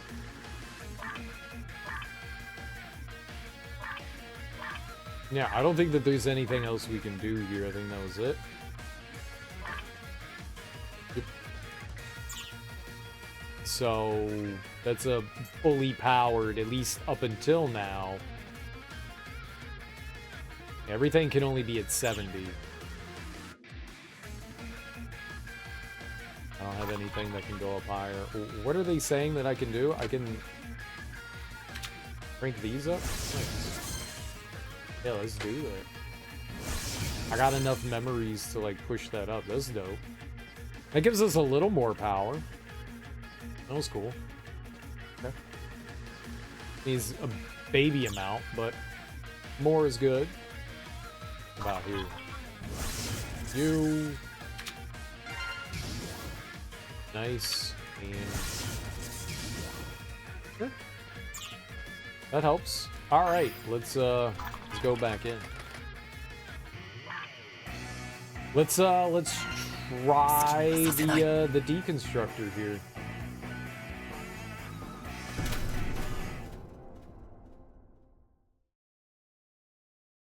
I don't know what we got going on, but let's give it a shot. I've never used it before. I took my sword off, which isn't a great idea, but it said this was more powerful, so let's roll with it. Dude, it's a shotgun machine gun? Get out of here. Oh, where'd shotgun go? Oh.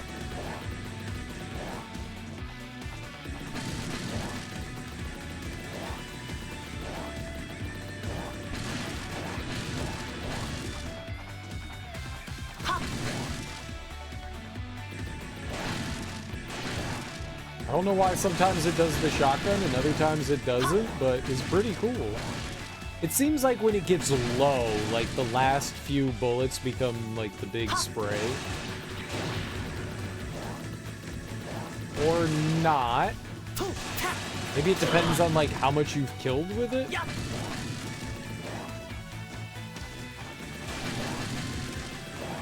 I don't know. Something makes it do it though. That's cool. It lasts for a little bit. Like that actually rolled over when we ran out.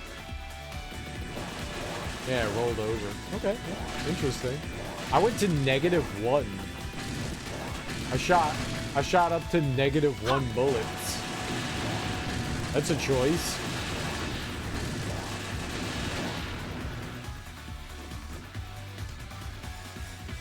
It's pretty good. It doesn't home, like the sword and the buster that we have homes in on enemies. That one doesn't. But, I mean, do you really need homing when it's shooting out like a shotgun blast? He also doesn't directly benefit from using one of those. When equipping a launcher... Let's put the sword back on here. And then we'll go over here. And this one said launcher. So let's use a launcher.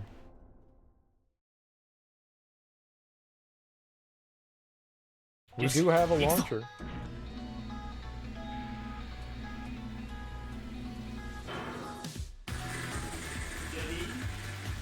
Ooh, like a level one? These are fun.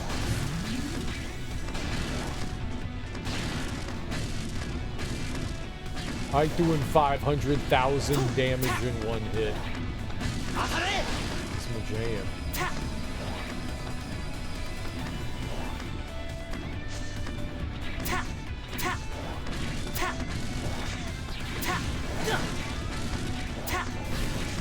I didn't know that I needed to come over here on this side of the screen there. So we're just kind of moving back between the different sides of the screen, right? Toe, tap!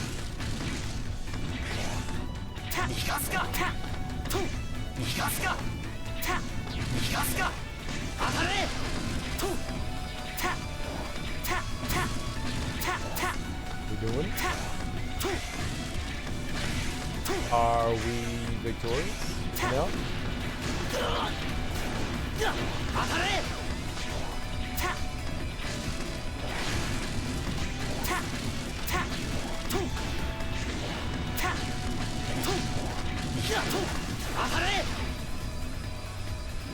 And that was it anyways. At least that was a little different.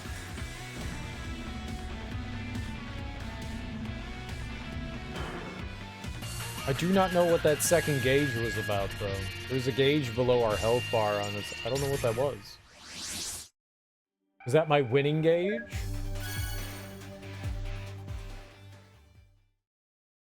That was for something.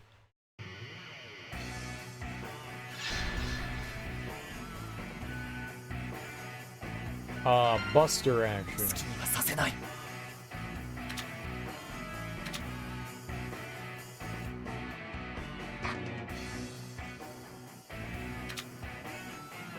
Oh, I see. I can do that. That's nice.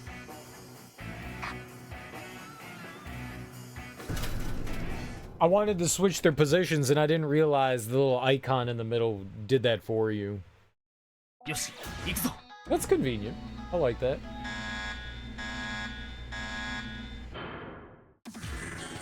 I'm a bus on these nerds though. 2? It said I can mega bust though, so we're gonna mega bust. 2 swords?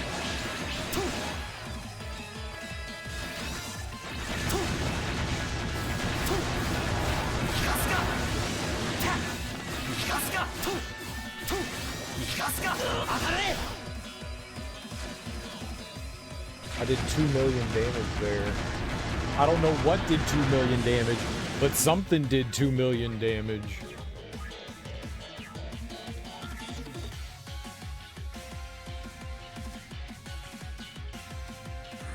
Something did 2 million damage.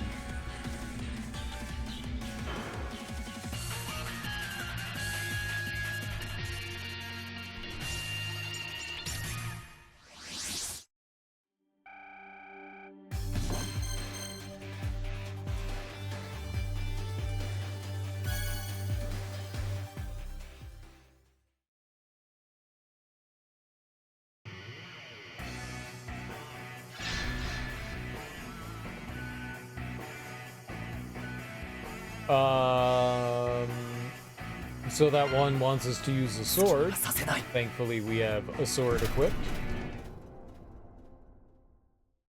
All right, the power level here is starting to creep up into our zone.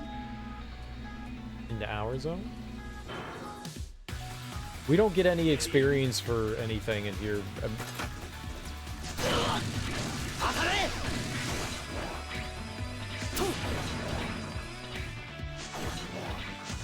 I don't know what, like, the max level in this game is.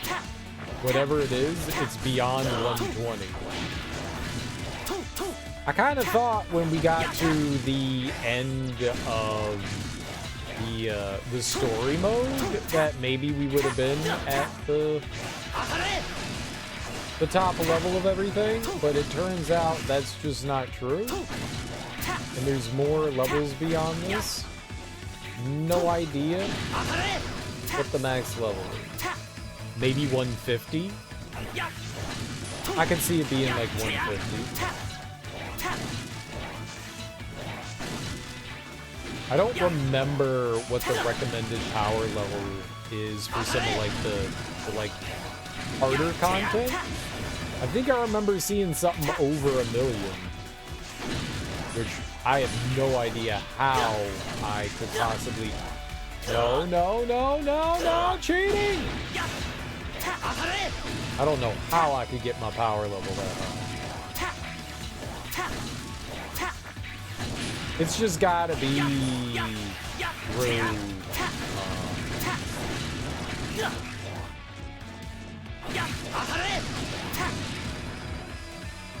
Oh, I'm done. It's just gotta be through, you're just leveling and then leveling up your stuff, because I don't know what else we could do.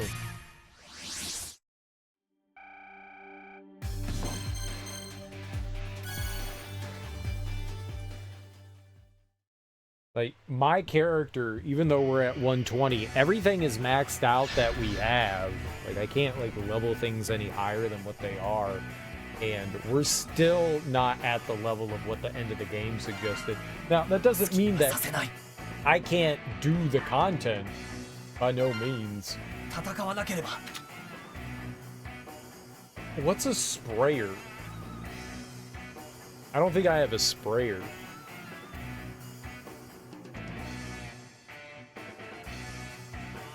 I don't know what a sprayer is. We have a blast, we have a buster, we have a sword, we have a machine gun and a launcher. I don't think we have a sprayer.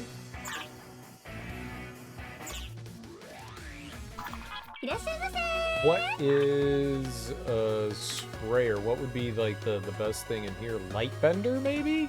These 5 are like the best weapons in the game, I think. Alright, let's get Lightbender. Bend some light. See what that bad boy is all about. I don't know if I can do this.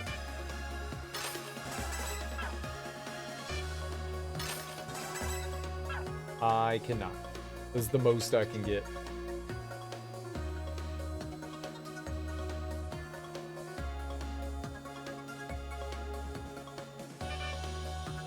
Yeah, they won't let me purchase anymore. Scam. 1380 is the most I can get. Well, it was a good time while it lasted.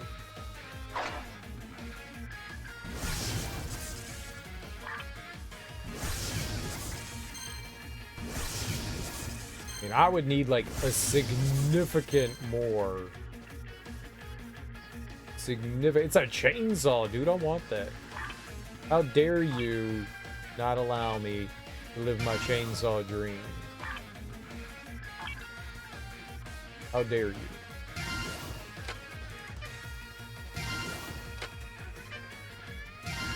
I mean, not getting it up to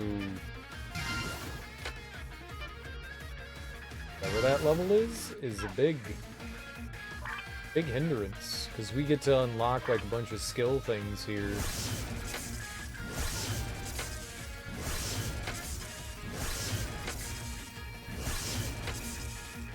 I can't get that. We need that.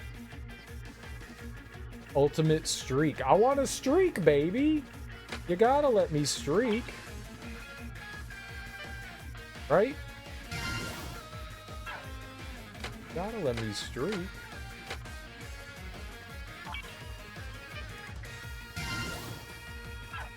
Not gonna let me streak? No streaks? Eventually, I would be able to finish powering that up. eventually. All right, well, we can. Who cares? Let's see what. Oh, it's a boss fight too. I'll put on the sword. I'm gonna change that to. Is it this thing?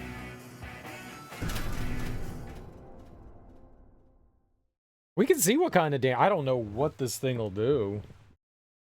It's not gonna be insanely powerful, but we do get like a huge bonus to it. There's 9. It has 9 ammo. Oh, the stupid spider.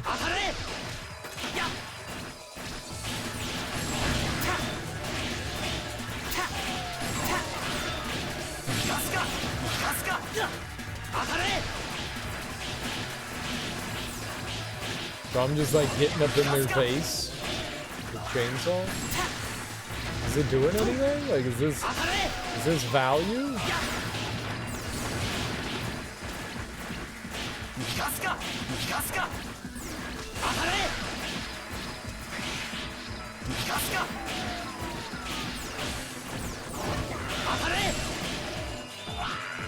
Well, I killed Penguin.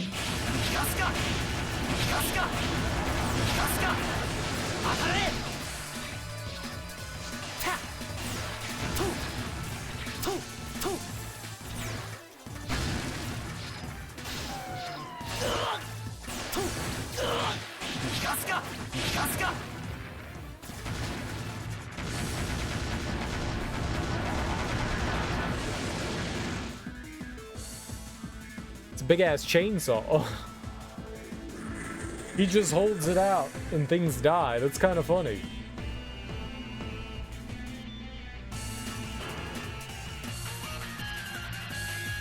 I don't think anything shoots out of it.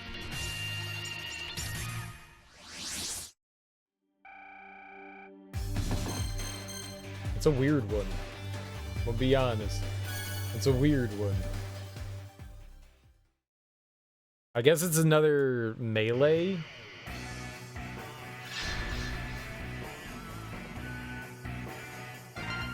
It said it was doing more damage, so I'm not opposed to it.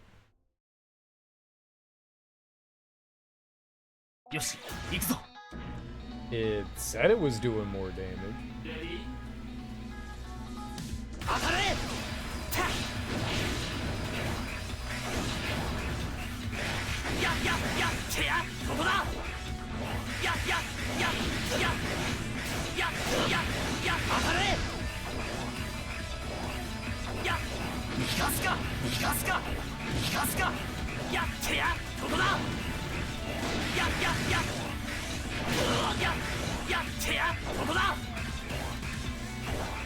I'm just holding down attack.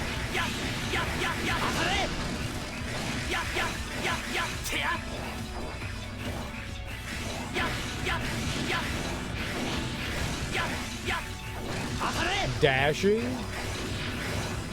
with the sword causes you to spin.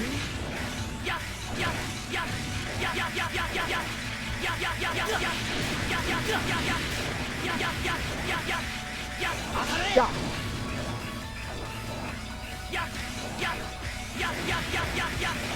I can just face tank everything. I'm a champion.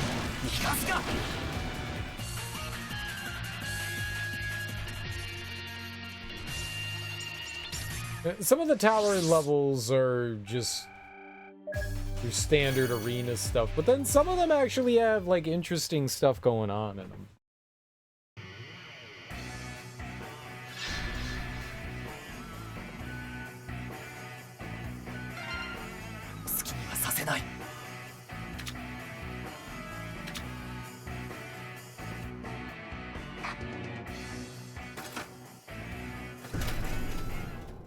Let's go, Buster. Let's go, Buster. Let's bust. Busted makes me feel good.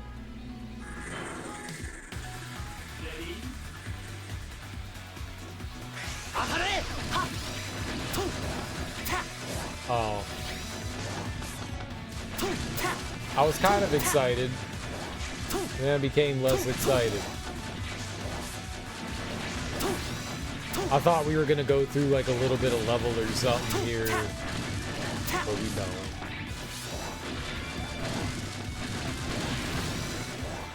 But we don't.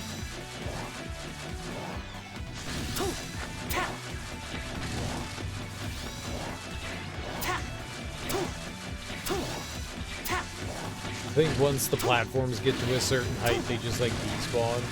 So if I'm riding one up, it just disappears, so we drop down. I thought if I rode one of those up, it was just gonna take me to like a death plane or something like that, and I was gonna be dead. But it turns out that's not what happens at all, and that's nice. I like not dying. There's only... We've only failed like a handful of missions, and those are like mainly the boss ones, because they just have giant... They get like 300 health bars, you know? So that's kind of hard to compete with. Just murder at one time. So you like, there's a timer to most levels. That'll count down. But then you get potatoes in your pants sometimes. But every once in a while, like I've got a little bit squished. Every once in a while. Because obviously the game cheats. The game do be cheating sometimes. There was a little bit of a level that you go through. You had to like run all the way to the end of it, and there was this machine chasing you. And if you touched it, it was a one-hit kill, and I couldn't figure out how to deal with it. So we got stuck there for a little while. I'm still not sure what the intended way of dealing with that thing was. One of our abilities gives us iframes. If I use this, I get a shield. So I just kind of like powered through the machine. I don't know what I kept trying to jump over it, but because of how big the machine is and like how short your dash is, I wasn't able to like get over it before the thing would swing back up and murder me. So I was just like, well, what if I damage boost through it? And that turned out to be the right decision, which is a weird decision. I don't know what else I could have done. Like, I tried like 20 different things. Shadow Mega Man here can actually like get stuck to a ceiling. You can just sit on the ceiling. So I was like, okay, well, what if I just sit? Because you crouch on the ceiling. You're not like standing up. And I was like, well, what if I do that? What if I just like crouch on the ceiling? That seems like a good idea. No, that's not a good idea. You die.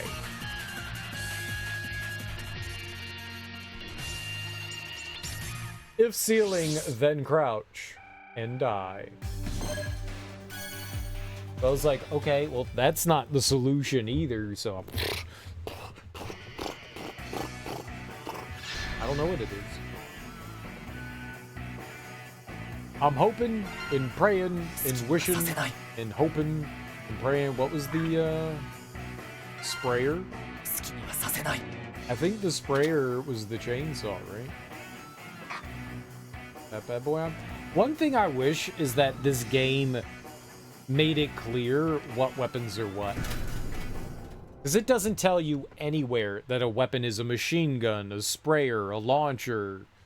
You know, sword and buster are kind of easy to differentiate, but it doesn't tell you the other stuff, and that's... Oh, you know? Oh, oh man, it shoots little, it shoots little blades out. That's cool. What is this? Did a lot of damage.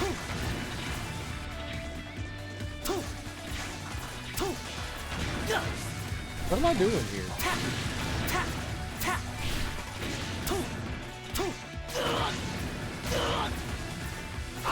I am getting hit.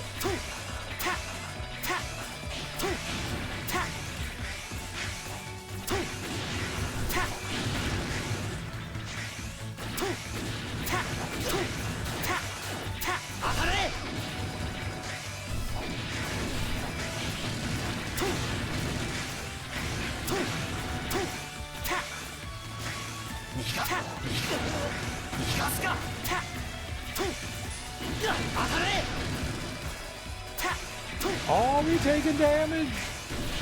逃がすかタタ逃がすか逃がすか当たれタタタ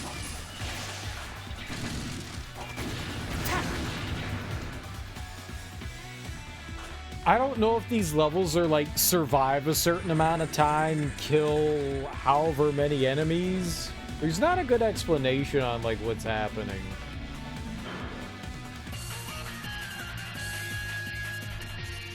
I'm assuming it's kill set amount of enemies most of the time.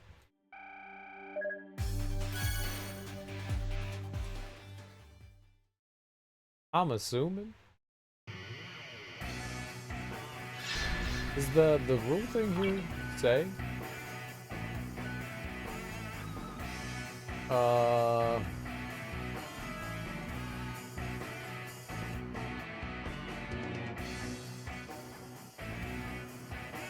While boss mobs of this mode have more HP, the damage dealt in each attempt can be accumulated, allowing a hunt via numerous attempts. So you could just go into boss stages over and over and over as much as you want.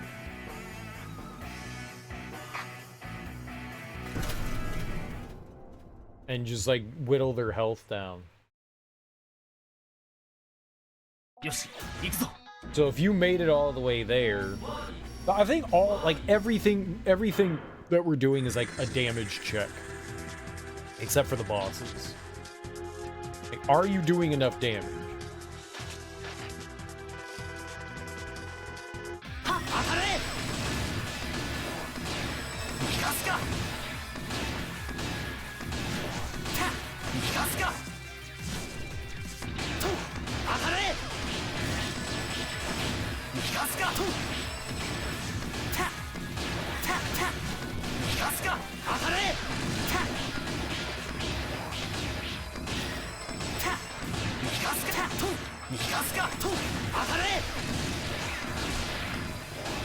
But the boss fights are not one of those.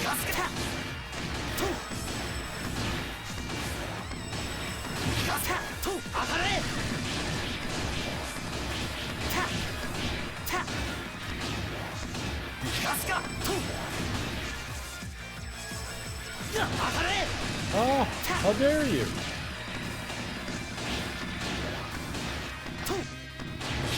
Supposedly, yeah.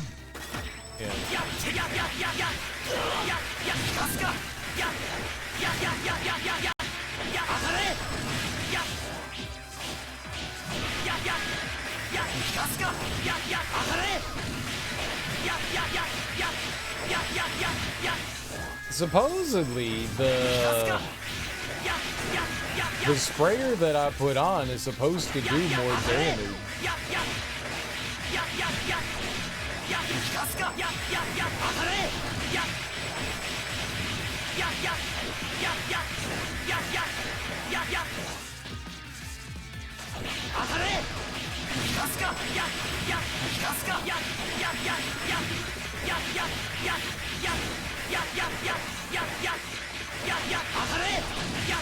This seems to do more damage.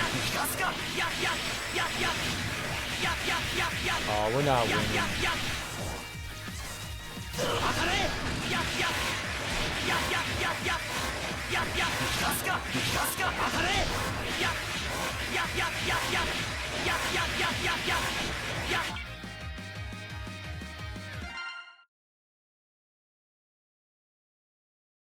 Dude had serious health, man.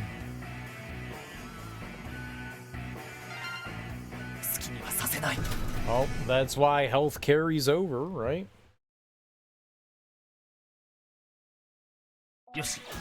I don't think that using the launcher was gonna do more damage than the sword did. I don't actually know.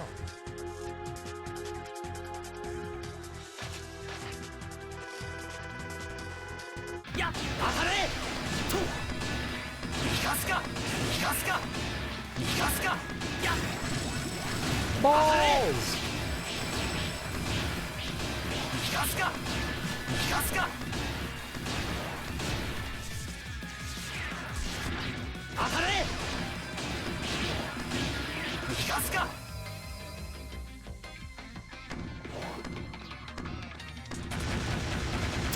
Oh well.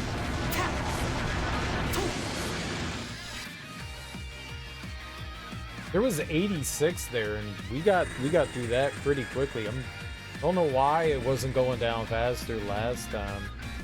Maybe it was, and I just wasn't paying attention. For some reason, it felt like it wasn't going down that fast.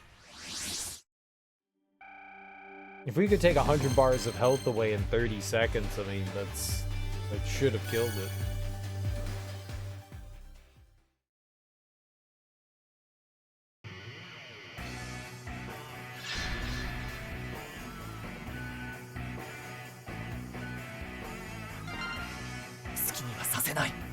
There's so many floors. What's the launcher again?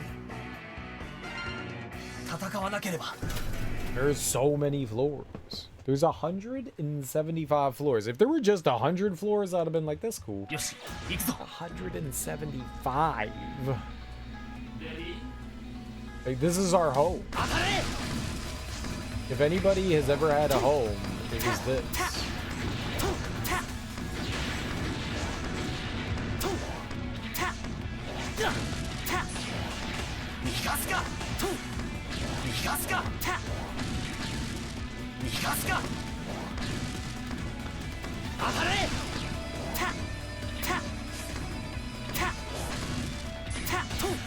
What's up, Moxie? How you doing, dude?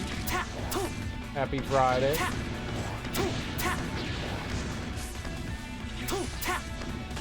You excited for Saturday? You're excited for Saturday. Moxie always like, I can't wait for it to be Saturday. Saturday's my favorite day.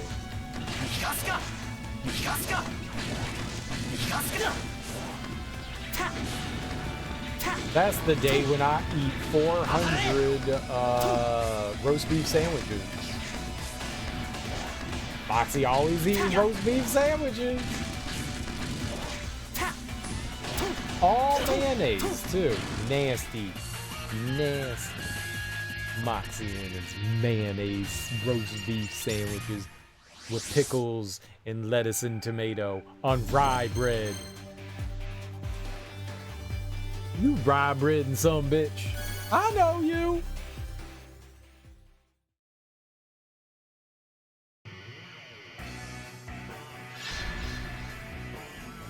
I know how you Canadian folk do it. Huh? You think I don't know? I know.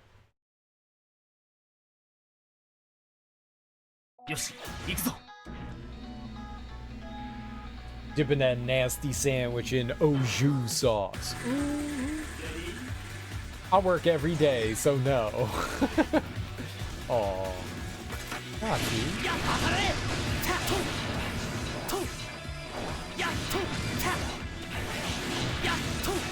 Come on.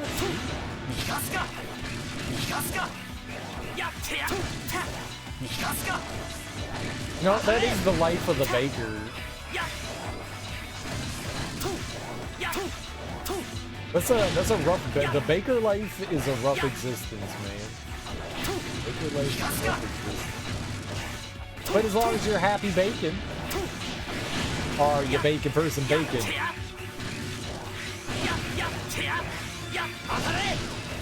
I actually like the bacon.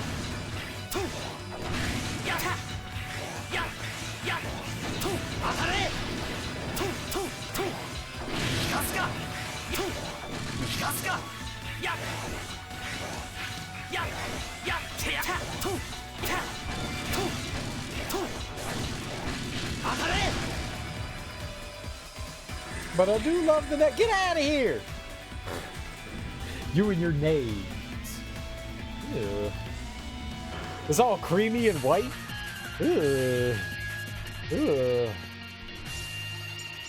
Ugh. And you put it in your mouth?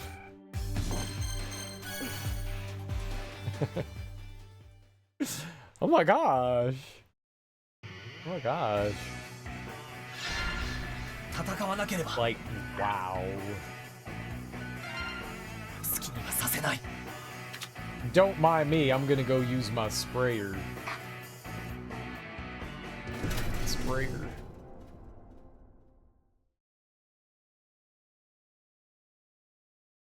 よし行くぞ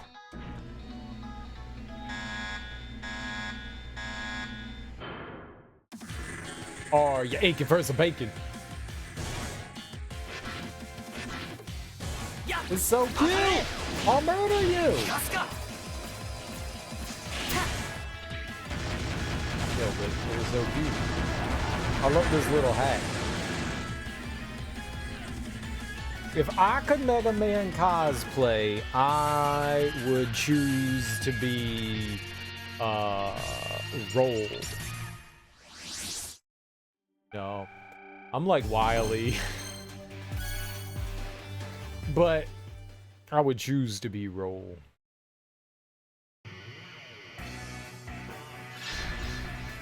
I feel like I put off Roll vibes. 戦わなければ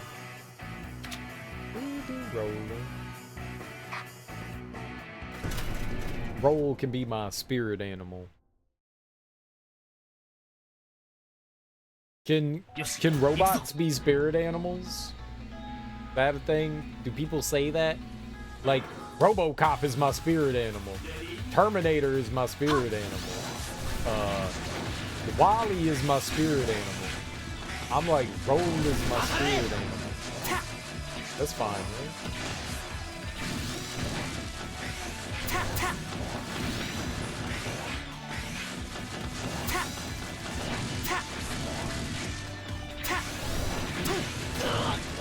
How dare you? 当たれ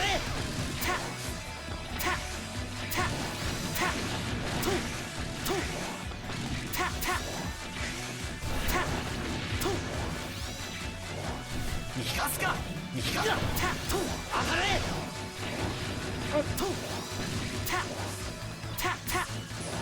逃がすか逃がすか逃がすか You're stuck on the ceiling. 当たれ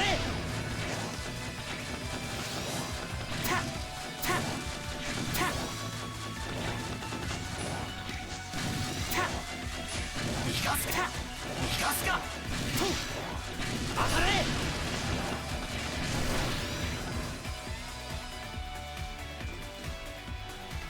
Them little ball things are invincible, man. That's cheating. Like, how am I gonna bust on your balls if you protected them? That sounded really dirty, but that's what the video game was asking me to do.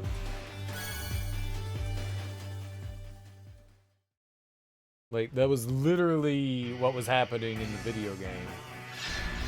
That was not me being a dirty pervert. Maybe a little, but not really. 戦わなければ Okay.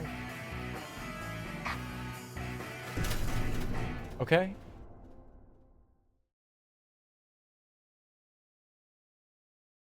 よし行くぞ Okay.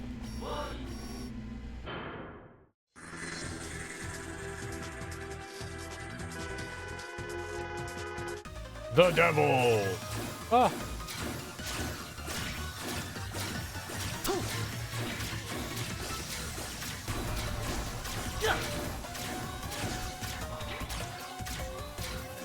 や当たれ逃がすか逃がすか Am I winning? 当たれ I can't see anything.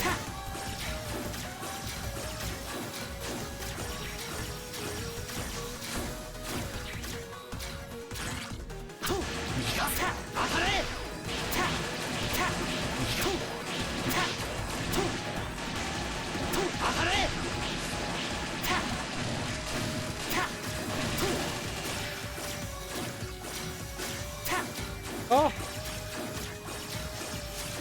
Oh. 逃がすか当たれた逃がすかと当たれ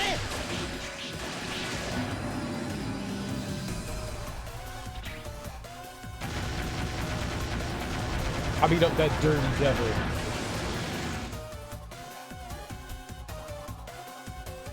Very easily. Actually went much better than I thought it was going to. You only have like a limited amount of time that you can crush the yellow devil with him. Gotta grab his little peeper. Grab him by the peeper. I'ma get your peeper.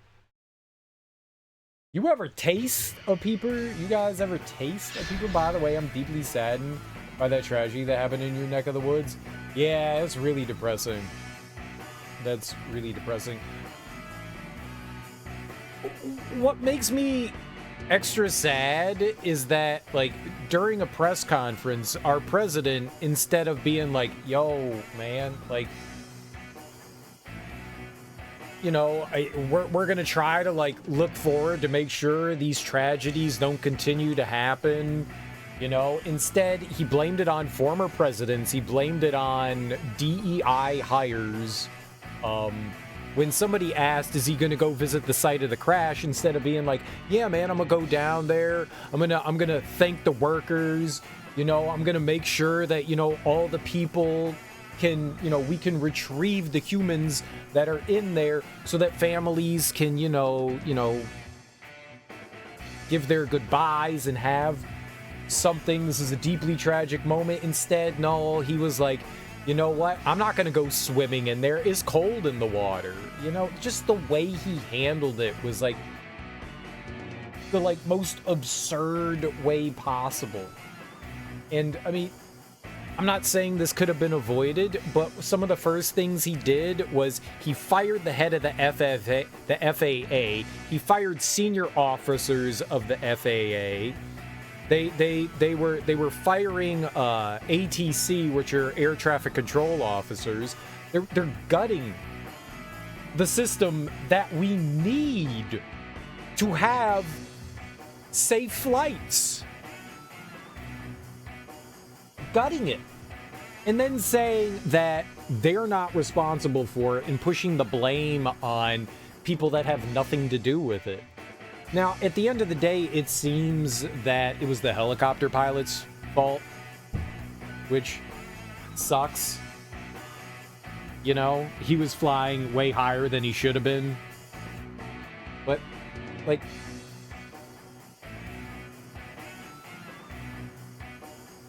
cutting down on essential jobs like the FAA and air traffic controllers is not the solution. That makes things less safe, not more safe. Like, why do you want to make things less safe? I'm sad by it too, man. The people on there, at first my understanding was, I thought they were adults. You know, they were like, oh, they were competitive ice skaters and stuff coming back from a competition. And I was like, oh, adults and stuff like that. No, they were a bunch of kids, man. Kids and their families. Regardless, the loss of life is tragic, but it always feels worse when it's children. You know, it always feels worse when it's children. Especially when it's something that should have been avoidable.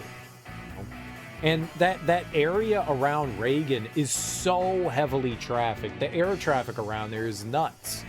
Nuts.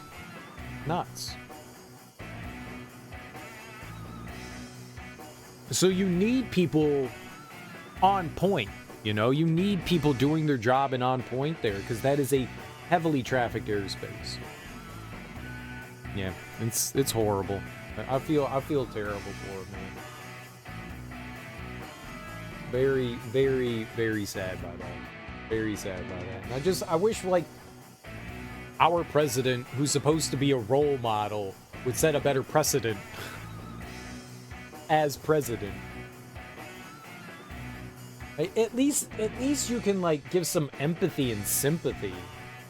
No, not even capable of that. Just try to blame people. But why are you trying to blame people for it? Why not just be like, This is a tragedy, and we need to do better to work. We need to do better work to make sure that these things don't happen in the future, instead of just pointing fingers. Don't point fingers. It's a somber moment. People aren't... It's not the time to do that. There might have been a moment of confusion with vision and communication. Apparently, there were 2 planes in the general area, and they feel as though the pilot might have been looking, the helicopter pilot might have been looking at the wrong plane and thought that they weren't in, like, the line of vision and missed the other one that was headed straight for him. But we'll never know because everyone's dead. You know, well, we will not know what the pilot was thinking or anyone was. It's just, it's unfortunate. It's just a really unfortunate and an avoidable tragedy. That's what probably stings the most out of all of it, is that it's avoidable. Like, something like that shouldn't happen. Whether that's, I mean, they were going out on a training mission, but maybe that meant that that helicopter pilot was not ready to do that. If he didn't know the rules and regulations of what he was supposed to be doing, if you're not in that designated area, you are not allowed to fly that high for a very specific reason, you know, for that. So if he didn't have the training that told him that, then that says something on their end. And that means that those people need to be trained better. It's tragic regardless, you know. It's tragic regardless. And I hope that that's the only thing that happens for a really long time. That's a lot of people, man. That's a lot of people. There aren't that many airplane accidents. Thank God.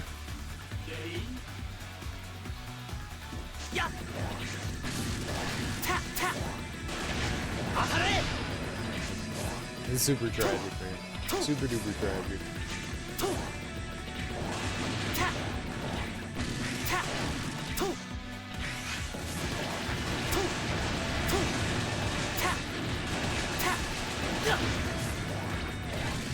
Yeah, it was yesterday morning, I went downstairs, and my mom was like, so what do you think about the plane crash? And I was like, oh God, what do you mean? Oh, that's terrible. That's terrible.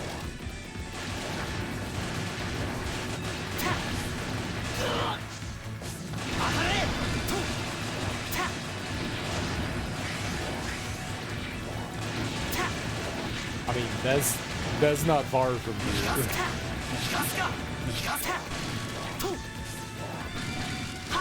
What's up, Cloak-Hag? How you doing?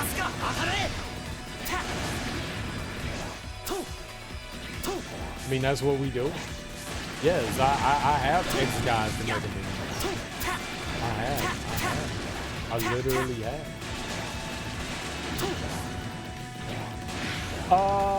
Well, we did the story. And now there's like a bunch of like extra challenges and stuff that you can do. So we're on this elevator and there's 175 floors. So we're going through like one floor at a time. We're on like floor 102 or 3, I think. So no, this isn't never ending. Yeah, we're on floor 102. But there is a hard version, and that has 175 floors. And then there's a challenge version, and that has 175 floors.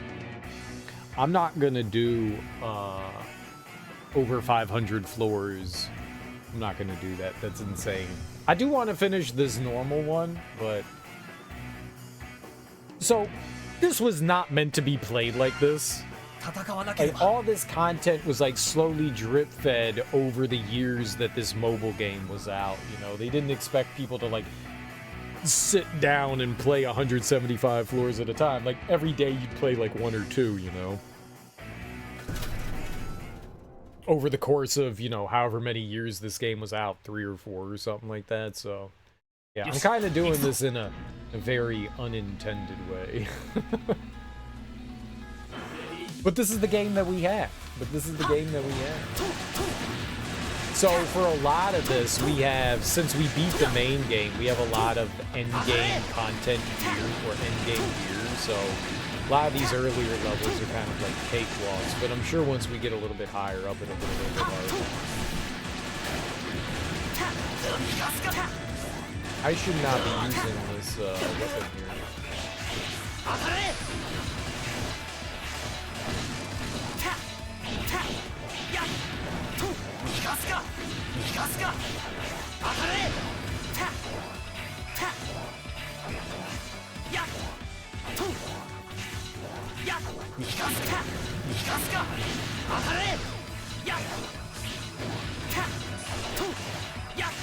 There was a story in the game. It's one of the worst stories I've ever seen in a video game. It was abysmal. I don't think the story was all that good, but also the translation is one of the worst translations I've seen in a video game.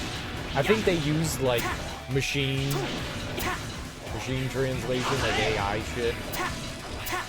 Not AI, but machine translation. So it was absolutely atrocious. It was riddled with weird shit. Have you ever seen two like AI bots talk to one another? That was the kind of like level of conversation. It was like, hello, we are friends. I am confused. Why are we friends? We're friends because we're friends. Oh, okay, we're friends. Thank you for being my friend. Wow. I am your friend. That is good. Nice to meet you. Like that level of conversation. It was horrible. It was horrible. But like the combat and stuff's kind of fun. I mean, it's more Mega Man, and I want more Mega Man. I bought Dead Space 3 for my daughter yesterday on PC. How old's your daughter? I officially played my first game ever on PC, and I gotta say it was pretty fun. The game's incredible too. I like Dead Space 3. I like Dead Space 3. I know there's a lot of haters out there for Dead Space 3, but I'm a Dead Space 3 enjoyer. I mean, I've never played it co-op, which I'm assuming you're doing. But I liked it. I liked it. They've got like a crafting system so you can, you know, make your own guns and stuff. It's way more action-y oriented than horror-oriented than the other Dead Space games. But I mean, all the Dead Space games are action-y to an extent. Oh, okay. It'd be like you bought your like 8-year-old kid Dead Space.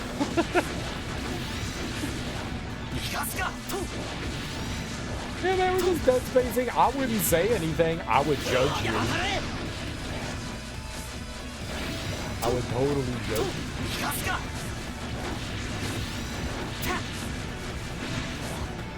I mean, my kid is just like killing zombies and shit. All right. That's cool. Mouse and keyboard's an interesting way to play. There's only a couple games I've ever played with mouse and keyboard in my life. Mainly adventure games. And if there was a way to plug in a controller, I found one. How'd you like using is that your like first time like playing with mouse and keyboard? You can play Dead Space 3 with a controller. I played Dead Space 3 on PC. So if you have, like, I think they'll recognize just about any controller. So if you have like a Switch controller, you could plug it in. If you have an Xbox controller, you could plug it in. If you have a PlayStation controller, you could plug it in. And Steam recognizes all of it. If you bought it on Steam, if you bought it on EA, I'm not entirely sure. The button input kind of fried your brain. But it was different and fun. I'm glad you had a good time, man. I'm glad you had a good time. It was on Steam. All right. Well, Steam definitely would allow you, if you wanted, to play with controllers. If you wanted.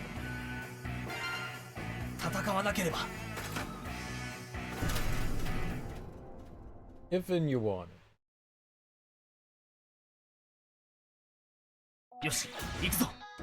So how'd you go about doing it? Did you play on your computer and your daughter play on hers?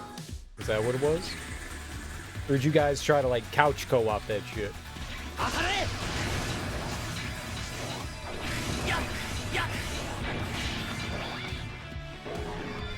don't want to be in there.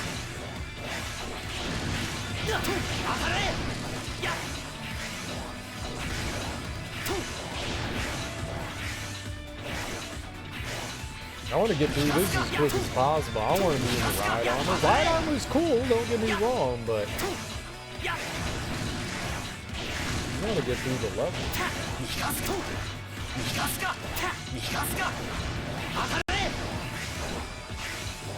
Oh, no call-op, you're just messing around. Oh, okay.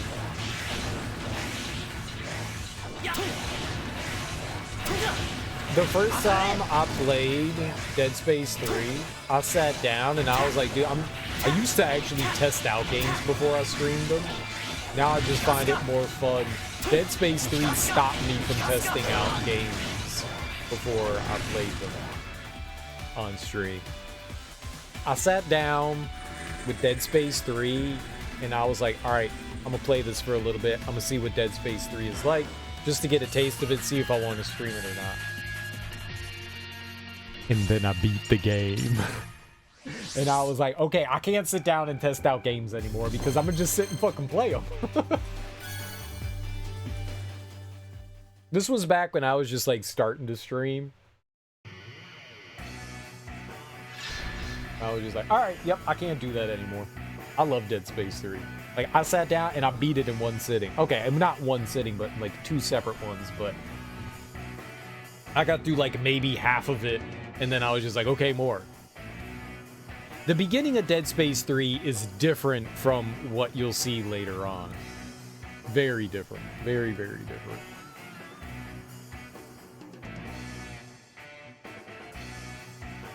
The beginning has like a different kind of like mood and atmosphere. Once you get beyond the like the beginning of it, is different. Is very different. But yeah, it starts out cyberpunky for sure. It does not remain cyberpunky.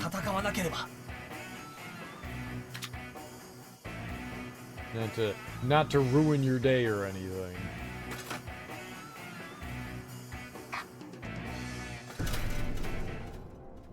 It's a cool game though. I liked it. And if your daughter does want to play co-op, it is a solid co-op game from my understanding. And there's different campaigns for each character. So every once in a while, like you're off doing your own thing, and then you like come back and like team up for a bit, and then you kind of go off and do your own thing. So it's got like a nice balance, you know?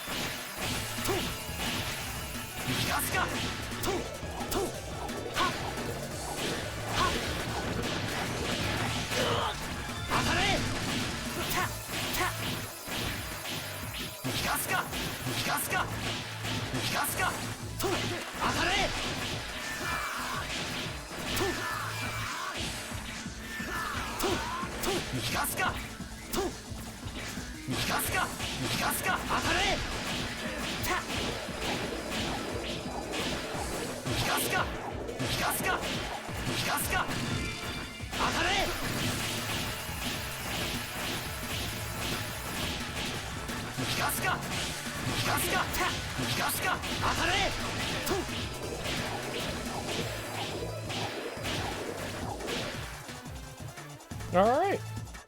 I'll buy it for myself. It's super cheap, like $5. Yeah. If you can, get like the deluxe version with the DLC. There's some cool like extra weapon parts that you can pick up that are like pretty decent. I can't imagine like I don't know if it comes with like deluxe edition is like the standard one now. It probably is, but it's just like microtransaction stuff, you know. It's not anything that's gonna like drastically change the game, but the weapon parts that you get for it are pretty good. pretty good, especially if you played the original Dead Space. They hid some stuff. It has all the DLC. Then you're living pretty in the city. You're a pretty kitty in the city. 好きにはさせない。 Then no need to worry. 'Cause there's some cool weapon parts that you get for it. Definitely worth it. In my eyes. はっと逃がすと当たれと I enjoyed Dead Space 3. It was fun. とと I like the Dead Space games. I'm super excited to, at some point, I've been seeing that the Dead Space remake has been going on sale for like $20. So I'm assuming next Halloween it's gonna be like $10 or something like that. I'm definitely gonna pick it up and play 逃がす it. かとと逃がすかと Years ago, when they had announced the Dead Space 3 remake, it came out in like December or something like that. 当たれ I played Dead Space that Halloween, and I was like, alright, and when that comes out, I'm gonna play that shit. And then I was just like, I'm gonna wait. I'm gonna wait. 逃がすか And I figure if I'm waiting, I'm gonna wait, so. 逃がすかと It's been a couple years now. And I'm thirsty for Dead Space. I'm thirsty for Dead Space. So thirsty. I'm parched. And the only thing that can quench my thirst is Dead Space.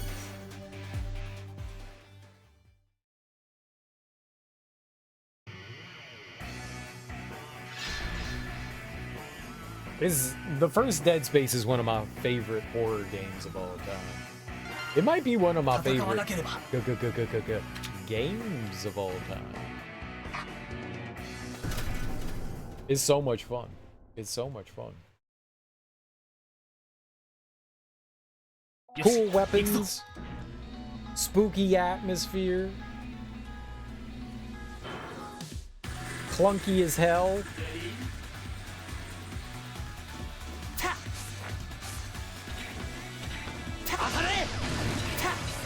I'm not a big fan of Resident Evil 4, the original one, but Resident Evil 4 crawled so Dead Space could walk, man. You can very clearly see the inspirations that Resident Evil 4 had on Dead Space. Like, those games are very similar. But what I really appreciate about Dead Space is the limited HUD. I think that's so cool. Like, all the information is kind of like worked into the game, which I think is so neat. Like, your suit tells you your health. You can see it on your spine. And your ammo count is like right on your gun. That's all you need. That's all you need. And I really enjoy that. It is a very cool thing to do, to limit like HUD, and so you don't have like too much information, you know, blocking everything that's happening on the screen. I like it when games do that. Not to say that you can't have cool and clean HUDs. I'm not opposed to the HUD, but I do on occasion enjoy that aesthetic. You know, it adds to my it adds to my immersion.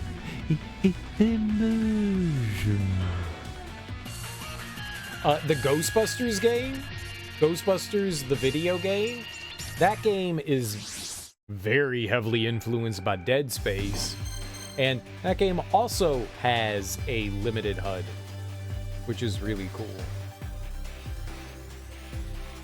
And Ghostbusters the video game is also a wonderful and fantastic game. So if you sat down and you played through Dead Space, I gotta think that you'll enjoy Ghostbusters. And Ghostbusters the video game is pretty much Ghostbusters 3 the movie. It's got all the cast members. It was written by Harold Ramis and Dan Aykroyd. It stars Bill Murray, Harold Ramis, Dan Aykroyd, Ernie Hudson, Annie Potts is in it. It's a great game. So if you like Dead Space, play Ghostbusters the video game. I believe they remastered it at some point down the line. That game is freaking awesome. Is so good. What? No. Oh, bad game. Why didn't it switch my weapons? It did not switch the spot. Whatever. Dead Space came out of nowhere. It kind of did, didn't it? I'll just bust on you real good.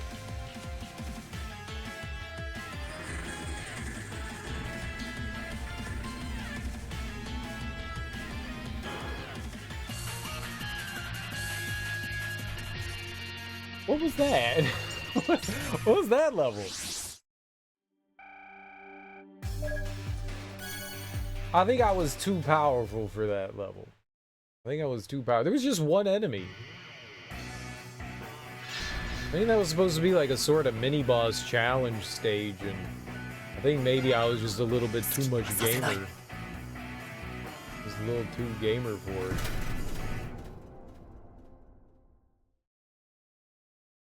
I think I was a little too a gamer. Sometimes you game too hard. It's not my fault. Not this level again, no! I don't know how to play it!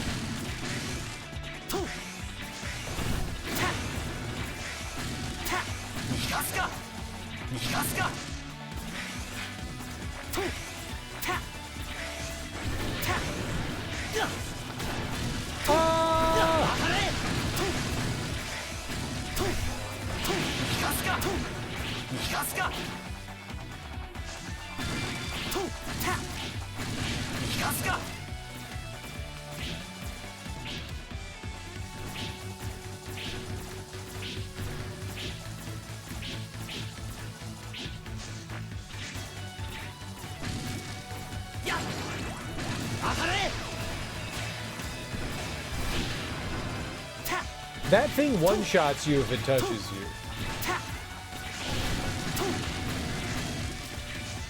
I don't know how you're supposed to deal with it. I tried so many different ways of getting around that thing, and the only thing I ever found that worked was using this, that shield that I have. I don't know what you're supposed to do there.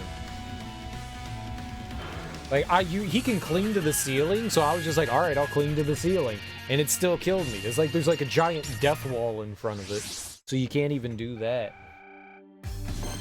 And so I just figured, alright, we'll damage boost through it.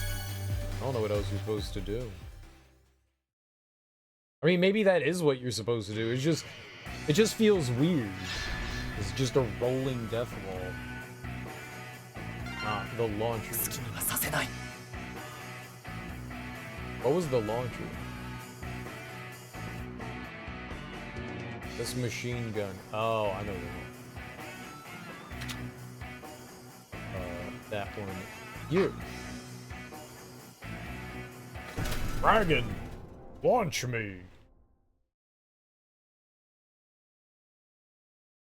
Yoshi, ikuzo.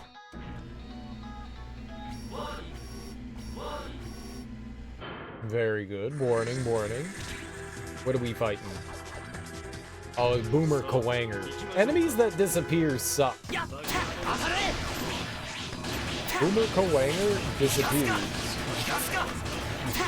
Therefore, he is some booty.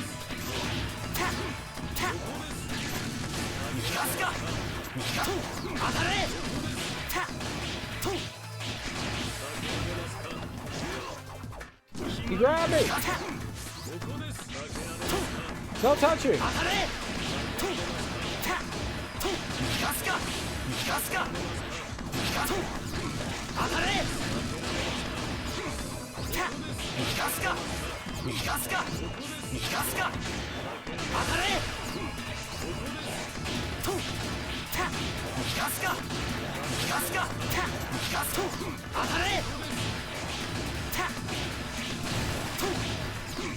すか逃がすか逃がすかたと当たれ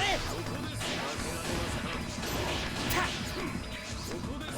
と逃がすかたと逃がすか当たれと Yeah, he should not be allowed to appear off screen like that.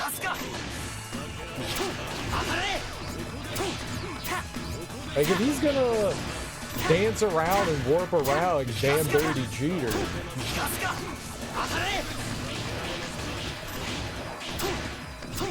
We might have this.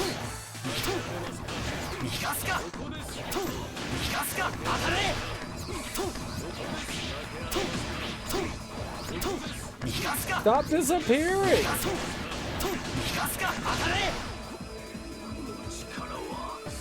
Item for 2.73 million. That's a big hit.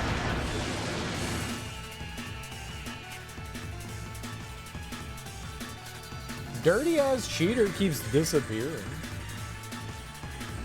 I'm gonna disappear. I hate you. I will fight you like a real boy with my strings. Wait, I don't have strings. Real boys don't have strings. I forgot.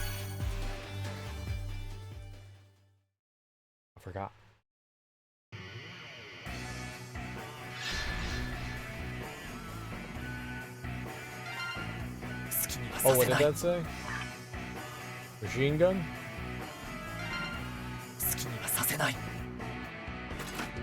We have a machine gun. I have the power. You do 3 times the damage if you use the recommended weapon. So at this point, before I was ignoring it because it didn't make any difference. Now it actually makes a little bit of a difference. I never would have been doing 3 million damage without the huge boost to the weapon that we had. So. Made sense to have it equipped.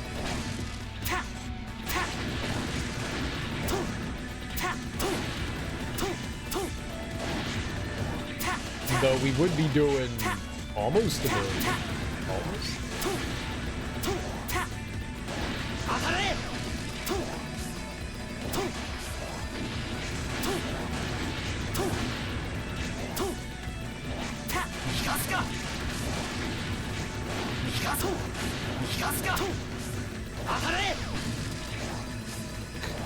I like how I killed those enemies before they even showed up. That made me happy. Oh, I'm gonna bust on your ball! I did not bust on their ball.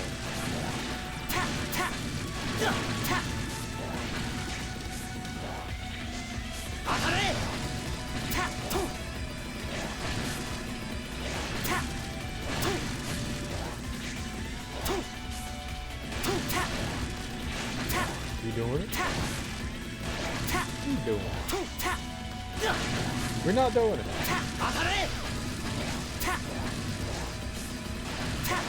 Okay. Anytime you want to say that I won, I'll be happy.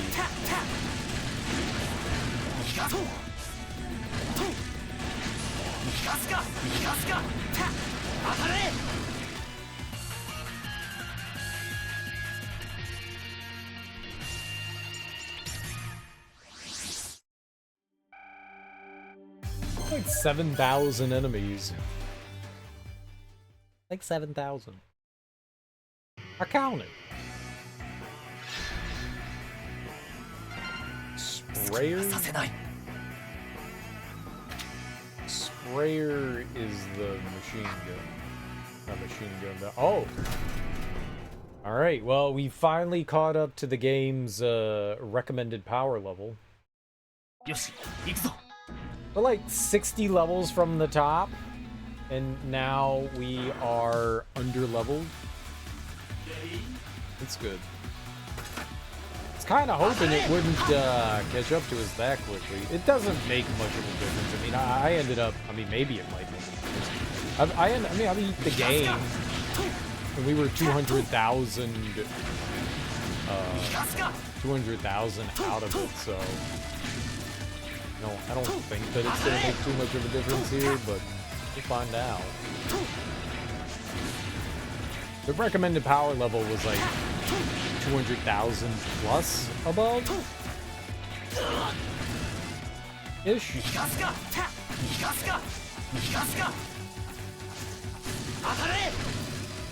Ish.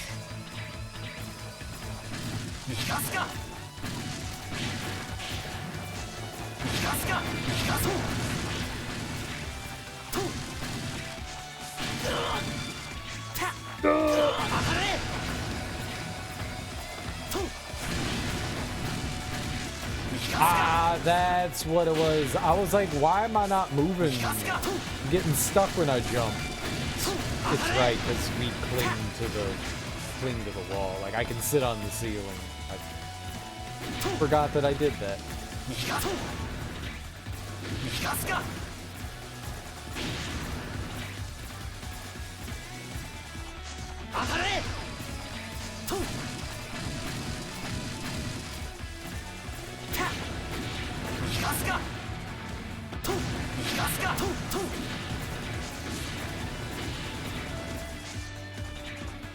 I'm weaning.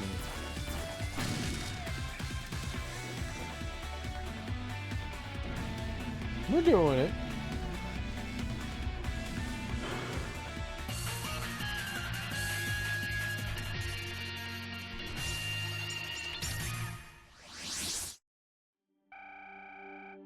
You guys like popcorn? Like, does popcorn make you happy when you consume it? Do you have a type of popcorn you enjoy? I'm a popcorn denier. But if you give me some, like, caramel-coated popcorn, I eat that shit. It's sugar. How could I not want to eat sugar? I love sugar. I'll eat that sugar. I'll eat it. I'll eat it real good. I ate all that sugar. Popcorn's like crack. Any particular popcorn? I like corn. I'm down with corn itself. The popped variety.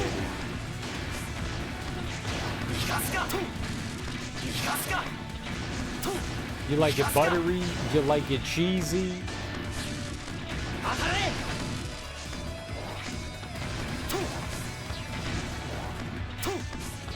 Lots of butter.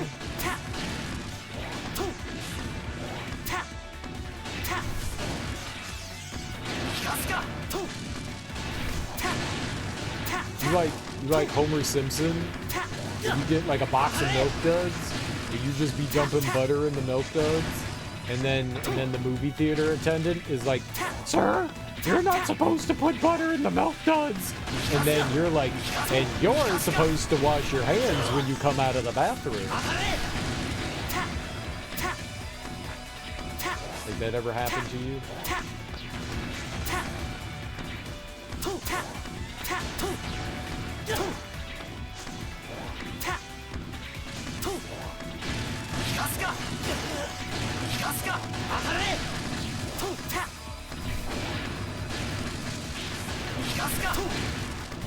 Cereal? Who hasn't that happened to? I don't know.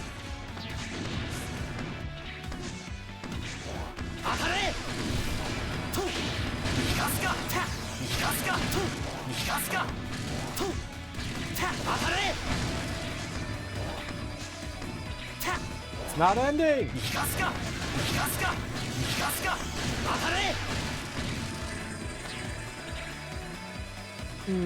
Popcorn in ranch sun chips. I can't resist. That's why I never buy. I don't know that I've ever had the ranch sun chips. I've had plain cheddar.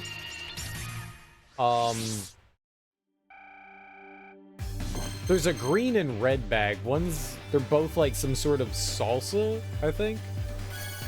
Maybe I don't know. Yeah, I've never had the blue bag. I'm not a ranch person.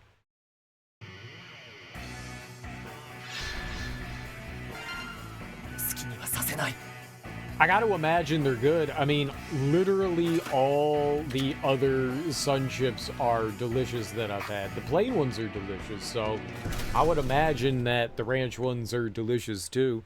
I have a bag of Sun chips. Yeah, I ate some on stream the other day. I ate like 6 chips, and I was like, oh, I'm full. I'm like a supermodel. If I eat an M&M, I'm like, oh, that's my daily meal.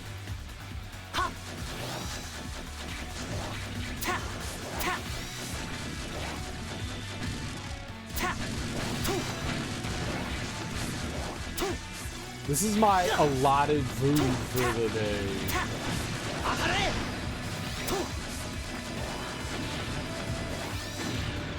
So fancy, the skinny legend. What's up, Kale Bertrand? How you doing, dude? I am very skinny. I am probably actually like grossly underweight. I should probably have like another like 10 pounds on me.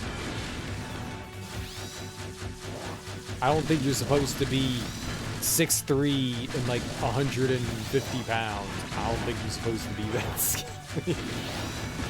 I don't think that's good. I don't think that's healthy. I just got a huge medical bill from a recent uneventful ER visit. Oh, dude, man, I'm sorry. Everything okay, though? Like, you alright?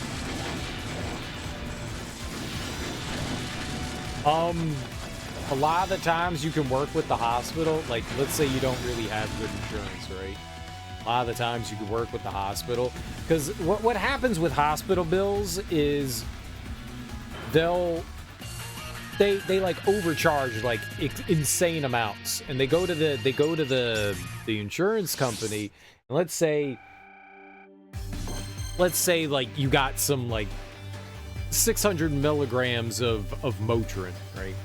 1,200 milligrams Motrin, doesn't matter, and they're like, that's $250. They submit that to the insurance company, and the insurance company goes, we're not giving you $250 for like 4 pills, you know. You can have like $20, you know, and so they'll give them $20 for it, you know, for like the hospital visit. Just checking it, there is a check-in charge. That's like $500. The insurance company goes, dude, we're not giving you $500 for checking in. We'll give you like $10. So they give them $10 instead. And so almost everything in the hospital bill is like skyrocketed because they're trying to get as much money from the insurance as they can, and then the insurance says this is what we're paying. So if you got a big ass hospital bill, call the hospital, get in touch with their finance department and say like, hey, you know, my insurance doesn't cover this much, can I work something out with you guys? 90% of the time they're like, yeah, sure, word, we'll help you out, and they will drastically lower the bill that you have. I'm not saying they're gonna like wipe it out, and I'm not saying they're gonna take like a $5,000, you know, payment down to like, you know, $200, but they will work with you, and they will definitely cut down on some of the expenditures. So if it is something like really big, contact them, and they will certainly work with you. That was fine. The issue is that I didn't realize I was off my parents' insurance since May last year. Oh, fuck, dude. Oh, yeah. That's scary berry time, man. That's scary berry time. You know what sucks right now? Since our country froze all of the federal grants, all of the Medicare and Medicaid websites for all our lovely states have been frozen. So you can't access that. So if you were like, dude, I need to sign up for like Medicare, Medicaid, uh-oh. That's not good either. I'm sorry, dude. I'm really sorry. Definitely contact the hospital. I almost guarantee you that they'll work with you. And sometimes, if you somehow can get on insurance, sometimes they'll prorate things for you. You signed up for a plan, not Medi-Cal, just now. Good. Sometimes, like, even though you get it late, sometimes they will prorate things. So check that out too. But definitely try to contact them. Definitely try to do that.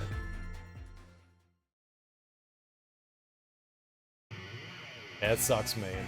This hospital, dude, ER visits are insane. ER visits are freaking insane. I got a significant tax credit for the premium cost. I'm sure you do. 好きにはさせない。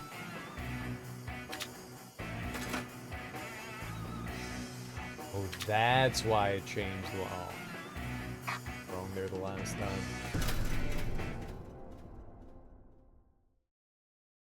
But yeah, I hope that doesn't screw you over too much, man. Medical bills suck, dude. Medical bills suck. They be the worst. Legit, they be the worst. Who's this little purple guy? やっ当たれ。やっやっやっやっ。逃がすか。逃がすか。やっ当たれ。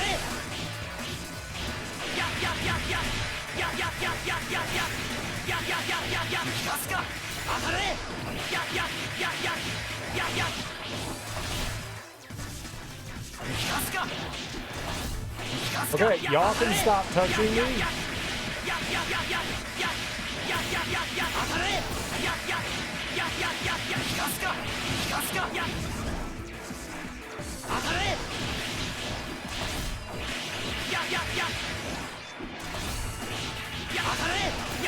And they're not hitting me, but I mean, yeah, they're hitting me, but they're not like taking damage off.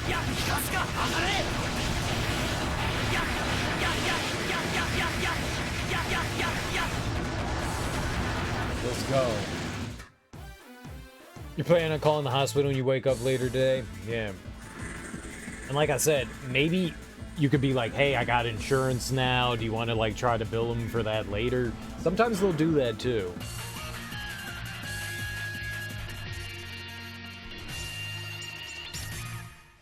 But yeah, definitely do that, dude.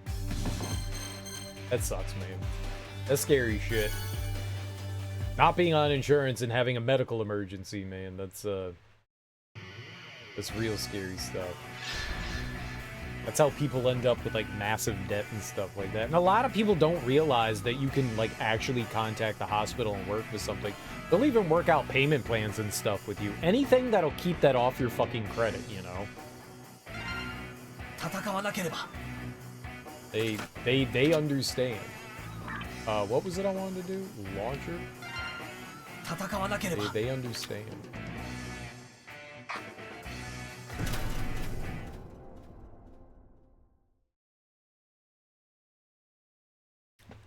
Basic human rights? I'm with you, homie. I'm with you. I'm with you. I agree. I agree, but somehow they've weaponized like taking care of yourself into a political thing. It shouldn't be. It's just like basic human care, but somehow that shit's been weaponized. I know Canada has universal health care. I want universal health care. Single payer, please.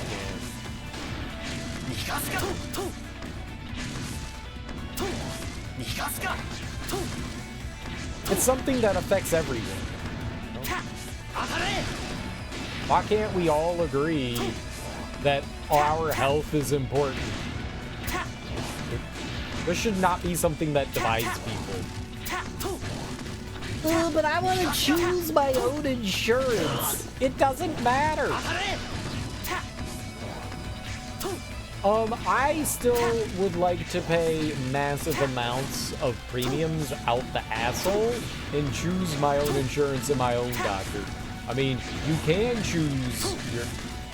There would still be private insurance if you wanted to have private insurance. That still exists in universal healthcare. Like, you could go get your private insurance if you wanted. If that's your bag, go fucking for it. But that means that everyone has access to fucking everything. Dude, I'm on vacation and I got hurt and I gotta go to the hospital. I don't have insurance in fucking Utah. It doesn't matter. Go to the Utah hospital. Cool. You can go to any doctor out there. It doesn't matter if they're in your coverage plan or not.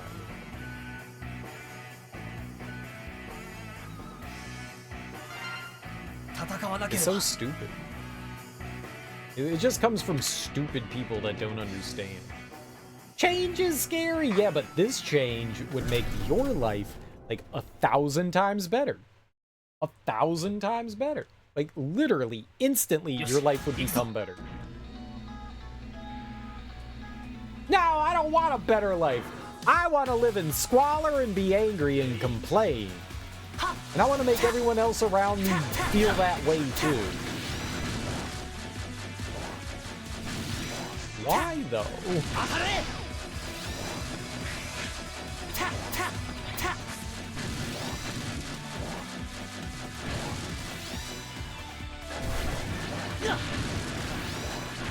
I want this for all of us.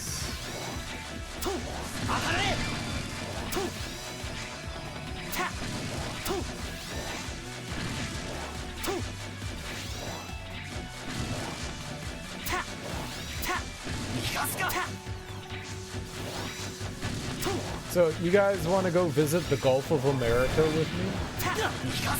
Now that it's the Gulf of America, I want to go see it.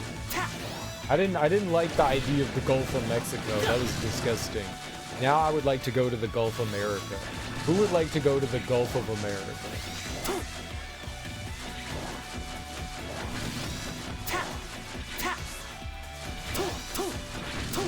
I'm gonna go to a very American place, Mississippi.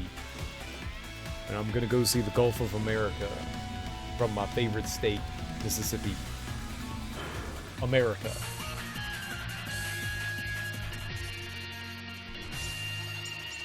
I don't understand why anybody would capitulate with that. It only works if you acquiesce. It only works if you acquiesce. If people are just like, yeah, sure, great job. Way to draw a Sharpie on the hurricane. You know? If people just like say great job and pat them on the head and then just ignore them, is fine. Why would you do that?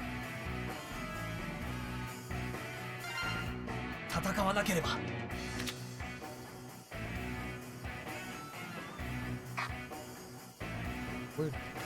I don't get it. I don't get it, but who wants to go to the Gulf of America? Gulf of America.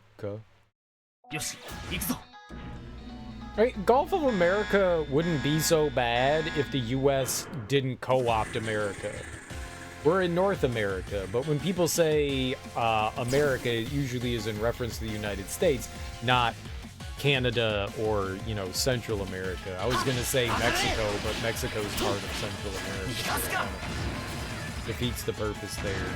It wouldn't be bad if America literally referred to all of North America, but it doesn't. It just refers to the United States, so a little bit different there, right? What if they put an S at the end of it? Gulf of Americas. Is that better? Gulf of Americas. Just put an S on there. That make it better? I don't mind Gulf of Mexico. That's what it's called. Why are we changing this? It makes me angry.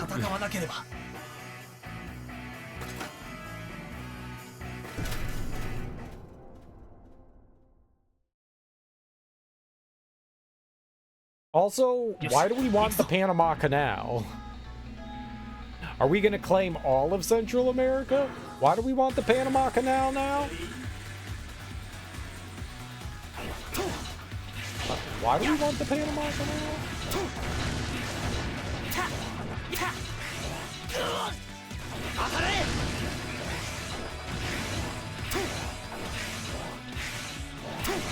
Like,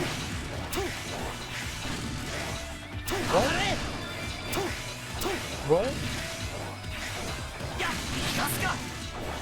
I don't understand that one. I don't really understand Greenland either.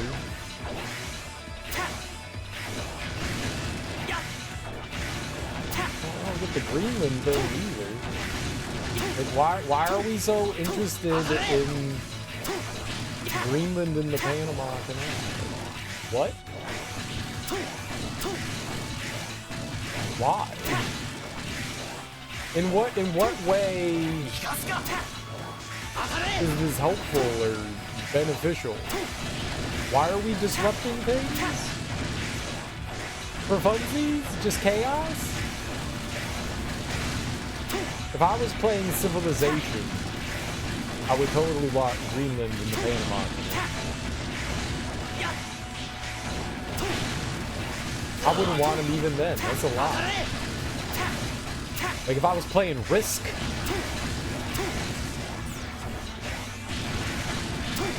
I'm gonna take over North America. North America's only a couple of points though.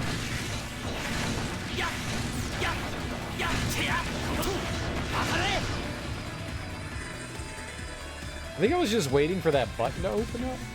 Colonist mindset. I don't understand that.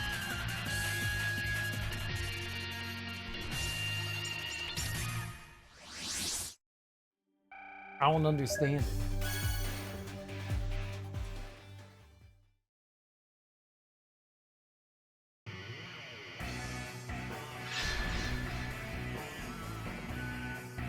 Machine gun. 戦わなければ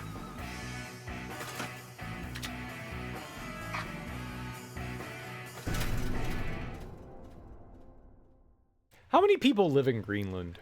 It's not much, right? よし They only have like a few, but most of Greenland is, well, was ice. Like 3, yeah. Can't be that many. I honestly, I was still surprised that it was a Dutch colony. I thought Greenland was self-governing.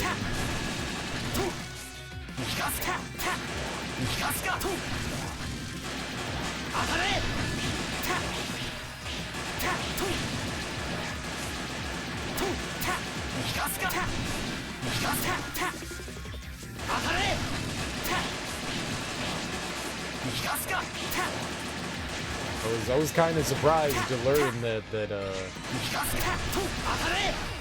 were still under the Dutch.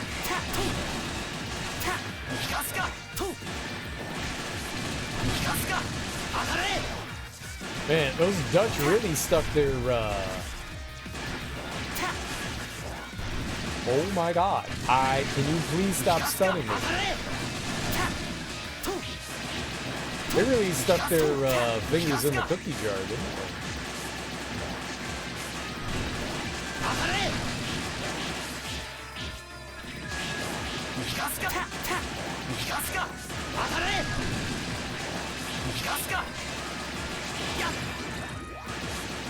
Oh my balls!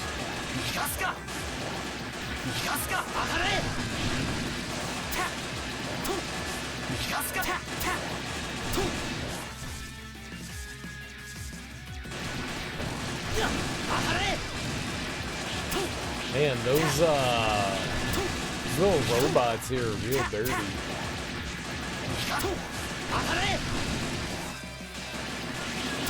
When they shoot, they freeze me in place.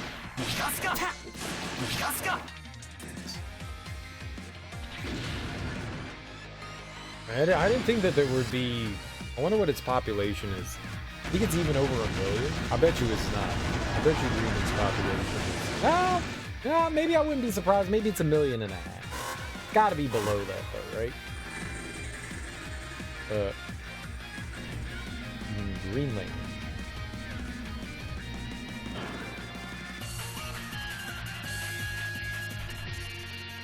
It's an autonomous territory in the Kingdom of Denmark. Why does Denmark have a kingdom?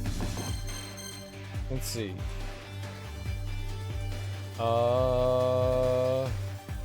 Dude. Not even close.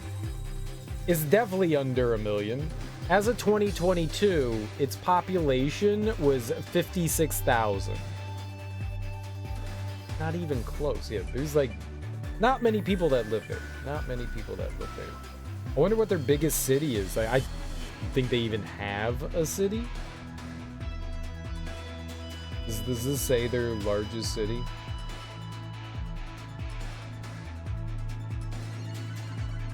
Dude, they use the Danish krone. I would have. I mean, I guess since they're part of Denmark, that makes sense. But I would have not thought.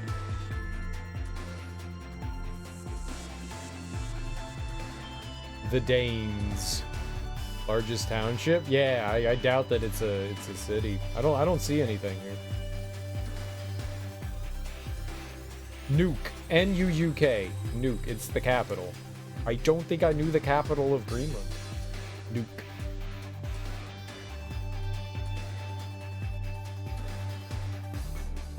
Ethnic groups. Greenlandic Inuit, so the natives there. There is a 7.5% Danish. There's 1% Nordic and about 2% of everything else. So most of them are natives.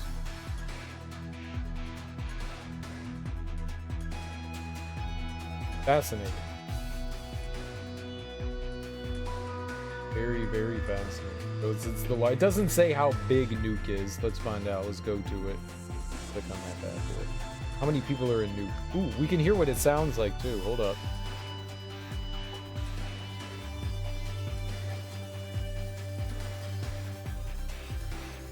Didn't play it. Nook. Nook. Nook. Nook. So not Nuke. Nook. Nook. Nook. It's got a population of right under 20,000. Right under 20,000. Oh, looks really quaint though. They got some like modern buildings, but also some like older structures and stuff.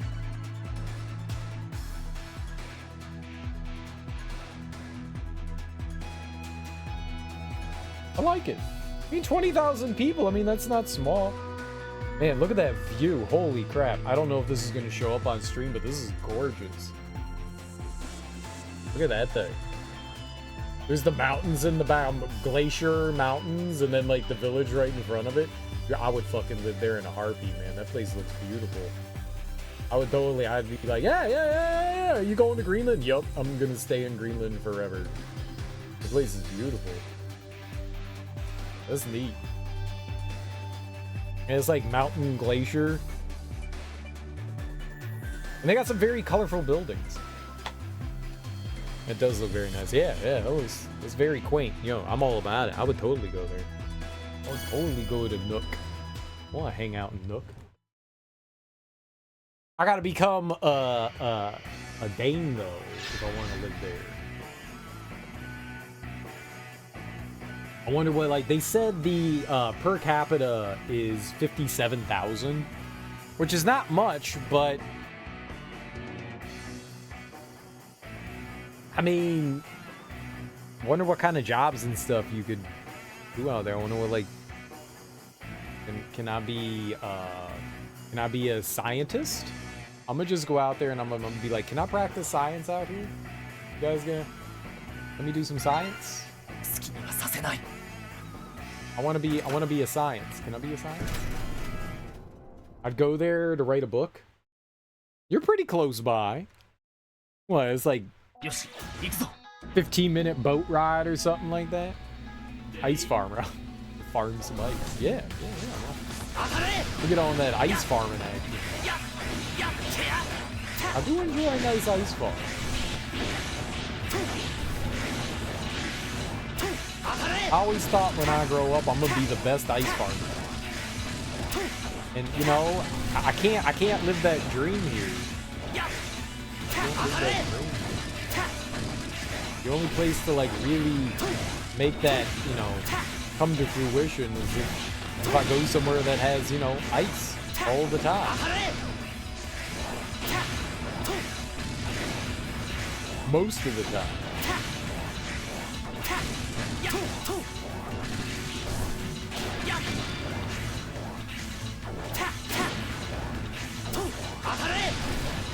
I wonder what summers and stuff like that are there.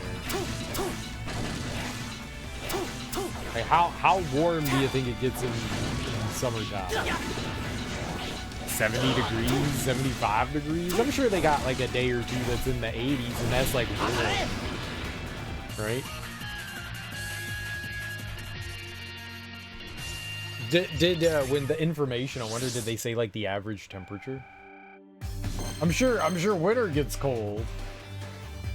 So it's on the, Nook is in the southwest. It's on the southwest, so the side facing Canada. Which makes sense, because that's the most populous area. If you go out to the east, then you're just looking at the Atlantic Ocean.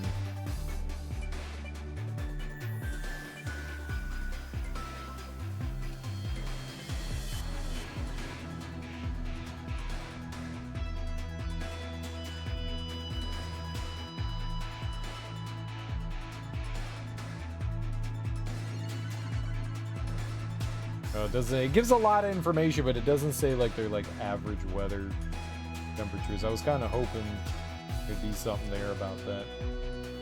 At least in the little summarization here.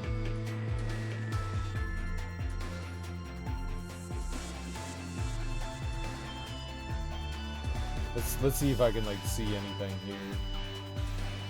Weather? Did that pop up? 4 matches.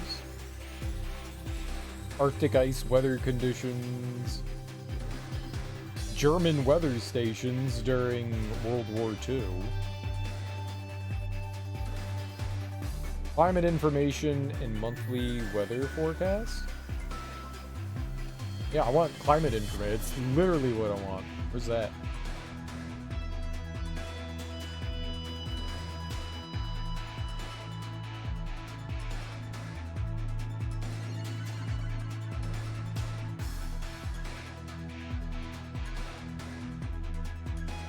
Average high temperatures register from 22.8 degrees Fahrenheit, negative 5.1 for you non-Americans, to 9.9 or 49.8 Fahrenheit in July.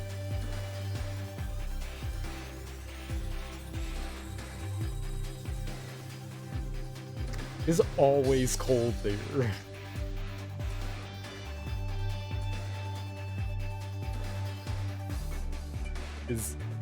is always cold.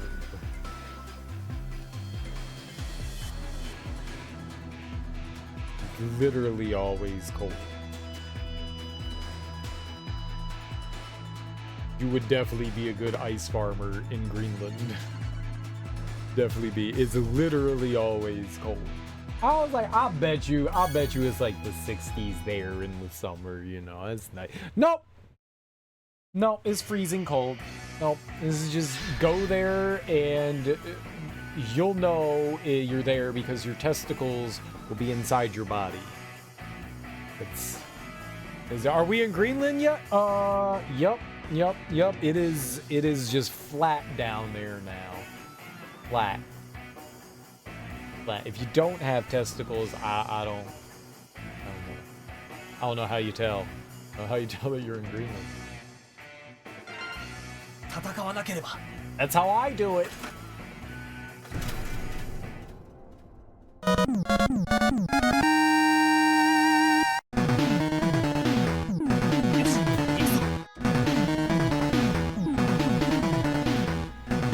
Oh yeah. Cool Runner. Thanks so much for that raid, homie. I really appreciate that. How you doing? How was your stream? What were you playing? What were you getting into, man? Let me give you a nifty shout out. Were you still doing some Axe Armor? Was that it? Axe Armor? Axe Armor? Welcome on in, everyone. Thank you so much for bringing your people over to my people, man. I genuinely always appreciate that, Cool Runner. I hope you had a wonderful and great stream. If you're new here, hi, I'm Serial Killer, and we are currently playing through Mega Man X Dive offline. We're doing, this was a mobile game that was then ported to, I'm playing on Steam, the offline version of it, and we're doing like one of the, they have a elevator that's got like 175 floors, so we're going through that and we're doing like a bunch of the different like unique challenges. It's mainly just like go up, fight a bunch of enemies, go up, fight a bunch of enemies, boss somewhere in there, mini boss in there. We got ninja armor, we did. Morris Teague? Morris Teague? Did I say that right? Welcome on in, homie. We got Ninja Armor. Yeah. I wanted Black Mega Man. I saw him. Like, you unlock them when you beat the game. So, like, the entire game, I was like, I want Black Mega Man. I want the cool Black Mega Man. I want Black Mega Man. I want Black Mega Man. And then they finally were like, here, I guess you can have Black Mega Man. So this was, like, the first thing I unlocked. I was like, Black Mega Man! Yeah, Shadow Armor, man. The nice thing about him is that, like, all, like, stage hazards he's immune to. So if you're walking in lava or spikes, he's got, like, Spider-Man type things, so he clings to the walls and the ceilings and stuff. That's cool. I kind of miss sliding off the walls. I kind of miss it, but at the same time, it's also kind of cool. You actually ended up playing Dreamland 2. Was that because of what we was talking about? Did that get you on there? Did that get you on there? You were sick when you woke up this morning, so you didn't feel like doing something more chill? Dude, I'm sorry. That sucks, man. That sucks. I hope whatever it is passes really quickly. I hope you're feeling better, man. Feeling sick blows me. Yeah, we could jump and cling. Yeah. And we're at, like, level, I think, like, 110 or something like that. 111, 112, somewhere in there. So we got another, like, 60 or so levels to go, but it's definitely getting harder the further we go up. Each level has, like, bonuses and stuff, so if you equip a certain weapons, it does, like, 3 times the amount of damage. So it depends. So there are blasters and swords in the game. Then there's machine guns, and then something they call launchers and sprayers. And I have a handful of those maxed out for our level for now. And yeah. It's been fun so far. Just a sore throat. I'm about to drink a little mouthwash. Yes. Making sure to kill all the gingivitis in your mouth will definitely cure your sore throat. This is a good choice. Now, you said drink mouthwash, not like gargle? Do you mean like you are going to let it go into your stomach? You gotta have fresh breath when you're sick. Because I would advise against consuming mouthwash. I would advise against consuming it. That's not going to make you feel better. And let me give you a little personal anecdote. When I was a kid, I drank mouthwash. And you know what I ended up doing after I drank the mouthwash? Violently throwing up. So I would suggest that maybe drinking the mouthwash might not be the greatest idea. But I also had not been introduced to alcohol at that point. So maybe that was a little bit of that one in there too. Just a little bit. Some brandy and a spoon of honey will do you good. See, Moxie knows what's up. Yeah, get you some like plastic bottle whiskey and pour some honey in that. Make yourself a hot toddy. Oh my God, you get some tea, you get some nasty ass whiskey, you put a little honey in that shit, and you gonna be feeling on top of the world. Hot toddies when you're feeling sick, you get a little drunk, which makes you feel better, and you get tea, which also makes you feel better, and you get honey, which also makes you get. That's just the win right there. That's the win. What's up, Yoshi? How you doing, homie? If you can survive a shot of vodka, you can survive a shot of mouthwash. You totally can. You totally can. It's just not advisable to drink it. This shit is like far worse for you than standard alcohol. Because it's got extra shit in there. Yeah, so we can hug. Oh, yeah, there we go. We can hug. Oh, there we go. And on the ceiling, there we go. Nah, you just said I'm gonna drink an entire bottle of mouthwash. We all heard it. We all heard it. I'm gonna drink an entire bottle of mouthwash. We all heard it. You can't take it back now. You can't renege on saying I'm gonna drink the whole bottle of mouthwash. Many years ago, I was this was probably while I was in college. I was over at my parents,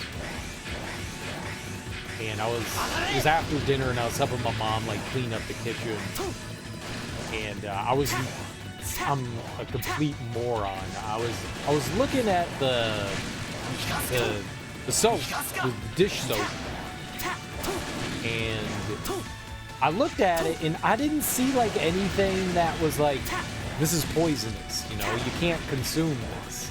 Because I mean, that makes sense, it's dish soap. I mean, you're gonna wash your dishes, but you're still gonna, if you wash dishes with it, you're still gonna consume a little bit of it. You're not gonna get that all off of it, so you can't put in like too harmful of chemicals in there. So I was looking at it, I was like, it doesn't say I can't drink it.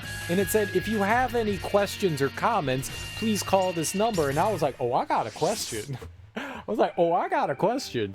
So I called up, I don't know who makes Palmolive. I'm just gonna say it was Palmolive. So I called up Palmolive, like Johnson & Johnson or some shit like that. I called them up, and I was like, this lady answered, and she was like, hello, you've reached Palmolive. You've reached Colgate. Yeah, sure, why not?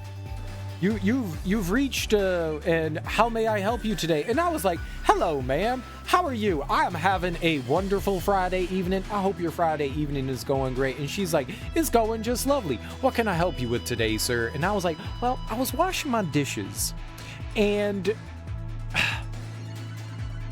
well, I noticed on your dishwashing liquid that it doesn't say I can't drink it. And she was like, go on. And I was like, well, I was wondering what would happen if I decided to drink all this dish soap right in front of me. And she was like, sir, we don't advise that you drink the dish soap. And I was like, I understand that, and that's a great policy.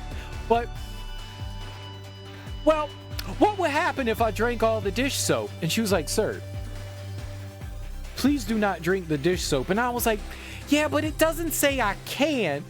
So I think I kind of want to drink this dish soap. So I just kind of want to know what'll happen if I do, you know, like, is it going to harm me in some way? And she's like, sir, we advise that you do not drink the dish soap. And I was like, yeah, I heard that like the first 3 or 4 times that you said that, but I'm just curious. Can I drink this dish soap? And she was like, sir, we advise that you do not we advise that you do not drink the dish soap. And I was like, okay, so you're following a script. So I understand that. But like on a real, like person to person level, if I was over at your house and I saw the dish soap and I started chugging it, what would you do? And she was like, sir, I would call an ambulance. Please do not drink the dish soap. And I was like, okay, this is good information, but it's not going to kill me. And she was like, sir, we advise. And I was like, ma'am, I really appreciate all the help that you have given me today, but may I please speak to your manager? And she was like, I would be happy to redirect you to my manager.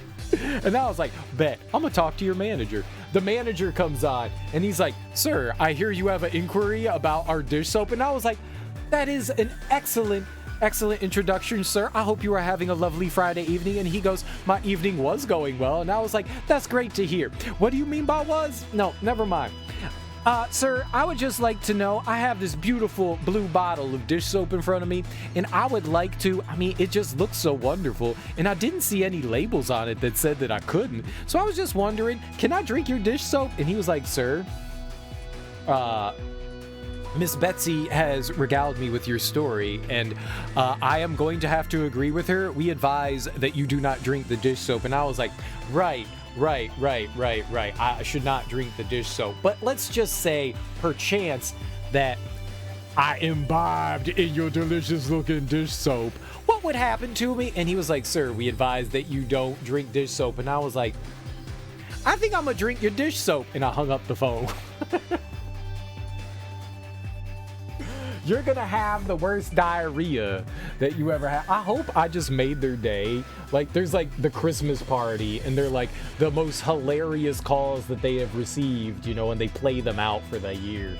And I'm like number one because I'm like, I'm gonna chug your dish soap. I'm gonna drink your delicious ass blueberry dish soap. Long story short, cereal was farting bubbles for a week. I didn't actually drink the dish soap. Much of it.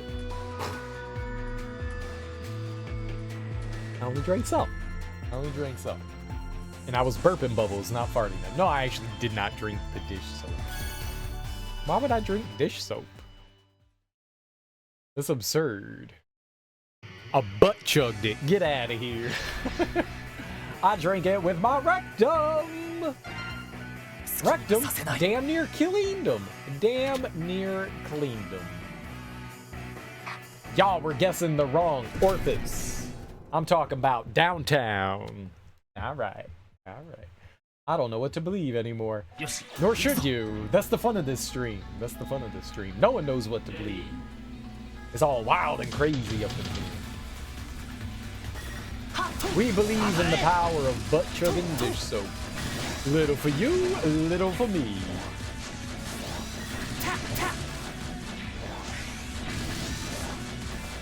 They stopped.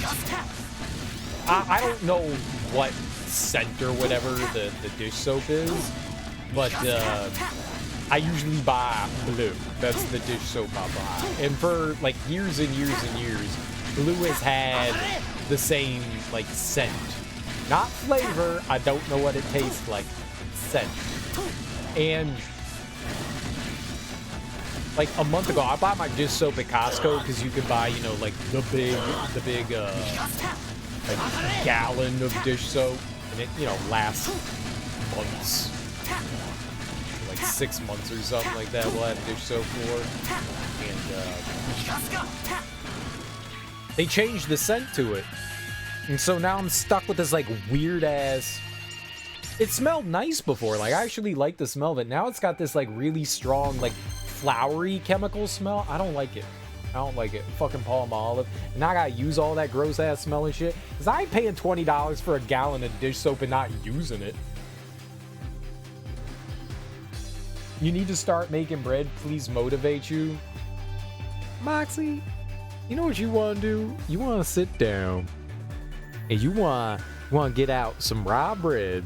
And you want to slather that with some gross ass disgusting cum filled mayonnaise, and then you want to put a little tomato on, sliced tomato on there, and then you want to sprinkle on some, I don't know if you got it, but you got some arugula. You want to put some arugula on that bad boy, and then you want to put some nice and fine roast beef on there, and then on top of that you want to get a little bit of onion as well, and you want to get, oh, I forgot. It was going to be delicious, but I forgot. There was one other thing. Maybe some pickles? You probably want some pickles on there? I know you nasty. You probably going to put olives on that bitch. I know you nasty. You probably going to put mayonnaise and olives. Nasty. Drizzle, and then you going to drizzle on some tasty ass dish soap. You're going to put a little smiley face on that bad boy. Don't forget to toast your bread. Toast the bread. Toast the bread.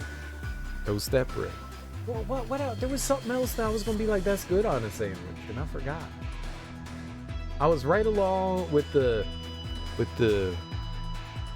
tomato and then the arugula, and then I had a thought, and I was like, we got to get the other things out of the way, and then I forgot. But that's a good say. Oh, and some Swiss cheese. Don't forget the Swiss cheese. You need some cheese. All good deli sandwiches. If you don't put cheese on your deli sandwich, you're a monster. You're a monster. So you gotta put on some nice Swiss. Roast beef and Swiss, man. Swiss goes with like all lunch meats. Swiss goes Swiss and ham, Swiss and turkey, Swiss and roast beef. It goes with everything, man. It's got a little bit of kick to it, but it's nice and mild. It's nice and mild, and the flavors blend quite well. Get you that. And then after that, you're gonna lay down. You're gonna take a good sandwich nap. Swiss cheese do be good. It does, isn't it, man? I like some good Swiss. I like some good Swiss. I'm a Swiss champion. I salute the Swiss. Salute the Swiss. See me, I would replace the mayonnaise with probably brown mustard, like some spicy brown. I like some good spicy brown. Spicy brown kind of cat. Spicy brown kind of cat. Some of that Brown Town. I'm gonna go with Brown Town all over that sandwich.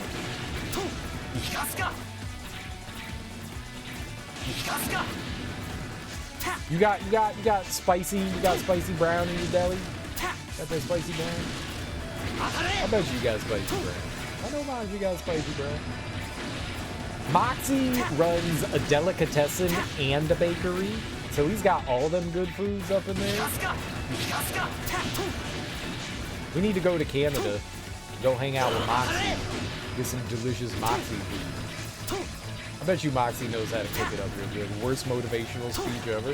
Dude, I just want a sandwich, man. I want a damn sandwich. You can't tell me you don't want a sandwich. You wake up in the morning and your first thought is, I want a sandwich. Just like me. I know it. You know it. We all know it.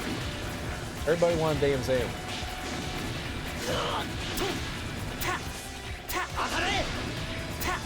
Want a damn sandwich. I wonder if I have any lunch meat. I had turkey, but I don't think I have anymore. I could go make a peanut butter and jelly sandwich, but now that I said like all them deli meat words, I kind of want some deli meat.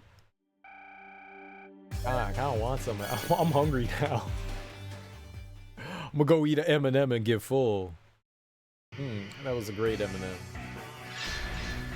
Yellow is so filling. Yellow is so filling. When it comes to M&Ms, yellow is the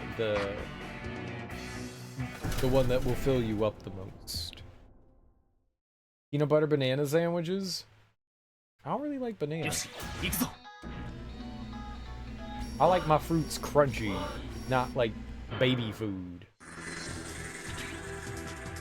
Bananas just be for babies. Nasty babies. I ain't a baby, I'm a grown-ass man.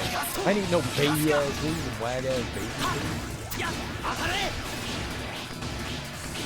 Nasty-ass baby food.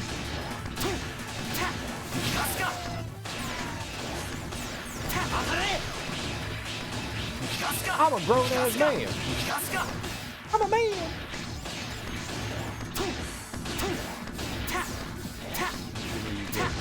Ass baby food.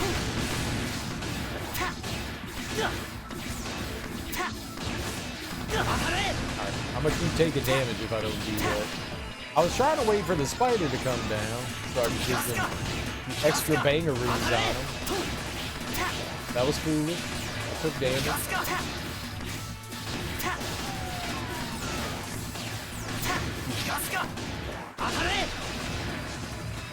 I got the sword, but the spider's still kicking like shit. Wait, no, I got the spider. That's crazy.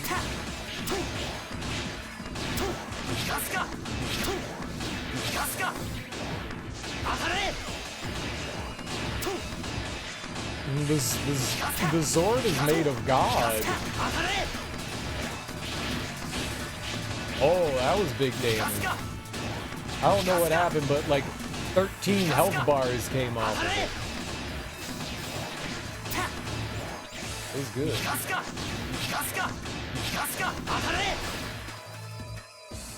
Easy baby game. Peanut butter, so no jelly, no jams, just peanut butter and banana. I haven't had a banana. I don't even think I have any bananas. There was a long while where I was eating bananas a lot, and I just kind of stopped. You need that potass. Gotta get you some potass. Get that potass in your tum tum. That is a lot of spiders. Bow spider. There's a lot of spiders. I don't think I ever knew the name of that boss. The bosses that are in like the like Wily stages and Sigma stages, I don't think I've ever seen like their names anywhere. I'm sure that they have names, I just don't know what they are. I want to finish, we had a weapon here in the shop.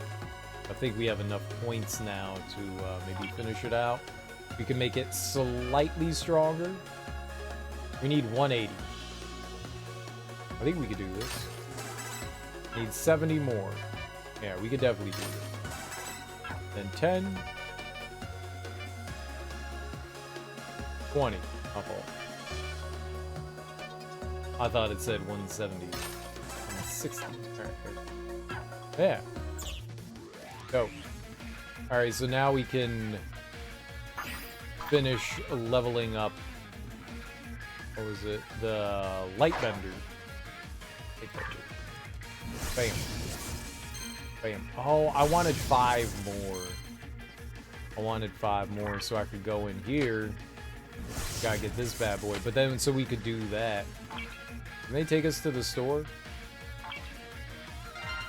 We do that? We need 5 more. Moshi Moshi!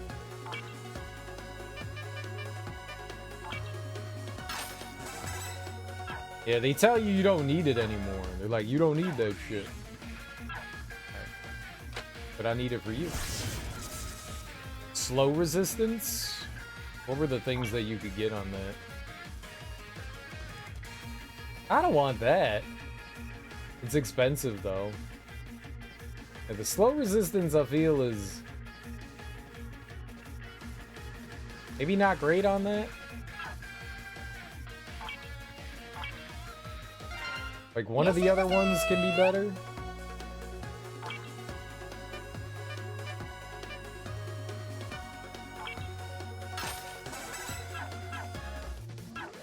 They gotta be, right?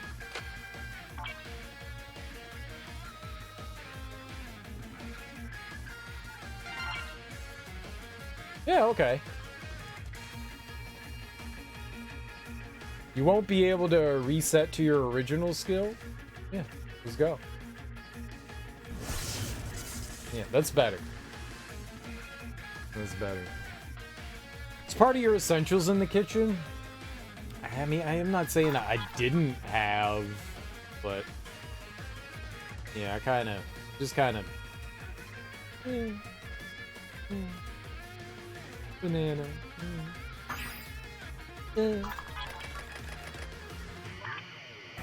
I kind of forced myself to eat banana. I've never been a big banana person. So it was just, yeah. And I just kind of got out of like eating them. I always felt like I was like forcing myself to eat them. I've never really enjoyed them. Just because, you know, bananas are, you know, decent for you.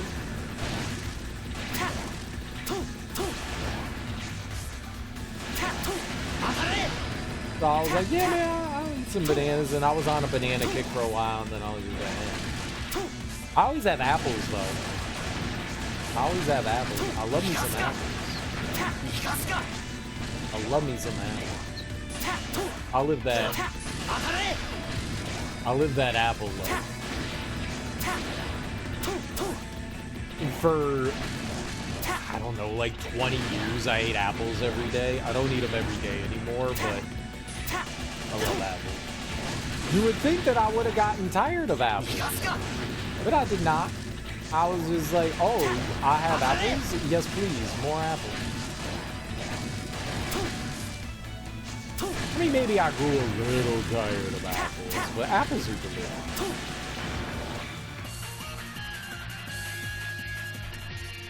I love me some apple. Apple and peanut butter sandwich, I'd eat that. Apple and peanut butter sandwich, I'd eat that.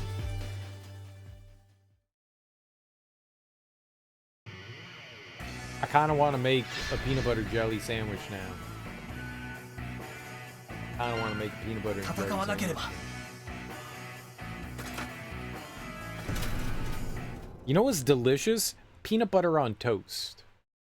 Like, peanut butter on bread is good, but peanut butter on toast is real good.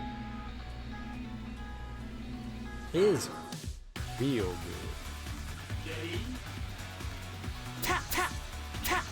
Like, it doesn't even matter what kind of toast it is, man. It's toast. What kind of toast you eating? Toast. It's toast. Yeah, it's good toast. That's the good toast. What you got on there, peanut butter? Peanut butter dope. Peanut butter's good.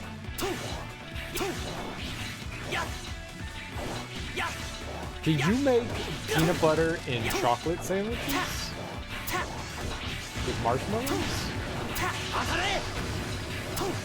Okay, I want... What's the marshmallow paste that you can buy? I want a peanut butter, marshmallow, and chocolate sandwich. I would like one diabetes sandwich, please.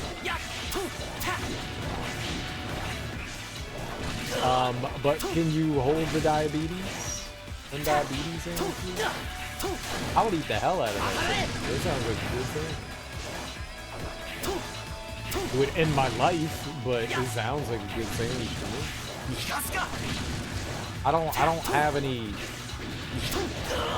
or chocolate shit. I don't have anything. I want it, man. Coconut butter with honey on toast is incredible. I've never had coconut butter.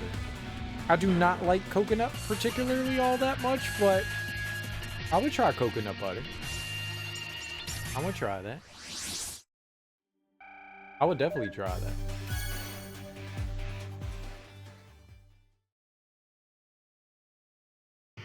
I didn't even know, I mean, I guess I'm not surprised, but I did not know coconut butter was a thing. I did not know.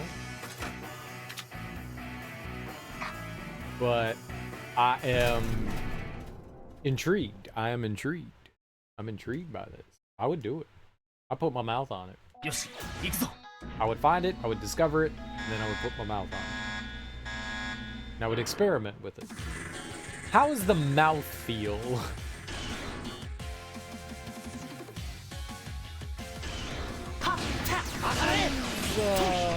The mouth.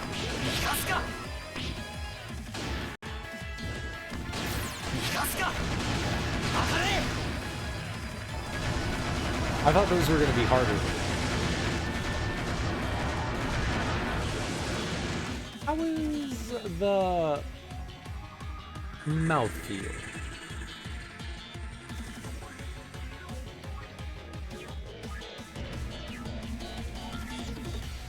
It's already... Dude, how long did Teak and I talk about Frankenstein for? Me and Teak did our book club thing tonight. We talked for a while. We discussed Frankenstein for... I don't know how long, man. That must have been a while.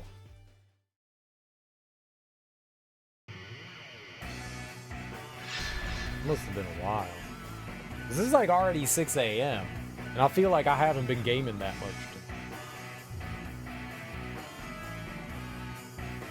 We was chatty Cathy's for a hot minute. Hot minute.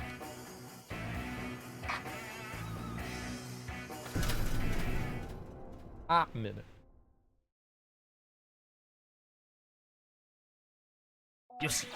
Mega Man hot minute.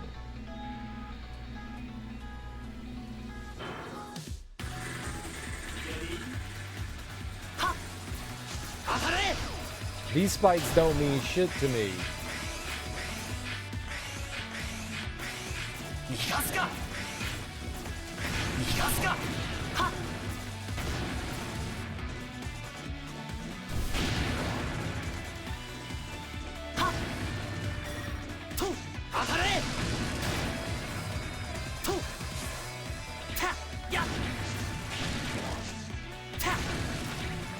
This is my chainsaw. His name is Chainsaw. It's a chainsaw. In case you ain't know. I find that very funny that I get to attack with a chainsaw. What? Why? My shield went away. This poppycock.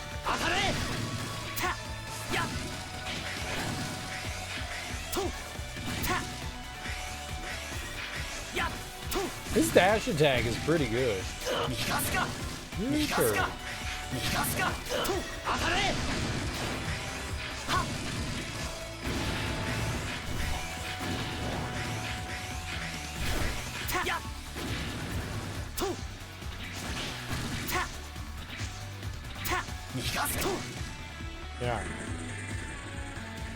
Wondering how long that one was gonna go on for.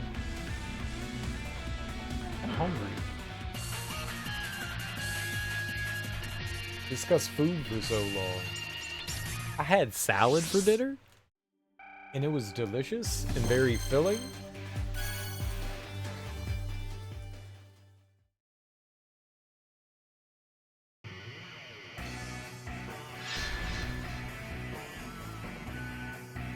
We're fighting an elephant, and we need Buster. 戦わなければ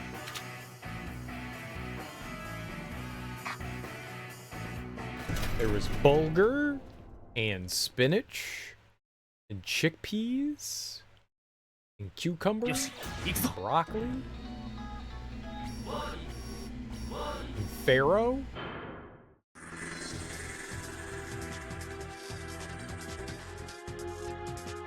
It was tasty. やった当たれととガスかガスかとガスかはやっや当たれガスかたたたたとガスかとた当たれととガスかガスかガスか当たれたガスかガスかた You little turds! と That's where I do my damage. た当たれガスかガスかガスか当たれガスかガスかガスか当たれガスかガスかガスか当たれガスかガスかガスか当たれガスかガスかガスか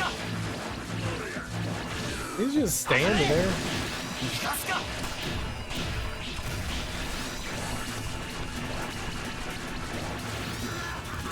ガスか当たれガスかガスか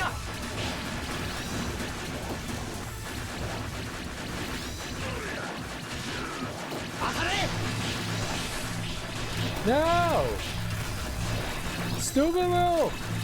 Stupid things! ガスか当たれガスかガスか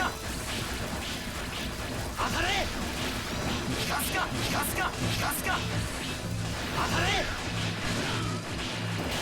ガスかガスかガスか当たれ Is it gonna end though? He's gotta explode for 10 minutes. What happens? Like, I won? Timer!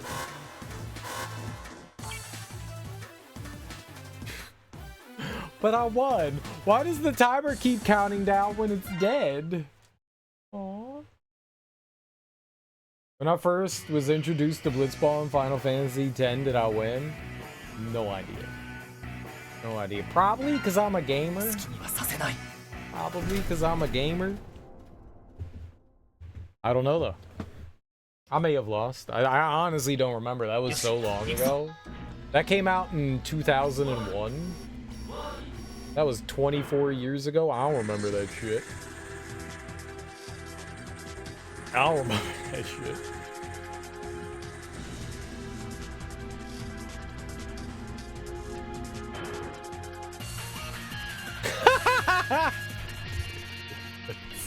They're like, okay, go back into the level just to win. Very good. Very good. He was like, okay, you won. The gimmick in the boss levels is if you lower the boss health, it's there when you go back into it. I'm gonna go get up real quickly. I'm gonna go use the bathroom, and I might grab myself a snack. I don't think I'm gonna make a sandwich, but I'm probably gonna grab like a little bit something. I'll be right back.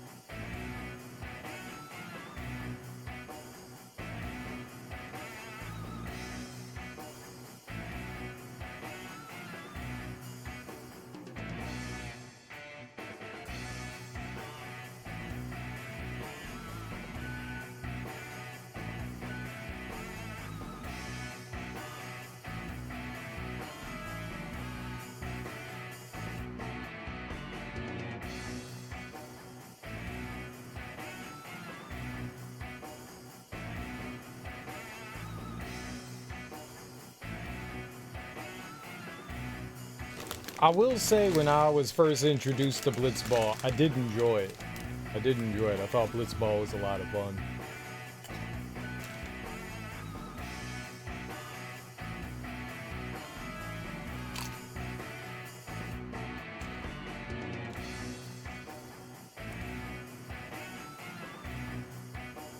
I think Blitzball when you start out is really difficult.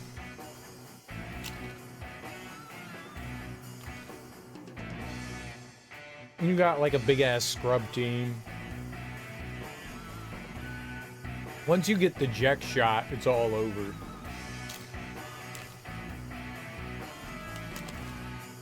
It's just feed tight as the ball, Jeck shot. Feed tight as the ball, Jeck shot.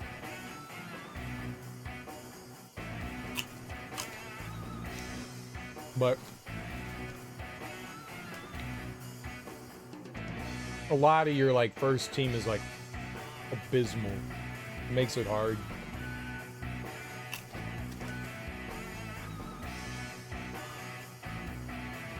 I don't remember.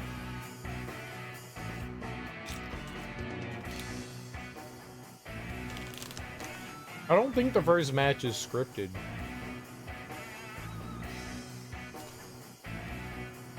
You know, your goalie is ass, your defenders are ass, your forwards are ass, and then you got Titus. You have Waka too. Waka isn't bad.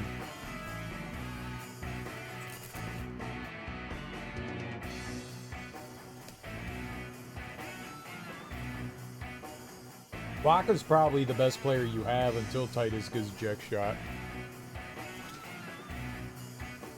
But yeah, I do remember it being like pretty difficult early on.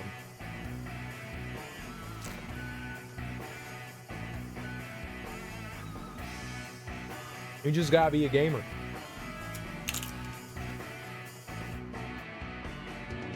Because once you start winning, you start crushing everything.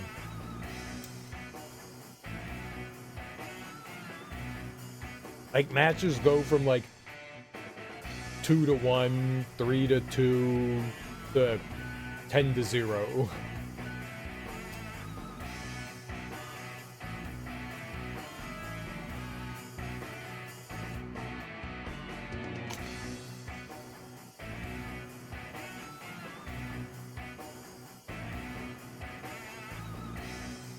And then you just feel like a champion.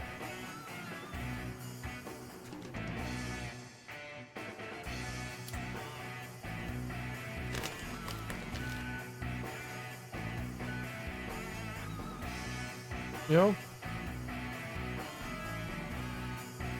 I could actually go for some salsa. These really aren't that spicy. They're little. Little. But not really. Like, they tantalize your tongue. Sun chips. See? Sun chip. Red bag. Red bag. I'll be buying that blue bag.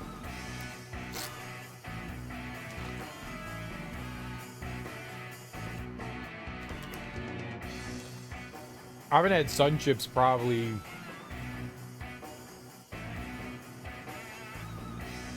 It might have been this time last year. It might have been a year. Like, once a year I get Sun Chips. Twice a year. I don't really eat chips that much.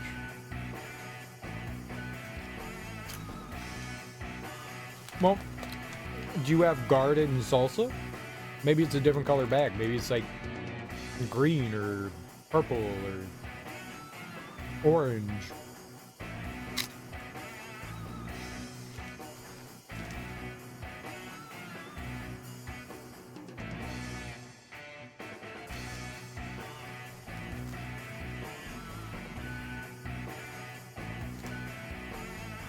If you don't have the red bag, you should call your local Sun Chip dealer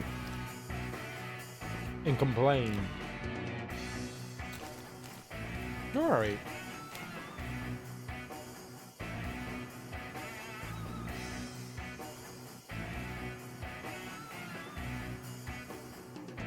Whole cord.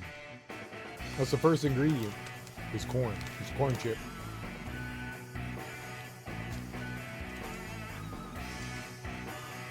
This is a lie. It says heart healthy. This shit says heart healthy. There ain't no fucking way this is good for your heart. Hey, according to who? If you eat 2 bags of Sun Chips, you will clear out all of your cholesterol. It's a bunch of, it is baloney. According to who? There is no way in hell this is good for your heart. Like, the sheer amount of salt in this would just, like, clog up your heart.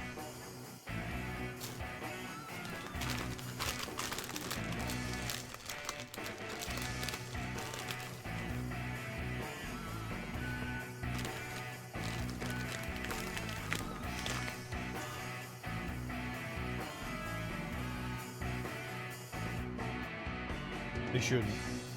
I wonder why they're... I wonder why they do.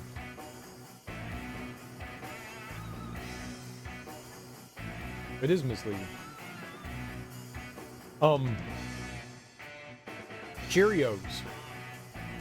Cheerios has something on their boxes too. That's like good for your heart. And there is nothing. Other countries that sell Cheerios don't have that on there. Grains, that's probably it. Yeah. Cheerios has the same thing. And there is no like science behind Cheerios actually being good for your heart, but because they're like made with grains. Yeah. That's probably it.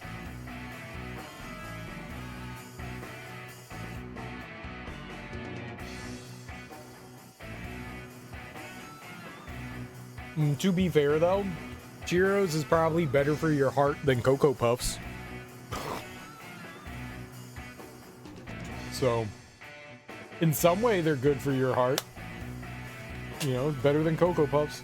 Cheerios, better for your heart than a whole pizza.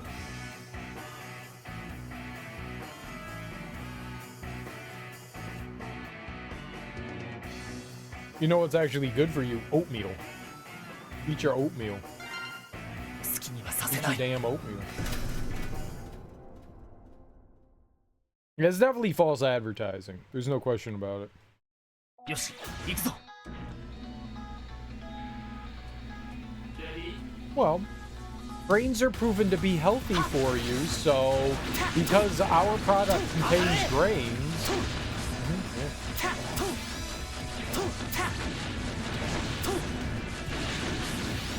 I guess so. You win. You win. You win again. You always do. You need to cook your oatmeal? What do you mean?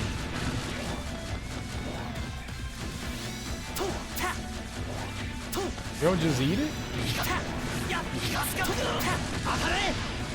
I thought you just ate the oatmeal dry.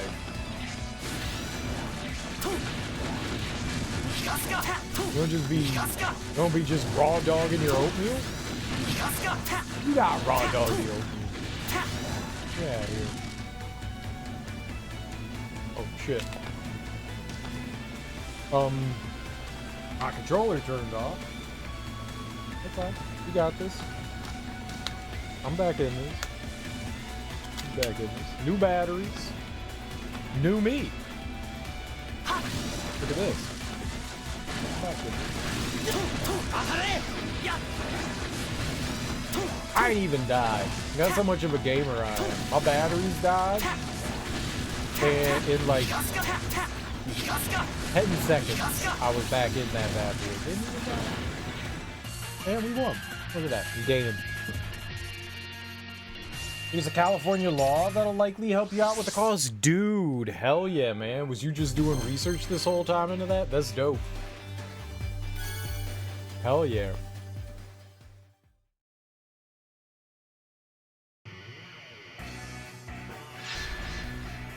Way to go, man.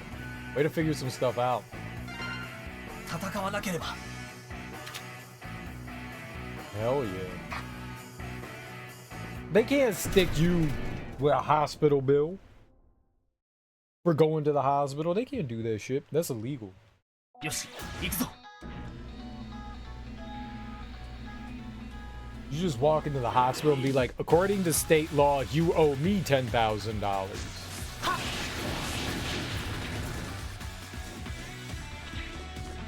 I would like it in pennies, please. In coins. I'll take my funds in coins.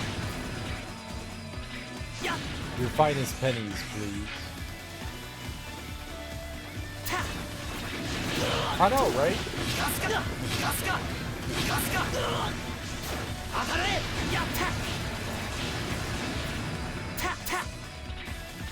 One of the best know-howers. You go to like Google AI where you like Google AI, help me with the government money bill. And Google was like, did you know? And you're like, I did not. This is helpful.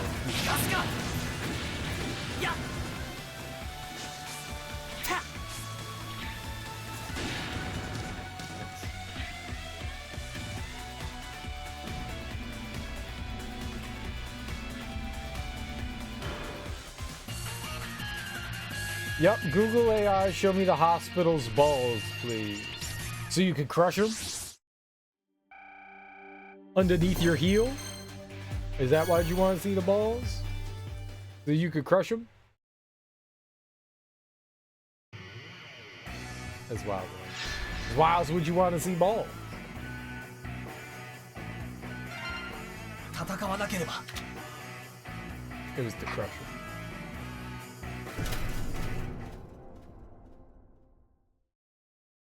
No, I wanted to lather them up with oils, fine essential oils.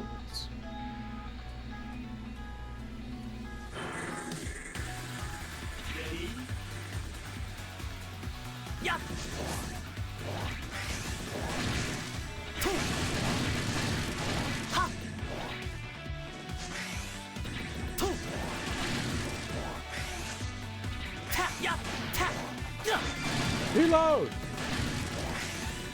Reload! Reload!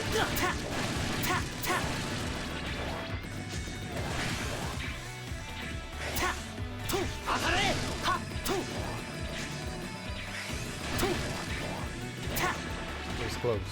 I hit the wrong damn button.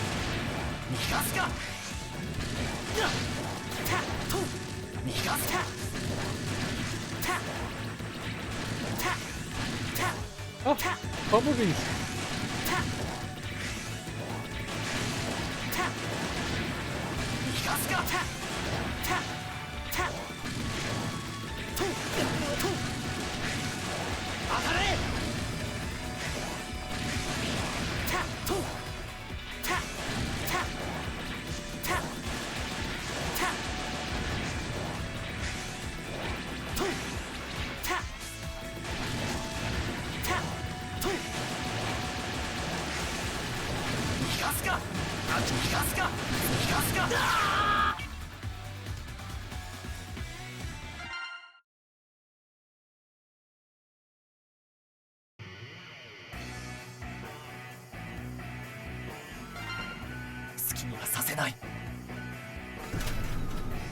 Man, you guys see how the game cheated? You all see how it cheated? That was dirty. I was in game mode. And they cheated.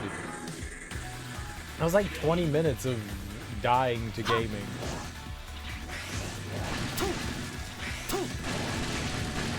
I got overwhelmed.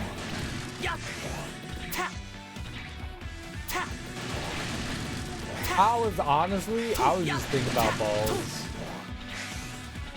It's KO Goldtrout's fault. I was like, balls.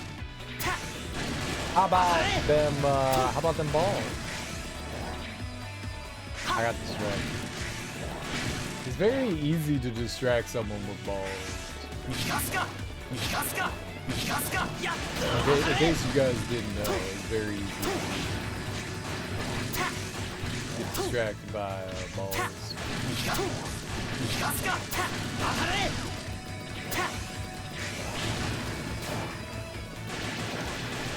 Hello, I'm alive. 逃がすか逃がすか当たれととと I like jumped way too hastily.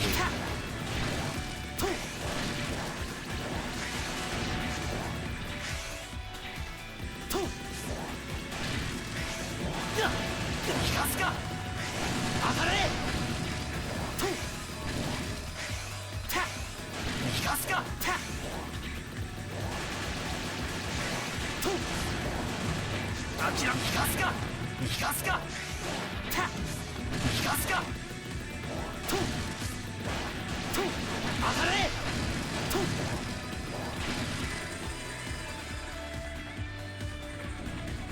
The hospital has the policy? Dude, that's a win.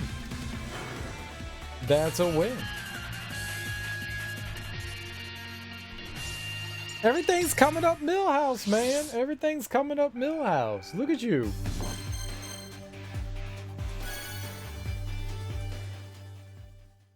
That's real good news, man. That's real good news.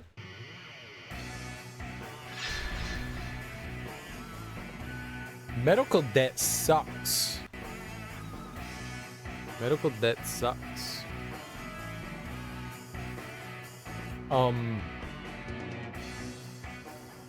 Medical debt's also like the only debt you can't get away from, right? Like if you declare bankruptcy, a bunch of different things can like happen for you, but medical debt, like, that's like one of the ones that like sticks to you, right? 好きにはさせない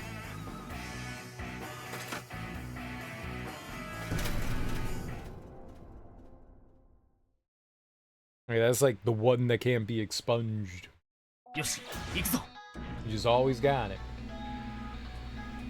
Tricky part might be explaining how I don't actually have insurance because they tried to build the insurance, but they sent it back. Why would that be tricky? You were under the impression you were covered under an insurance, and it turned out you weren't. Right? 当たれとやとと当たれと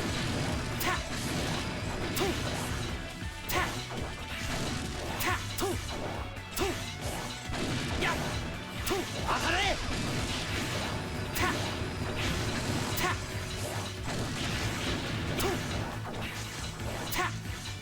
It applies to insured and uninsured with different stipulations. Nice. Well, that's broad sweeping. What exactly is the law policy thing?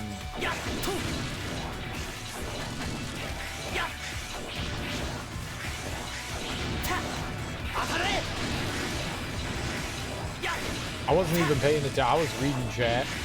Good thing I'm immune to stage hazards. I was just standing in that lava. Aha, lava. Just the lava.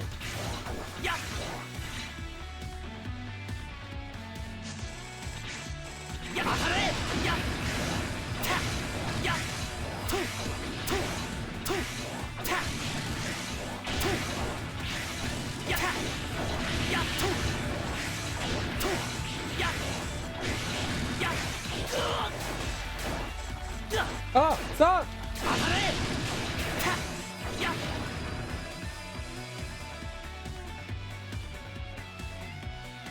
My beautiful peeps, I need to focus on work so I can get out of here. I'll see you tomorrow. All right, Moxie, thanks for hanging out, dude. Have a good time doing work. Enjoy bacon. For uninsured, you have to be within 400% of the poverty line. Lower range for insured, and it has to be a certain percentage of your income. Gotcha. Well, hospital bills can be, like, especially emergency room visits, they can be huge. And 400% of the poverty line, that's pretty big. What's the poverty line in California? Makes a difference around here. I actually don't remember what it is here for where we are.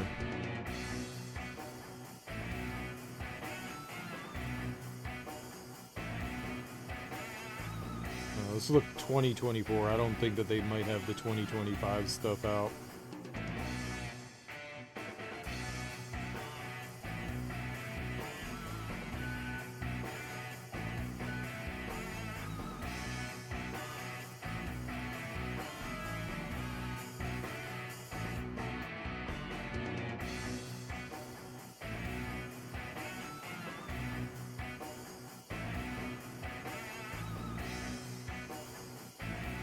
I don't see for like single person.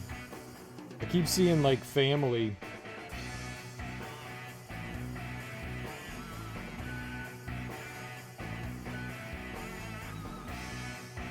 Shouldn't there just be like a list?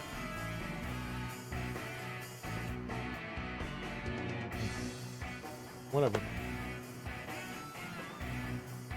You think they go all federal? Yeah, I would assume that they would. Oh, you mean the poverty line? I thought every state had their own poverty line. Okay.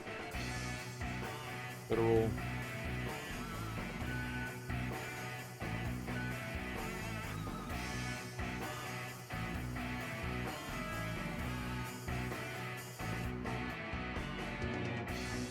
$15,000. So if it's 400% of 15,000, I mean that's 60 grand.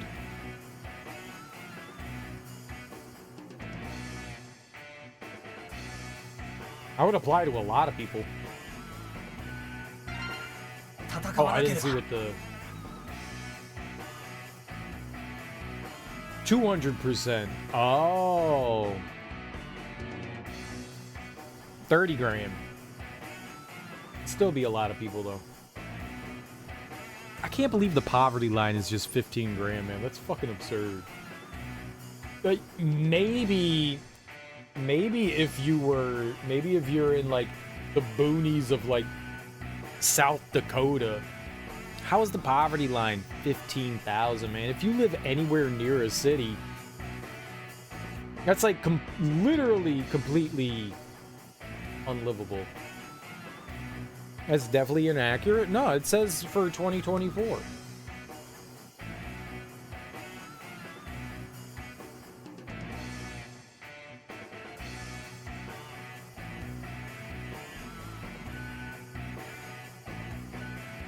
$45,000 for California. Yeah, I would assume that they would go by.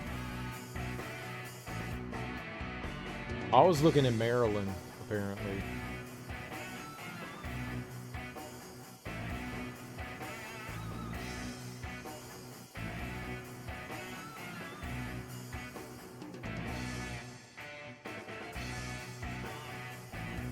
It shouldn't be that?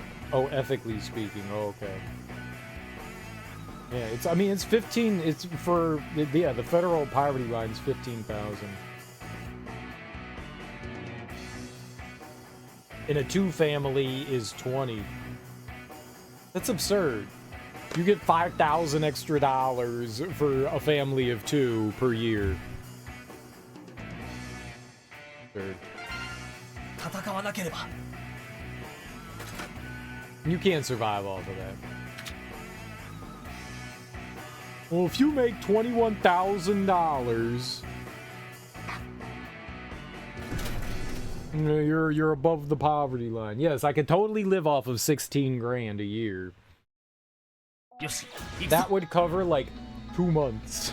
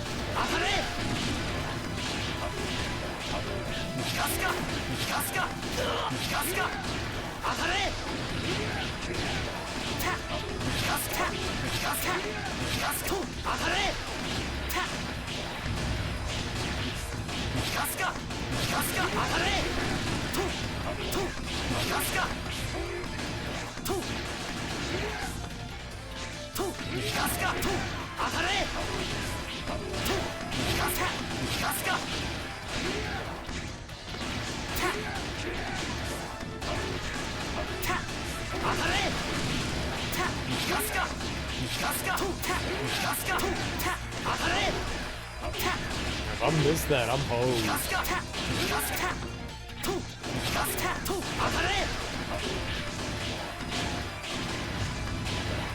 ガスかと当たれ Yeah, he's doing his like invincibility thing. ととと当たれガスかガスかガスか当たれガスかガスか当たれとと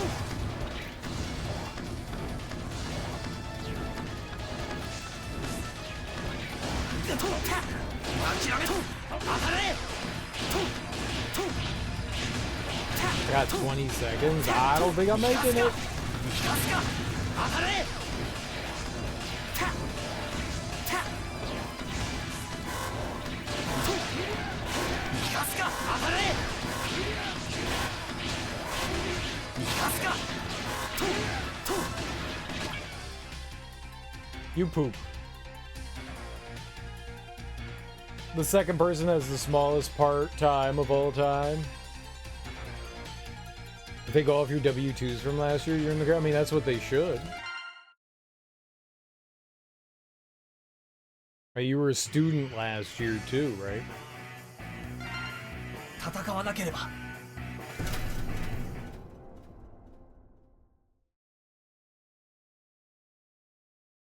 Yeah. よし行くぞ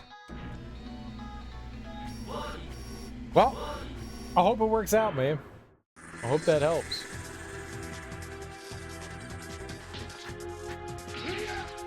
力こそが全てだと当たれとガスかガスかガスかた当たれとガスかガスかガスか Giving you a little relief? I would imagine it would, man.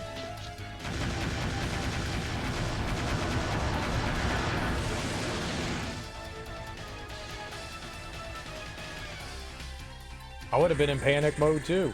I I remember when I was let off of my parents' insurance. And I had no insurance for a while.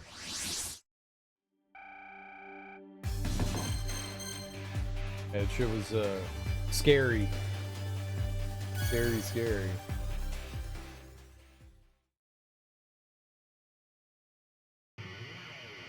Enrollment even ended today.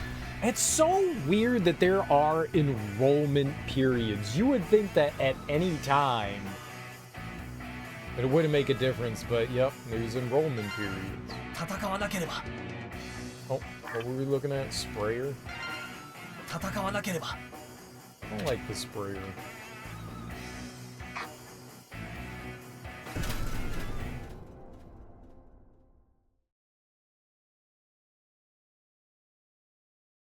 Yoshi, よし行くぞ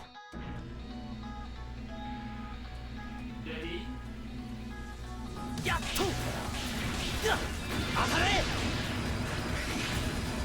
はった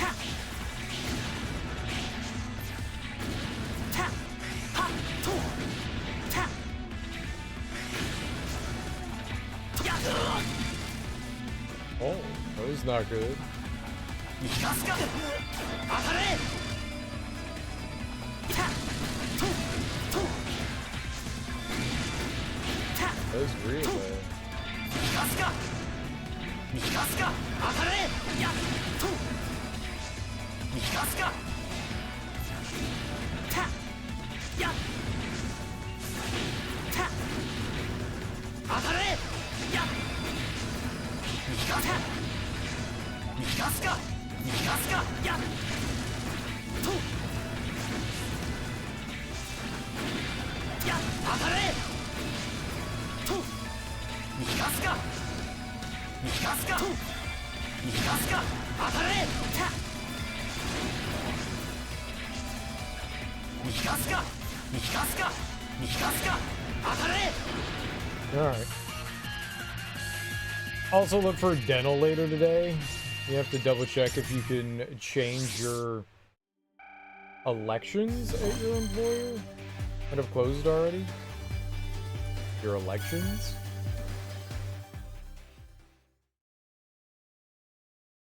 Selections?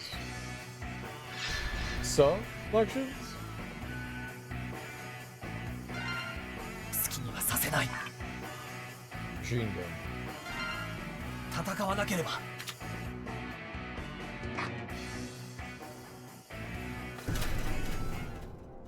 Your employer provides dental? That's good. よし、行くぞ。 Happy mouth, happy life.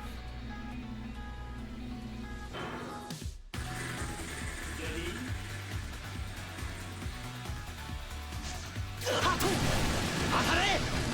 と逃がすと逃がすか。はっ逃がそう。たとた当たれ。と逃がすか。た逃がすか。たと逃がすか。やたた当たれ。逃がすか。逃がすか。た逃がすか。や Not great at all that in this, but that's cool. 当たれ。や逃がすか。 On this, 逃がすか。 stop killing things. 逃がすか。はっと当たれ。たやた逃がすか。逃がすか。た逃がすか。とたや当たれ。た逃がすか。逃がすか。逃がすか。当たれ。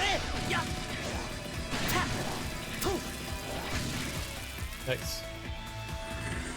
They keep your choices from the previous year, and here I was thinking that I still had insurance.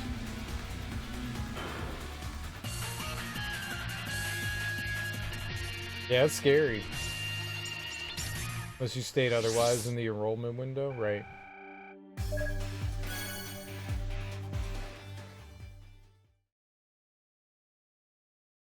Yeah, that makes sense.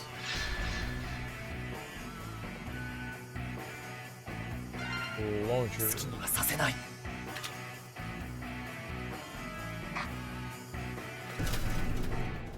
I think that's how most places usually do it. よし、行くぞ。 は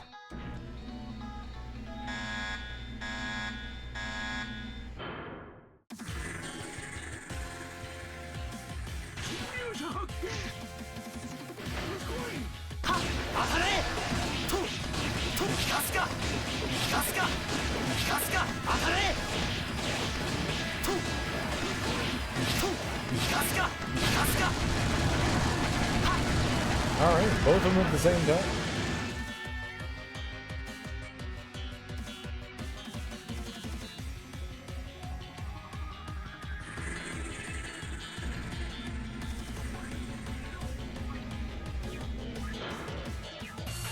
Only 40 more floors. Can't blame him. Honestly, I needed to have checked. Could have applied to Cobra. That's like the state provided insurance, right?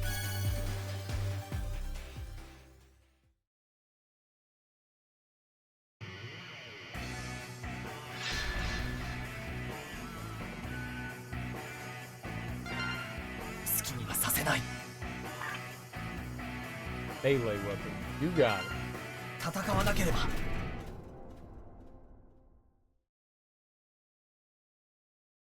Cobra. Rawr. よし、行くぞ。 That's the sound Cobras make, right? I want Cobra. た当たれ。たややとや逃がすか。や逃がすか。逃がすか。当たれ。やてやとや逃がすか。や逃がすか。逃がすか。や Who are you てや firing 当たれ。 at? やてややってややってやここだやってやここだや当たれやってやガスかやってやガスかやってやとや当たれやってややガスかやってやここだ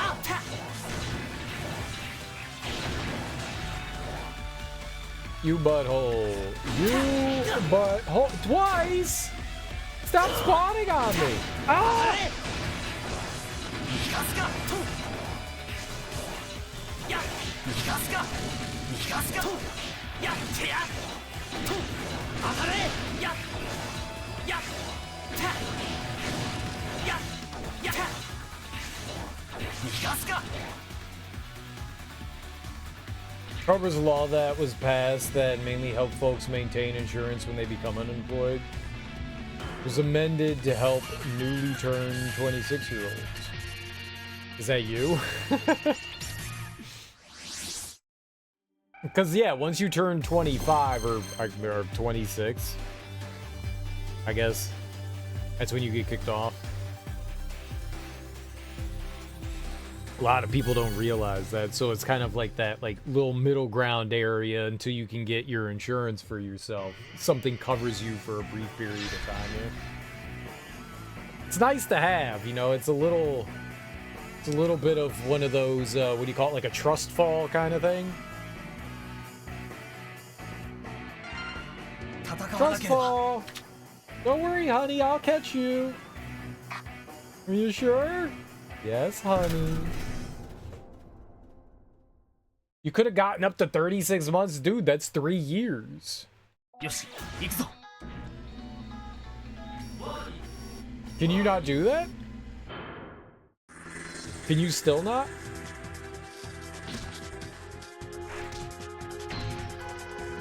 I demand that you do it. や当たれ 187? とガスかと Is this 187 on a motherfucking 当た time? れとたとたと当たれガスかガスかガスか当たれとガスかと当たれたたガスか当たれたガスかたと当たれとガスかとガスかとガスか当たれたガスとガスとガスか当たれガスかガスかガスかた当たれとガスかガスかガスか当たれたガスとガスか当たれとたガスかたガスか当たれたガスかガスかガスか当たれたガスかガスかガスか当たれガスかガスかガスか当たれガスかガスかガスか当たれガスかガスかガスか当たれガスかガスかガスか当たれ I mean, we won, but we're gonna, like... He's gotta explode for 30 seconds, so... We just get to warp back into the level. So stupid. You get 60 days to apply. Oh, damn. I bet you most people have no idea that even exists. It's like one of those things as a parent you have to know so that you can tell your kids to do that. There's no way, like, I bet you like 5 kids actually figure that out on their own. よし行くぞ You're more than half a year late. That sucks, dude. You know what? I would still call up and try to find out. I would still call up and try to find out. You're still 26, so fuck it. Do it. What does it hurt? See if you can.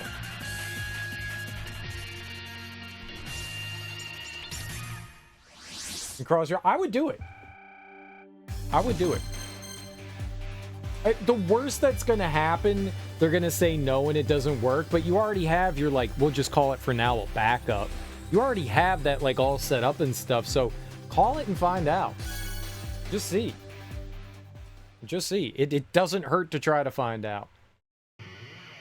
You know, it could end up saving you some money in the long run.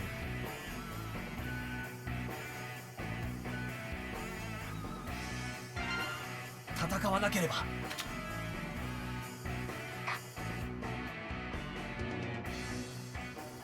Sprayer is this one. I would try. I would give the old college try. よし、行くぞ。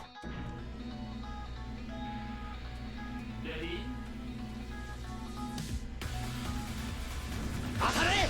たたた逃がすか逃がすか逃がすかたやたた当たれと逃がすかた逃がすか逃がすか当たれたと逃がすか逃がすか逃がすか当たれたや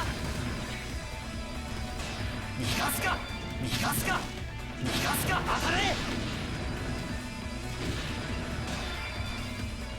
やった逃がすかと逃がすかと逃がすか当たれ Dang it. 逃がすか逃がすか逃がすかた当たれ逃がすか逃がすか逃がすかは Game's off. 当たれと逃がすか逃がすか逃がすか当たれとや逃がすか逃がすか逃がすか当たれはっと逃がすか逃がすか逃がすか当たれ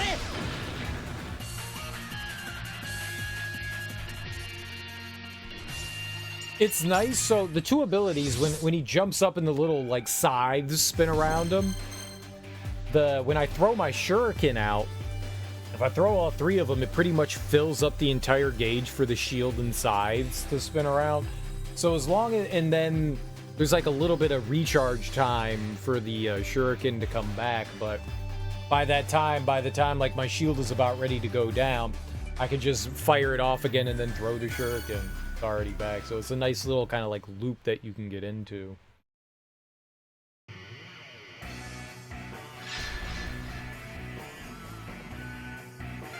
Buster. 好きにはさせない Get into a nice little loop-de-loop here.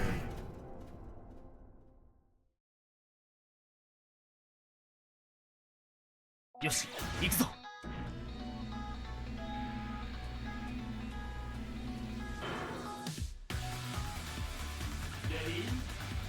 I don't think I can jump through this, right? たや当たれ逃がすか逃がすか逃がすかはっ当たれ逃がすか逃がすか逃がすか Oops. や Yep, that's gonna suck. 逃がすか当たれ逃がすか逃がすかや当たれ逃がすか逃がすか逃がすか当たれ And his attack actually 逃がすか逃がすか the LB attack I don't currently have on. 当たれ A little bit, I don't know if it's a screen clear, but it does attack stuff that's in like a certain area. Oh, we did it. Cobra is more expensive. I don't care though, because that mean my lame parent would pay for it. I mean, if you got that going on.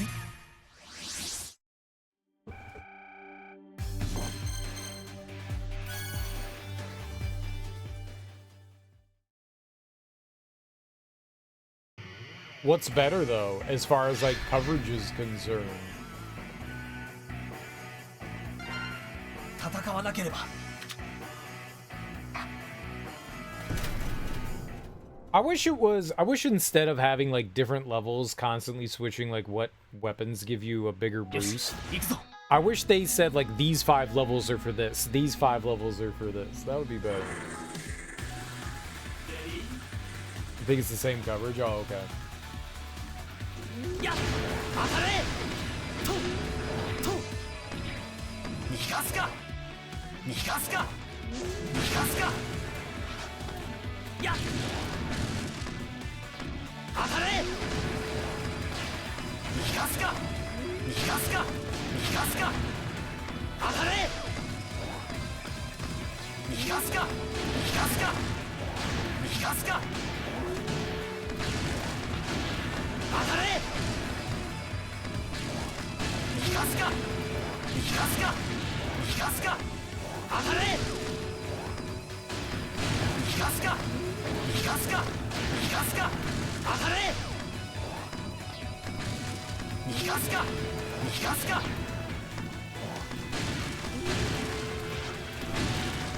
当たれ逃がすか逃がすか逃がすか You're not shooting to the left, dude. He was doing such a good job going back and forth, and then for whatever reason there he stopped.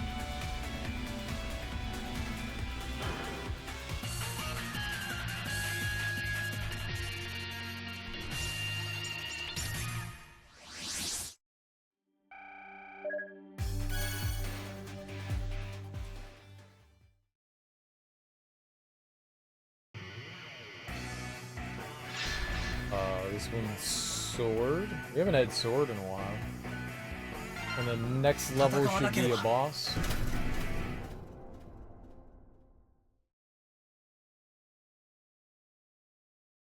Yoshi, 行くぞ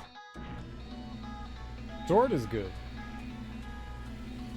We haven't had a sword boss in a while. やっ当たれやっやってややっやっやっやっやっやっやっやっやっやっやっやっやっやっ当たれやったととたたたと当たれたとやっやったとやっとと逃がすかとたやったと当たれととややと逃がすか逃がすか No! 当たれ Stop hitting me! He's cheating! 逃がすか逃がすかたたや当たれたと逃がたと逃がすか当たれた逃がたと逃がすかと逃がすか当たれやっととと逃がすか逃がすか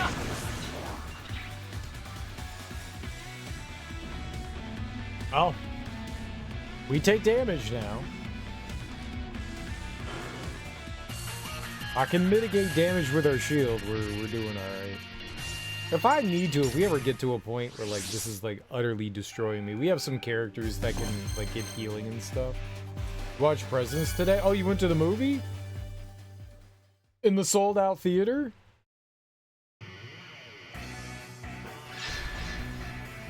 In a sold out theater? 戦わなければ How was it? Was it good? I was the only one. I've definitely been to movies where I was the only one in 行く there. ぞ Oh, only a couple of people in there.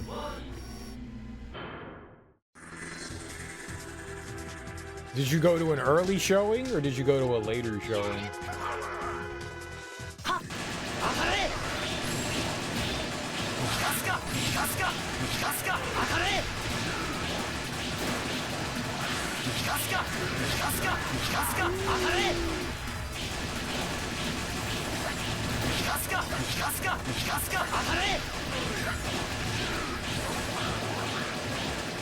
ガスかガスか It was fine. I'm giving it like a 6.7 out of 10. Were you expecting better than that, or was that kind of what you were expecting?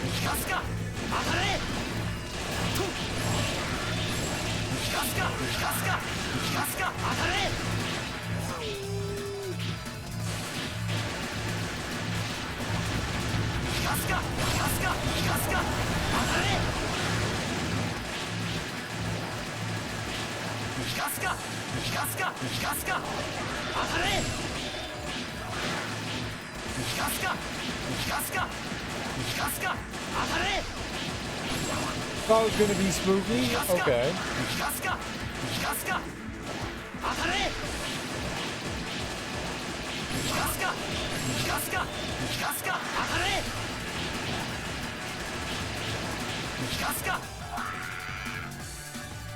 Matinee showing? Nice.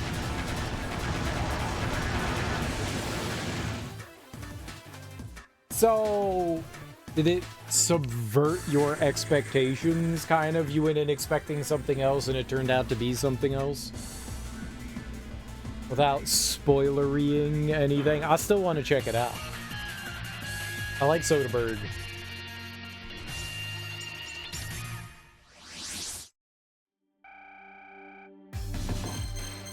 How old is Steven Soderbergh now? He's got to be pretty old, right? Got to be in his, like, 60s. I don't know how to spell Steven. Soderbergh. I know how to spell that, though. Oh, I spelled it right. Nice. With a V and not a PH. The normal way. 62. Yeah. Dude, he's done so much. He has done so much.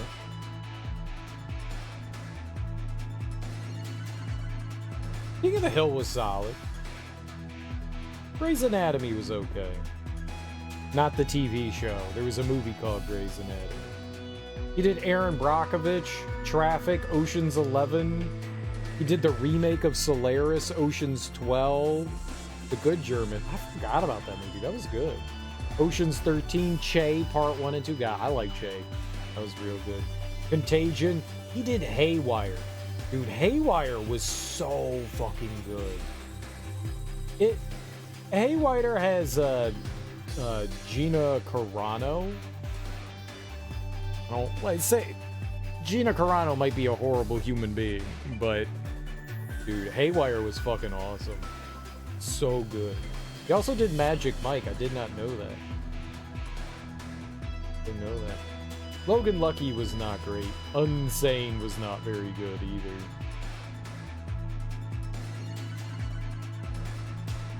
I'll have to check out Presence though. I'm excited to see that.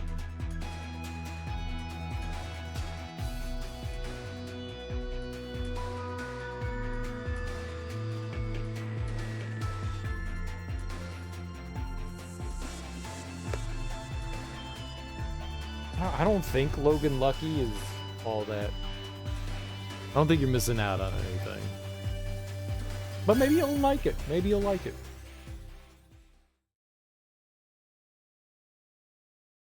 Man, Soderbergh has done so much.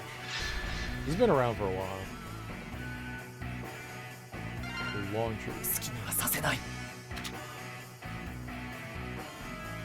He was also, I thought Soderbergh was the guy that did The Bay. Who did The Bay?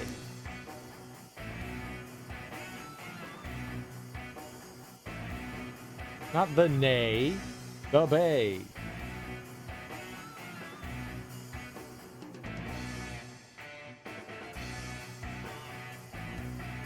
Barry Levinson? Why did I... No, that's not it. No, it is. Why did Soderbergh just, like, produce it or something? Why did I think Soderbergh had something to do with that?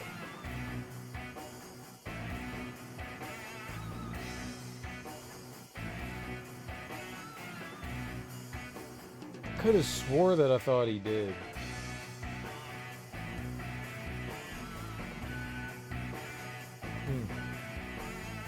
Little clip when you hover over it on Netflix made it seem a bit funny. I was not impressed. I was not impressed. I mean, maybe it'll be your jam though. It just wasn't my cup of tea. Maybe you'll like it. I mean, I had heard good things about it, which is why I wanted to watch it, and I watched it and I was disappointed in it, but maybe it's your jam. Maybe it's your jam. If it looked interesting, then check it out. Yoshi, 行くぞ. I've been wanting to watch like comedies, and they don't make comedies anymore. For whatever reason, comedies used to be like the safe thing to be made, and they just don't make comedies. There's just nothing out there. It makes me so sad. Sometimes you want to laugh, you know? Sometimes you need to be in a good mood. No, I'm not saying I've seen every comedy, but I've seen a lot of the big ones that, you know, have interested in me over the years. I want comedy.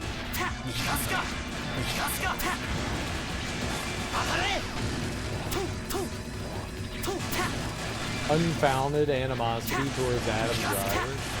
Adam Driver's just not a good actor. Not that I hate Adam Driver as a person.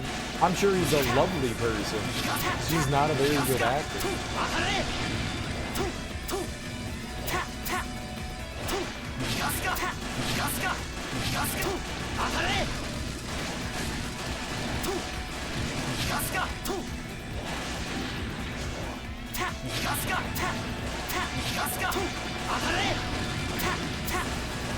So it's definitely not unfounded. I have my reasons. It's not like where I look at someone and I'm like, I just don't like the cut of their drip.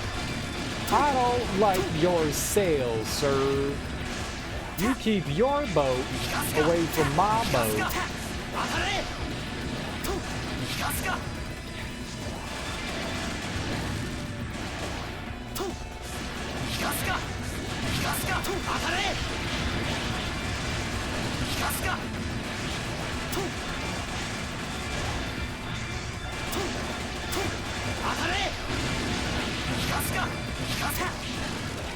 Oof. That's cutting it close. We may not be able to do this. I might get to a point where I can't make progress anymore.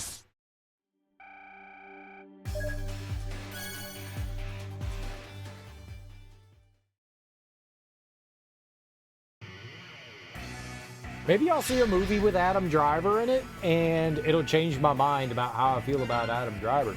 That's always a possibility. Dude, that's the way I was with Robert Pattinson. I did not like Robert Pattinson, Twilight. I had a stigma on him, and a couple of things that I saw him in after that, I was like, this isn't very good. But then I watched more shit with him, and I went, oh, okay, yeah, Pattinson is alright. You know? So who knows? Maybe I just need that right movie that's got Adam Driver in it, and it'll completely change my mind. Yoshi, 行くぞ. Honestly, I'm just upset he got to hang out with Daisy Ridley. and Mark Hamill.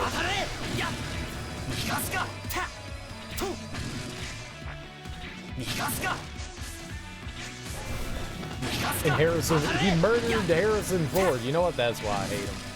Fucking killed Han Solo. What a bitch. That's why I hate him. He murdered my boy Han. How can I not be angry? Han shot first. ガスかガスかトントンガスか Hey! 当たれやっガスかトンガスかガスかトン当たれトンガスかガスかトンガスかトン当たれやっトンガスかガスかガスかやっ当たれトントンガスかガスかガスか当たれはっガスかガスかガスかトン当たれはっトントンガスかガスかガスか当たれトンガスかガスかガスか当たれやっガスかガスかガス当たれはっトン It didn't do anything! Piece of shit, why didn't it explode? It should have cleared out everything. Sometimes when I guess when I get like shocked as I'm doing it, it neutralizes like the AoE effect of the attack. Not good. Not good. In fact, not good.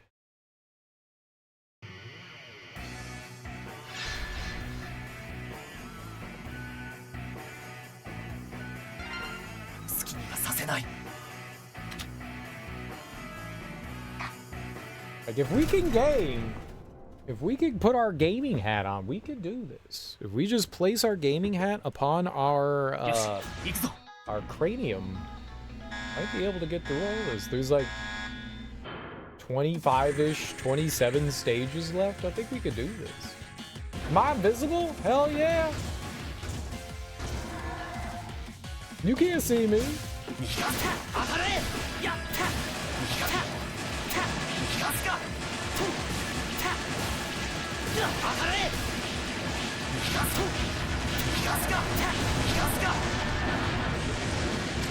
Y'all can't see me. See, why does the timer stop in this one? As soon as the second boss dies, timer stops. We don't have to wait for the explosion to stop. That's absurd. I'll poop on you. I'll poop on you. I want to poop on you. I do not want to poop on anyone. That's gross.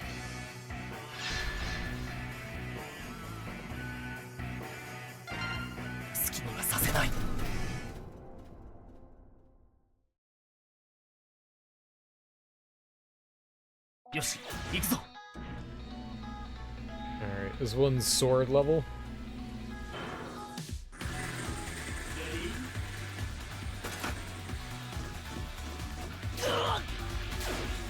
Mother of pearl! Ah!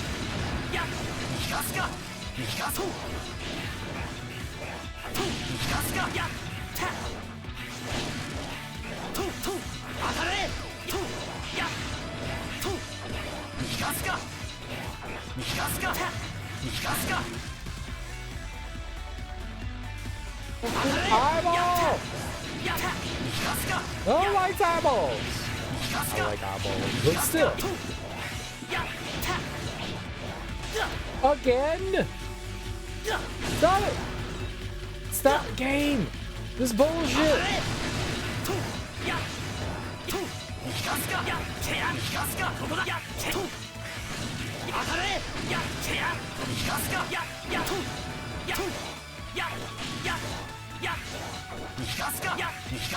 No! Stay! Attack the fucking ball!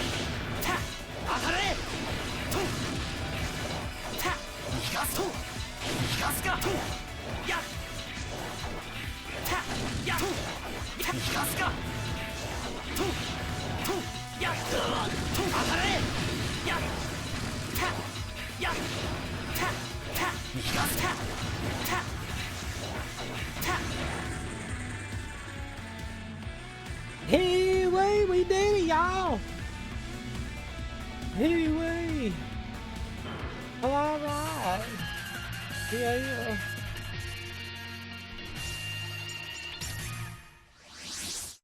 We're getting there.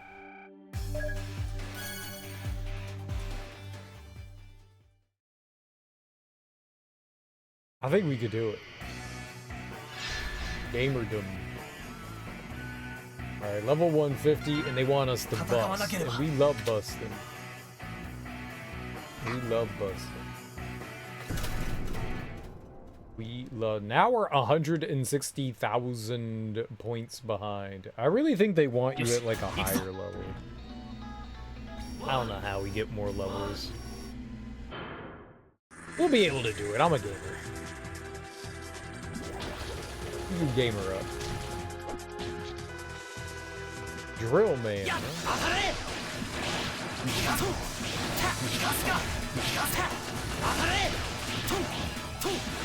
This is great. Two enemies that love to like burrow into the ground.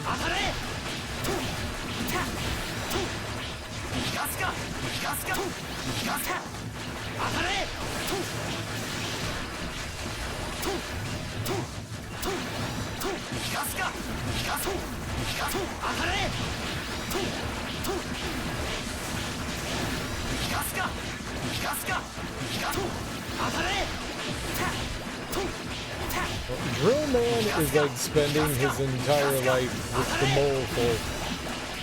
He's a Morlock.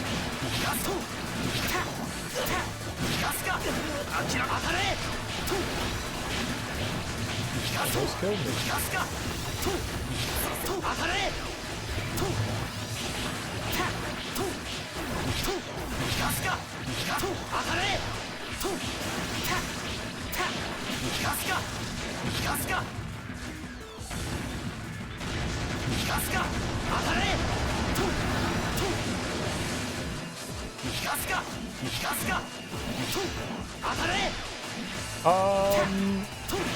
Can he not be invincible? That'd be great.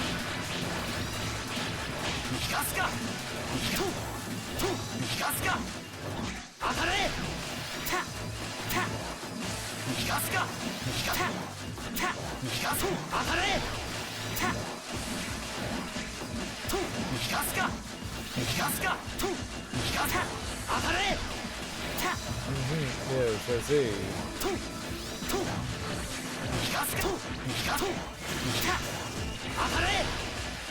Oh, okay, so he's just gonna be invincible the whole fight, huh? Is that how it works?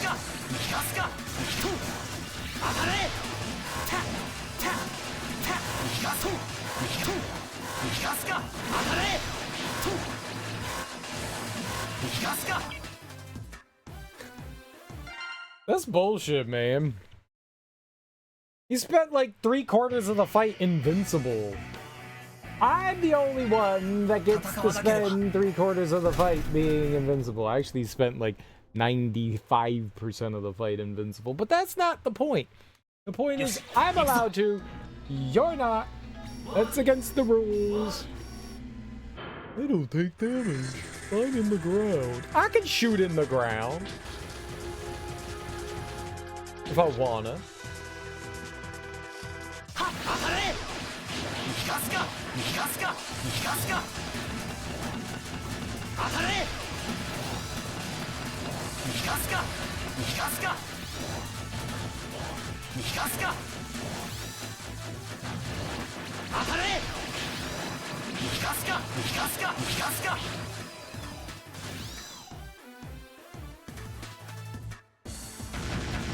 The Drill Man is a dirty shooter.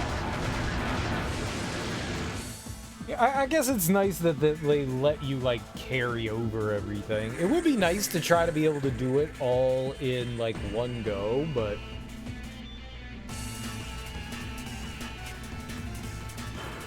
Oh, well. But ah, well.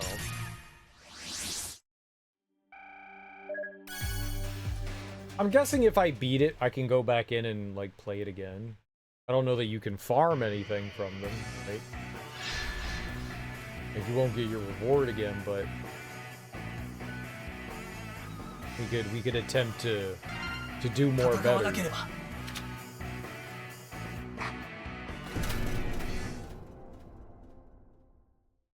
I want to have a chainsaw for a hand.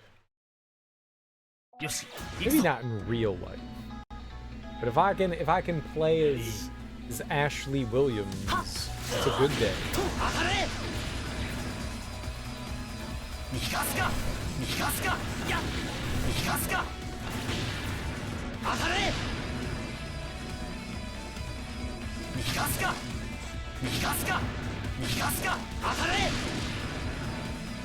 Drill!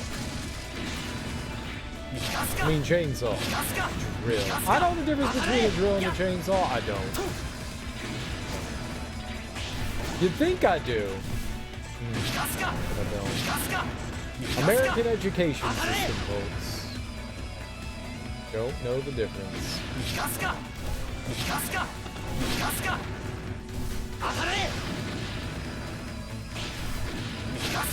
One day is my dream to know the difference. My dream. As a boy.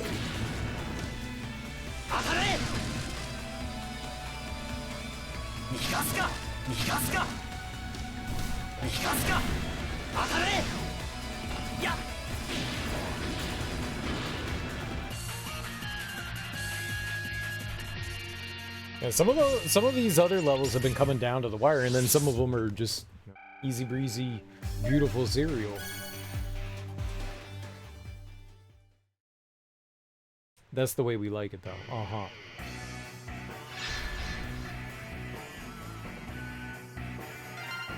Launcher. We definitely, now that we're like later on in this and the level disparity is getting bigger and bigger, we definitely need to take advantage of the extra power.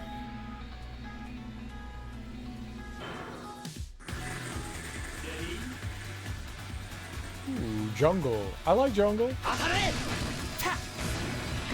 Don't call me Jungle Jim for no reason.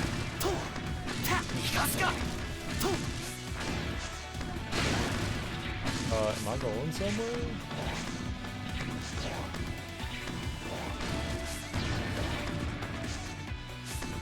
Ah! Everything's fine.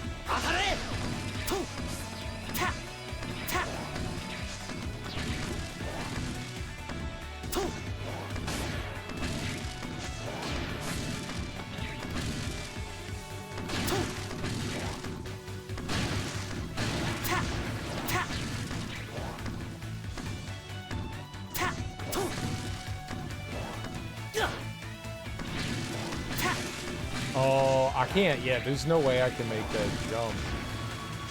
That's why.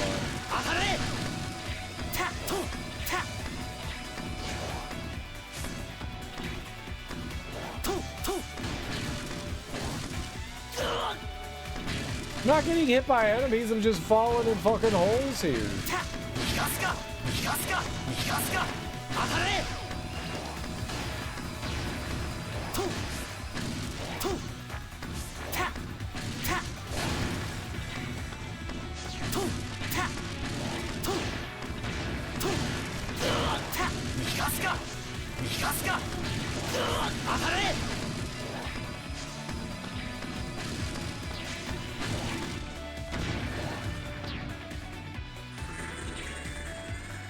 Okay, not bad.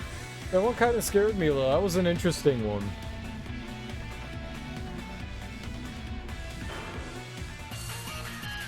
That was cool. Those at least like different than stuff that we had done. Like they were making the beehives appear that send out like bunches of enemies. I think that was a fun one. That was a cool little challenge. That at least had me actually doing something. I appreciate that.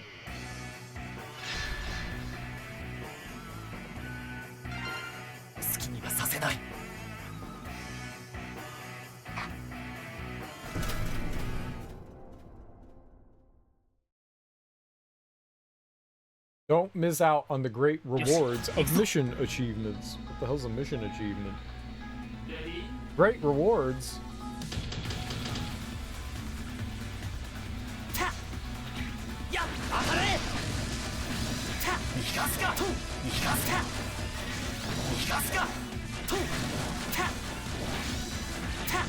I love great rewards. Great and fulfilling.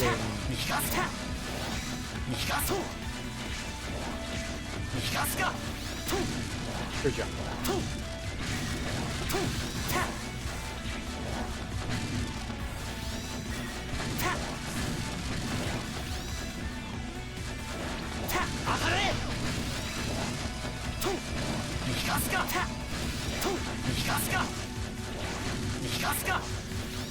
Hurry up.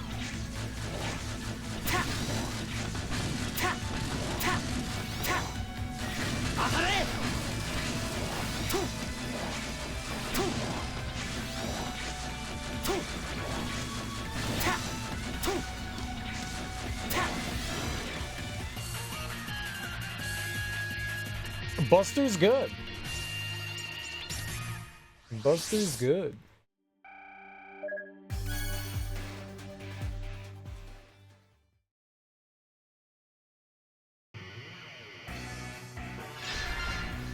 Let's see what the bonus thing was. Machine gun.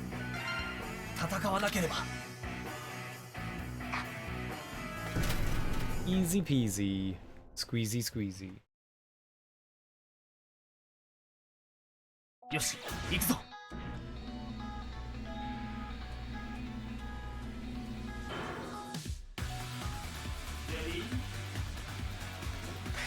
と、はっ、当たれ。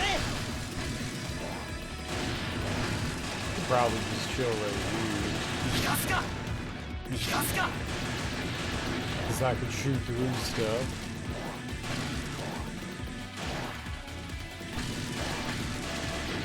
It's a good chilling spot.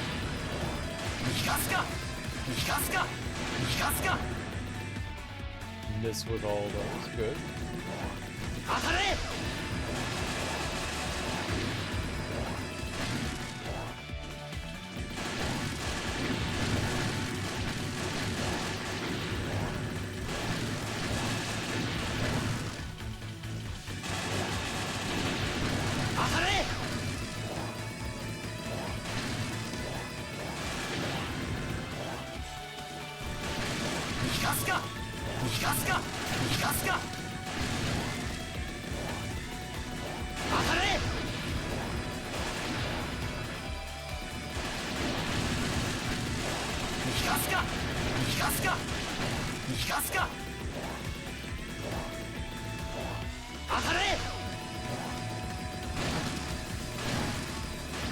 Whatever was over there, it died.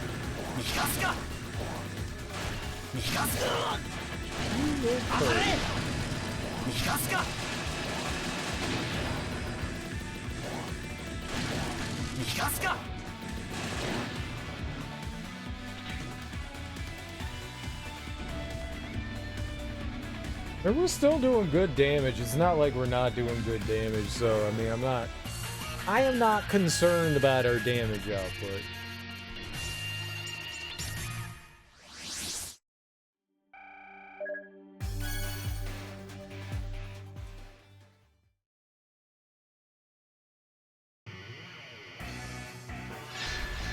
Alright, let's boss it up. Give me a sword this time, yo. Boss was oh, but it's the eagle dude. Iron Eagle. We're fighting Iron Eagle. Storm Falcon? Is that it? Stormbird. Storm Eagle. Storm Sparrow.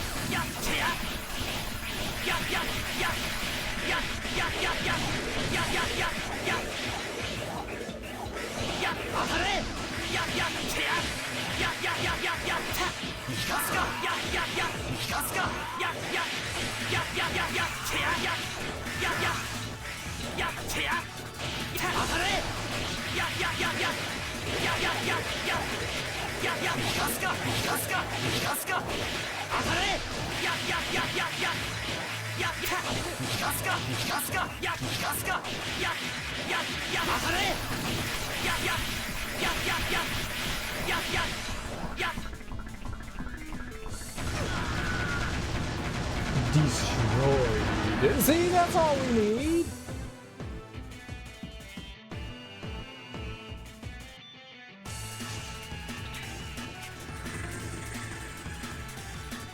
Just a little bit of destruction.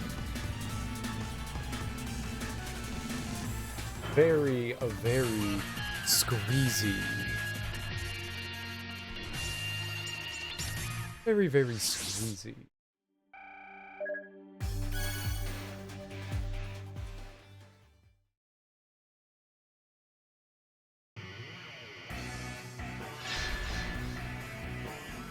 Just 20 more left. Launcher. Yeah, some levels certainly take a while longer. They were all like pretty quick early on, like minute or so. Now we're getting into like the 2.5, 3 minute range for most of the levels. Oh, maybe that's not true. I don't know how long we generally have for a level.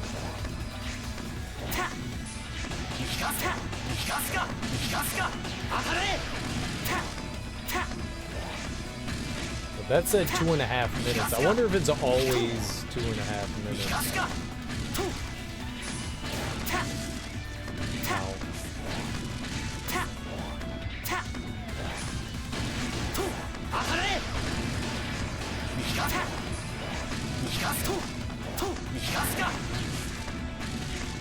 There's one of those throws there.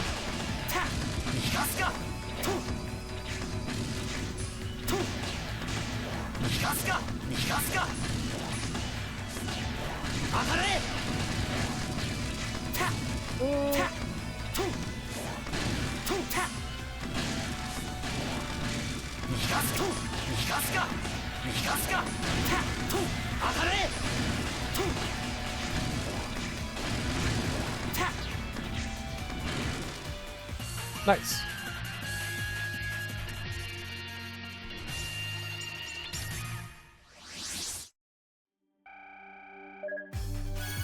I mean, if it's might be like another 40 minutes, right? If it's like just about. I mean, that was still above. That was like 1.5 minutes, right?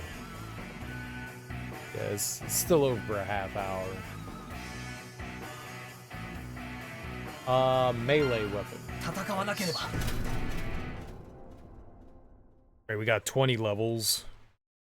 It's at least 20 minutes plus another. You know, it could be like a half hour, I guess. If it's all like 1.5 minutes. Thereabout.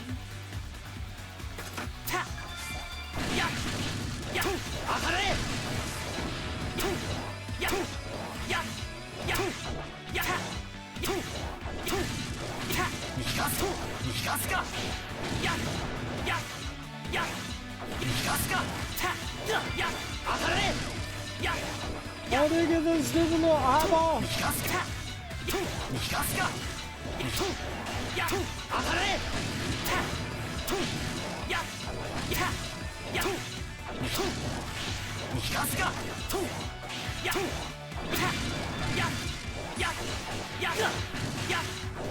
You dirty monster.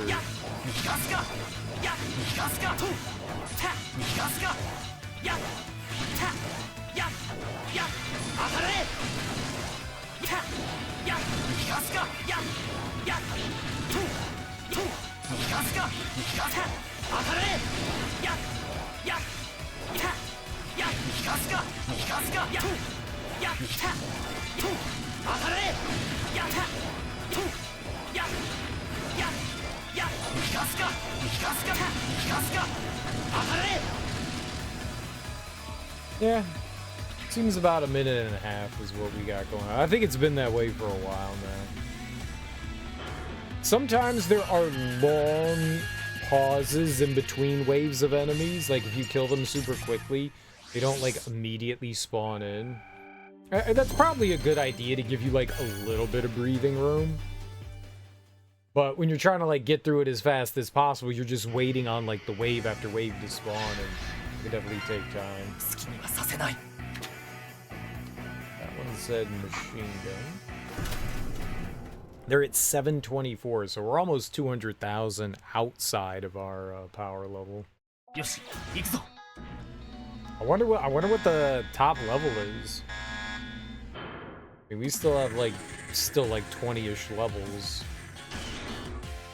I don't know what that's gonna be. These mini boss fights have gone really quick though. やっ当たれガスかトゥガスかトゥ当たれトゥ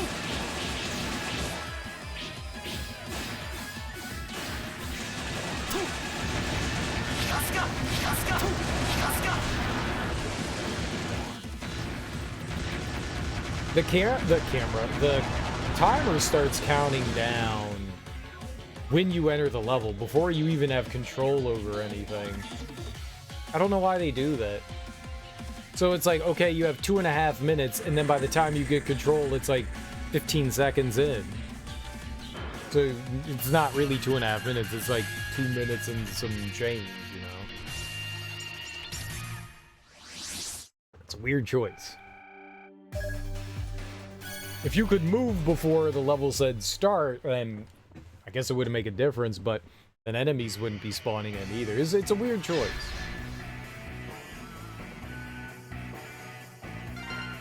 I think the sprayer is probably one of my least favorite weapons. Just doesn't feel especially good. It's not terrible by any means. It's like, you know, okay.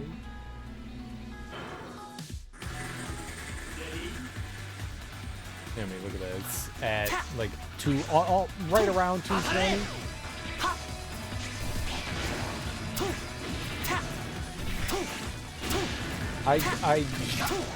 If I can remember. It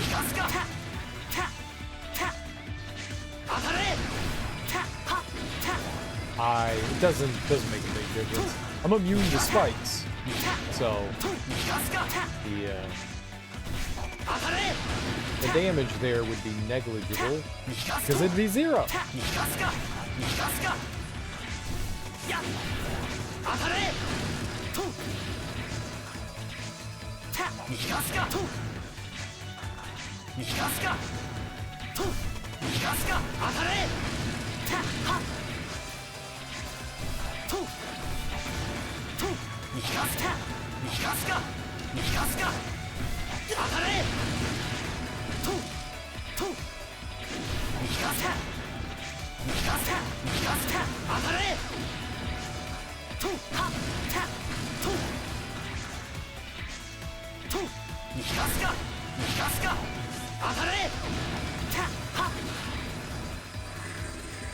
Yeah, just right around 1.5 minutes.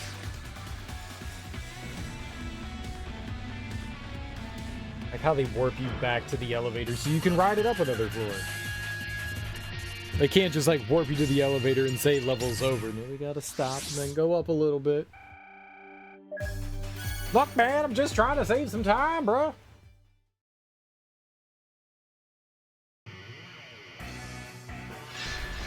And see which one that is. Buster.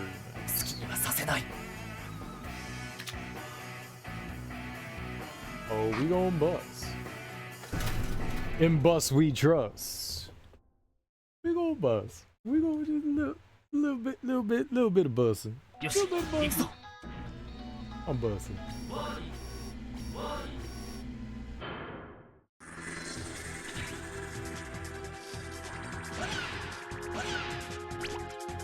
It's Marshmallow Man. That's what I'm saying.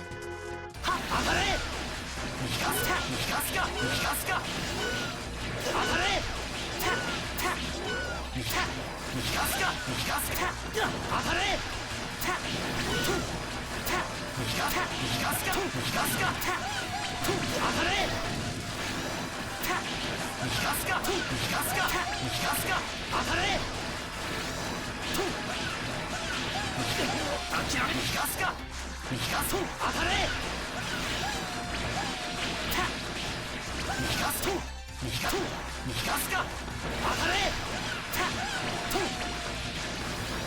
逃がす逃がす逃がす当たれと逃がすかと逃がすかと逃がすか当たれと逃がすか逃がすか当たれと逃がすか逃がすか逃がす当たれ How are they hurting me? Where's my shield? 逃がすか当たれと逃がすか逃がすか当たれ逃がすか逃がすか当たれと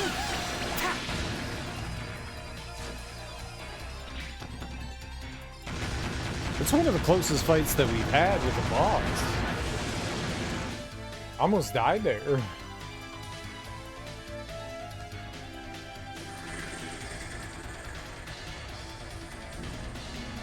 Oh, one of those gauges is our abilities coming back. I don't think I ever know. Right above your head, you've got your like health bar, and then there's like gauges right under it.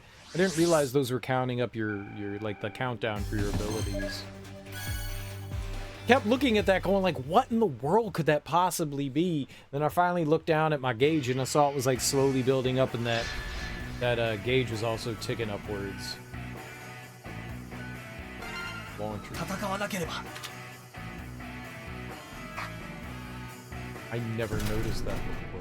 We're 30 hours into the game and now I'm just noticing it. It's hilarious. Way to pay attention. I'm very observant. On nothing. やった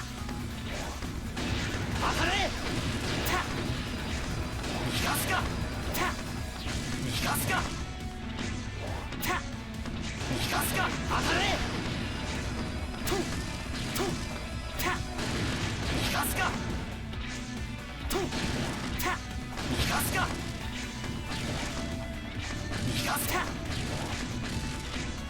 たと Okay, they all died.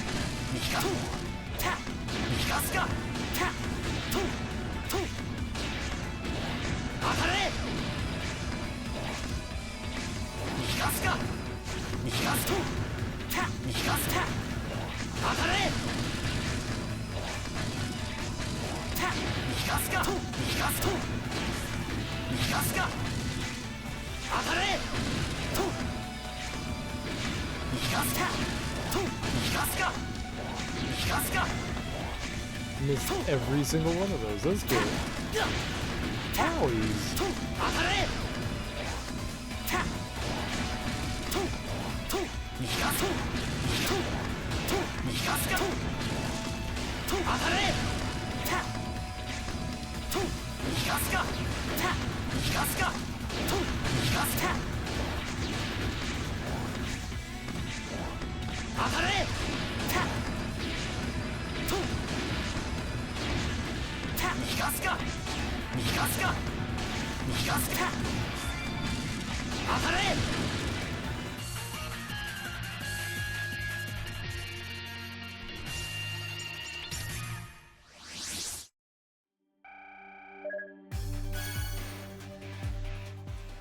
Okie dokie.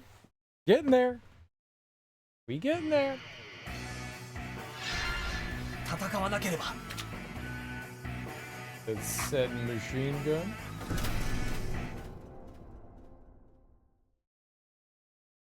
I was not paying attention to what floor we're on. We're like 160 something, right?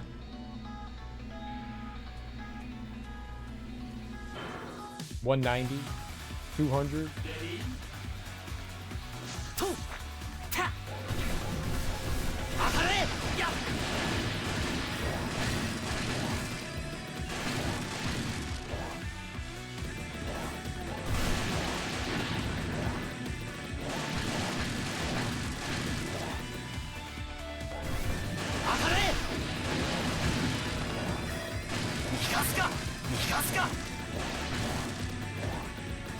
かすか当たれ逃がすか逃がすか逃がすか当たれ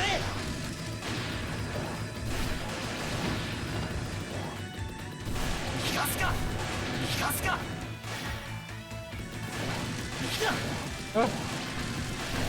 当たれ逃がすか逃がすか当たれ逃がすか逃がすか逃がすか当たれ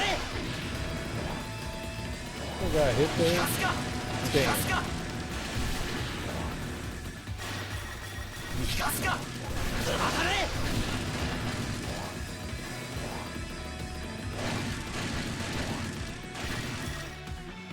逃がすか逃がすか逃がすか Okay. Sometimes the LB move, the one that brings the size out, it's fully charged and I hit LB and nothing happens. I don't know if it's my controller or if the game is just like not quite yet. But you can't if the ability is all the way back up and you still have some sides out, you can't like reuse it. So, okay, fine. But that one, it was like right before the shield wore out. Maybe there was like some sort of like goofiness because the shield was running out and it was just like, I don't know, it's strange. I tapped it like 3 or 4 times there and I was like, finally it came out. I don't know. I always question whether those things are like, because I know my controller be having issues, so I don't know if it's that or if it's like the game itself. It's impossible to tell.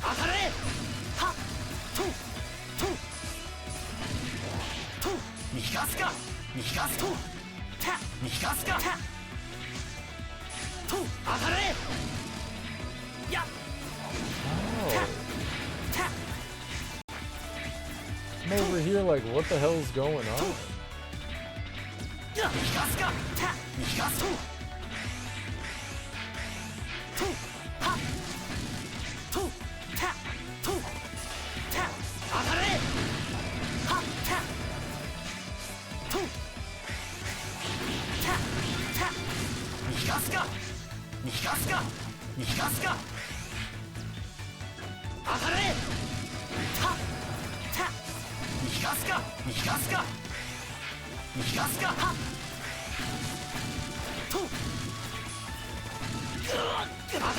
How dare you?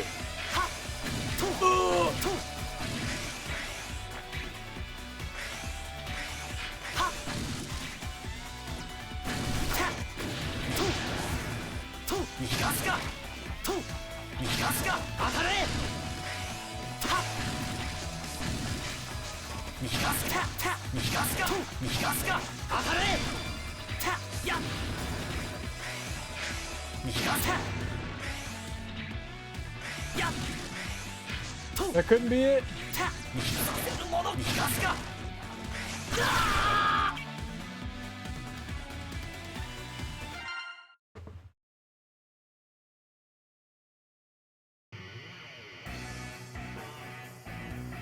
I really don't like the sprayer. I'm gonna use the Buster. I know we get like a huge bonus with using that, but man. It's not a very fun weapon to use. It does some decent damage and it's got some projectiles, but oh. I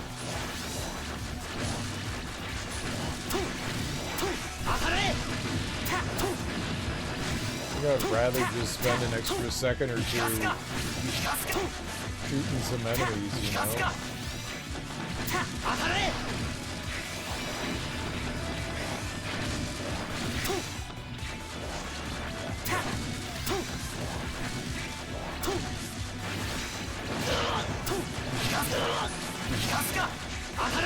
Can't see what's hitting.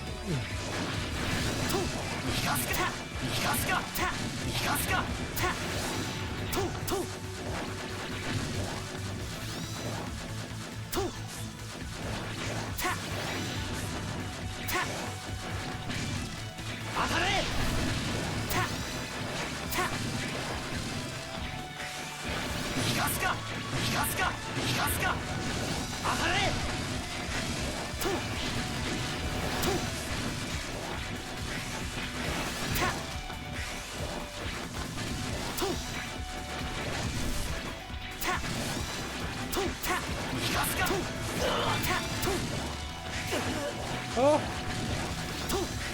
Evil bats!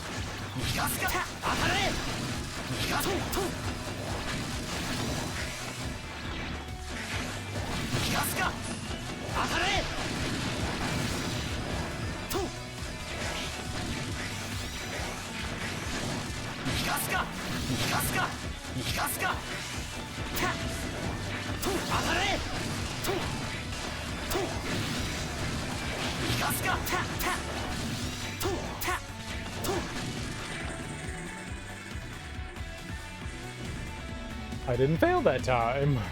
Yay.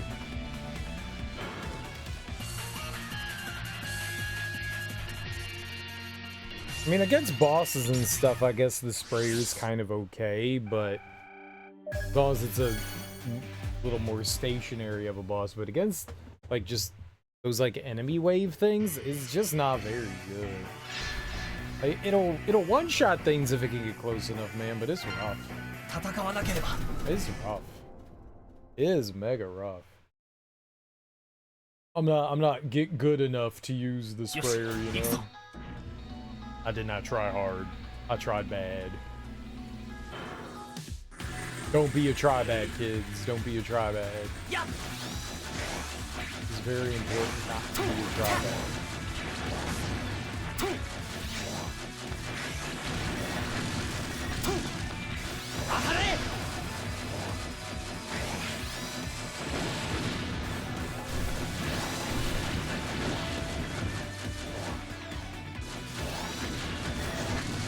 I wonder if I could just kind of stay here and handle it.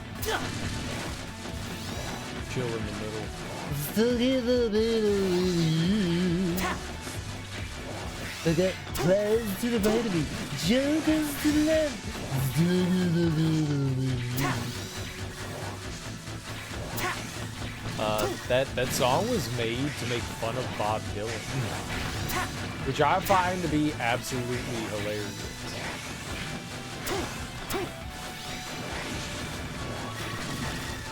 It's like a parody song.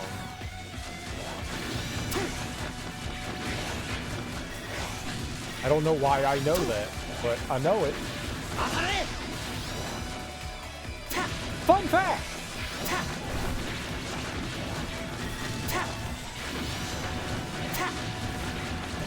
People overuse the term fun fact to describe mundane and boring facts. Fun fact!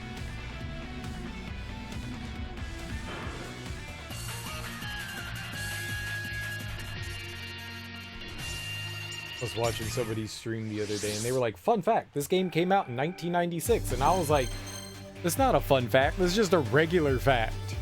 You can't disguise your regular facts. Like, fun fact, the developer of the game actually was a billionaire French fry heiress that gave up her fortune to create her passion of video game. And you go, you know what?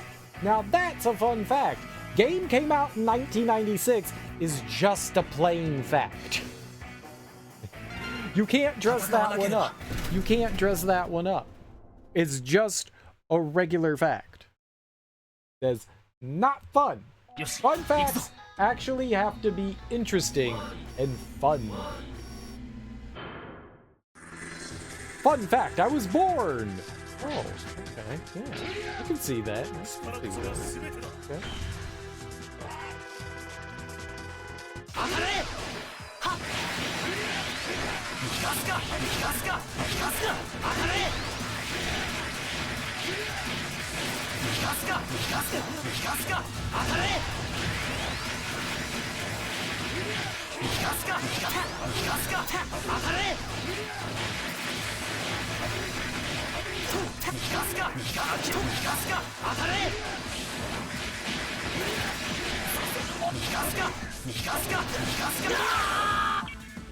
Dude, I got fucking deleted.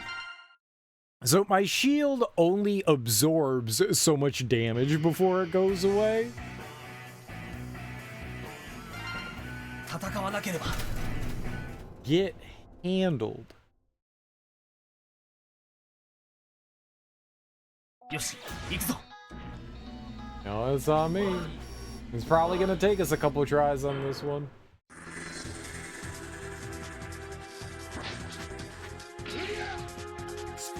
They take pity on you.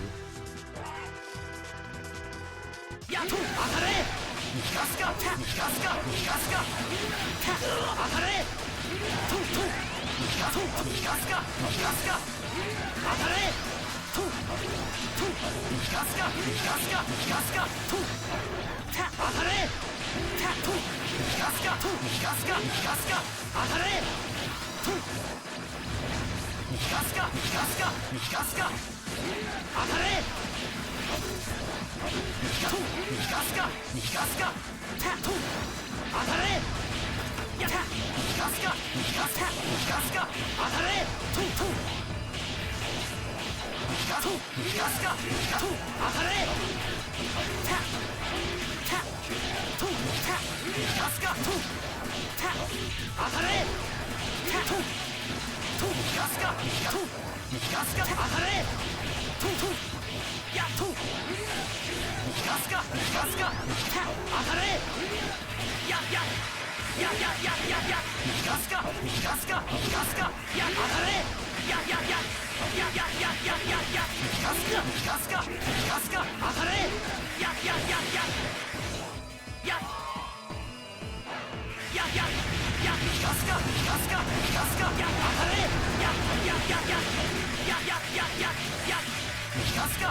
か当たれガスか当たれガスかガスか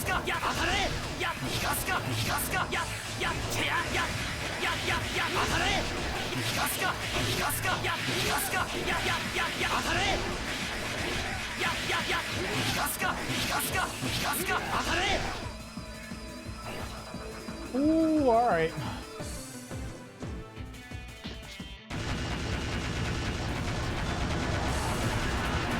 Did a little buster action, did a little sword action, did a little winning action.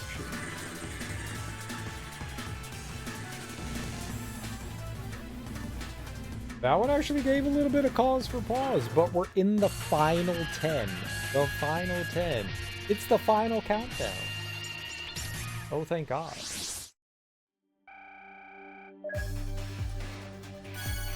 I wonder how many of those I can level up now.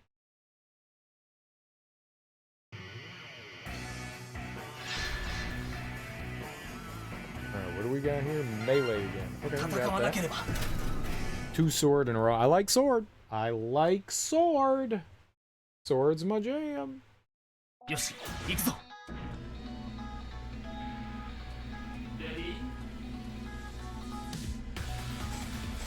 当たれ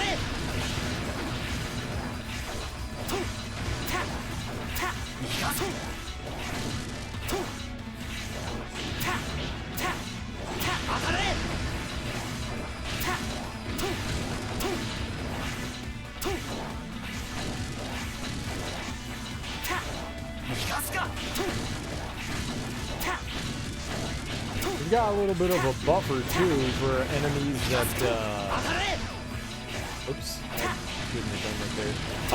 We got a little buffer because we have like a spinning attack there, so as long as enemies aren't shooting projectiles at me, I'm pretty much okay.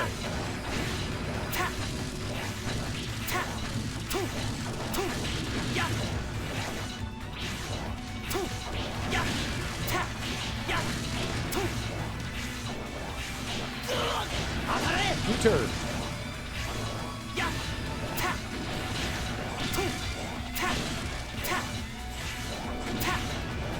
Did I miss that?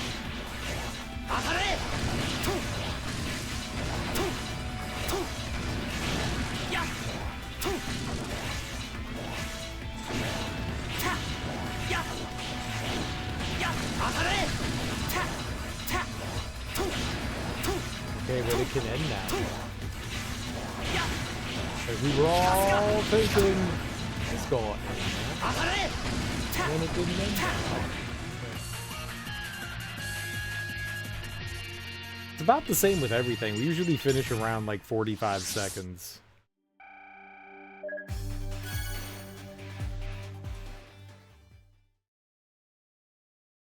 I was just thinking, like, there's another tower after this. It's hard. That goes up to 175 too, but the power level keeps creeping up as well. I ain't doing that shit. Oh, I didn't see what the bonus here was. Buster. Get some Buster action. We got the Buster equipped. I wonder if the amount of damage that you do, so the bonus that we get right now is 300%. I wonder if they boost it up to like 325, 400, 500. We should take a peek. I said, not that I'm going to do it, but just out of curiosity.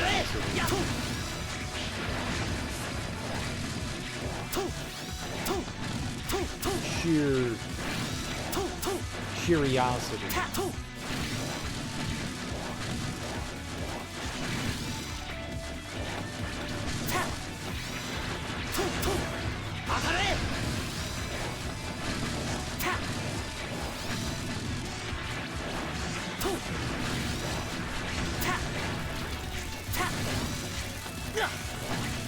What? I caught on fire or something? What on the hell?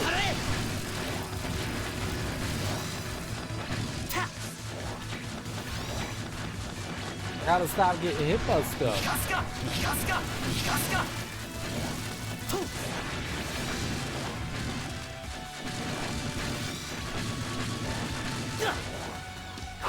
Who touched me?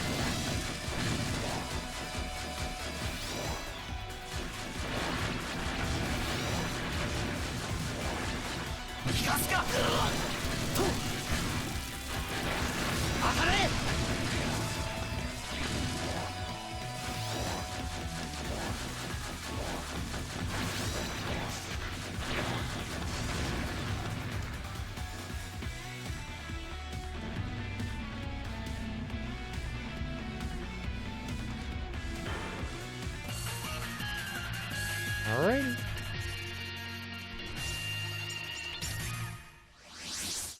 I wonder if there's like a card ability or something like that that can heal you. Not card, chip. Chip ability? I forgot. I could go back in and I could re-equip the E-Tank again. I could do that. Oh, I didn't see what the bonus is. Machine gun. I forgot that we had that. I've been using the other weapons and stuff, and I don't really use them very often. The ball thing just launches things off screen, so it's not super helpful. Like, we're not in like a tight enough. If we were actually in an arena with a ceiling, I could use it, but a lot of the arenas, they just have open ceilings, so the balls just go bouncing into whatever happy place they came from.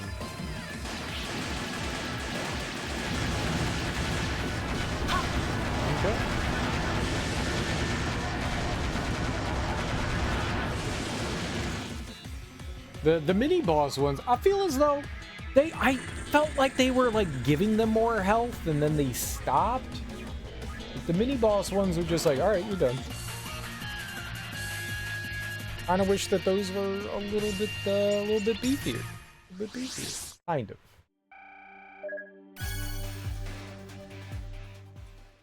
You know, not as exactly bossy. The bosses now have like 350 health bars, but maybe, you know, like 50.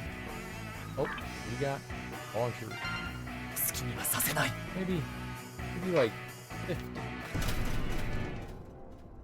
Maybe like 50? 50's not bad. I like 50. A little bit something. Oh, something.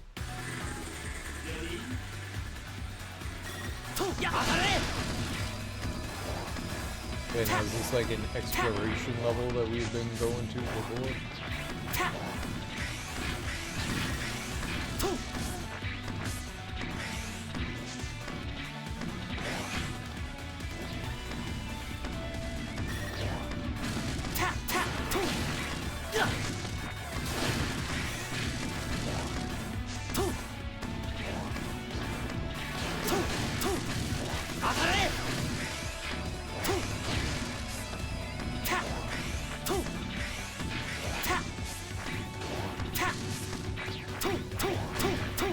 I can't go up.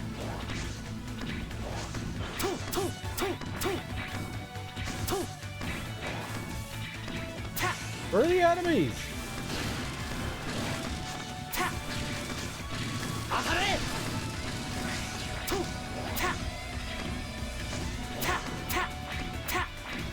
Well, that definitely helps in some of these stages, having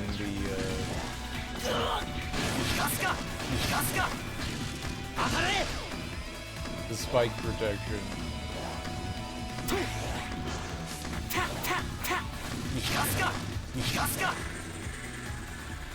Okay, that wasn't. I thought that was gonna like have like so many more enemies. Yeah, the spike protection really helped there, because I could just like, I didn't have to wait on the platforms going up and down. I could just go up and down. That made a huge difference. That made a real big difference. That would have sucked waiting. I guess if you had a protective shield on your character, it wouldn't be that bad. Increase the sprayer. I'm not gonna use that. Let's go to the machine gun. Why not? I got a feel we haven't done the machine gun in a while. I bet you one of the other levels is gonna have that too.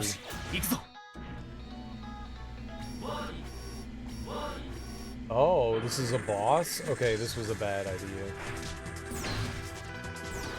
I might go to this.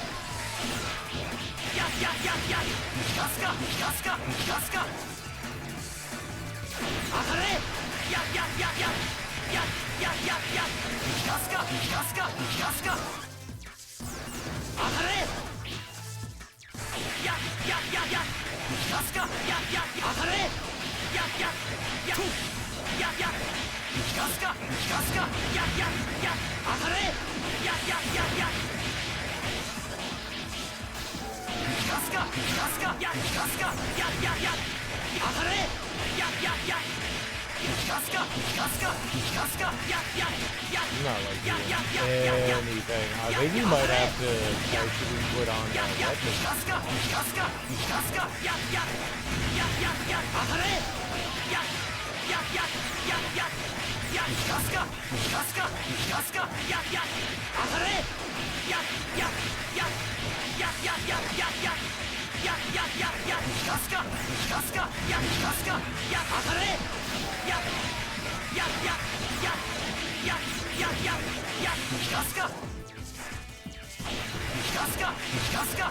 hell was that?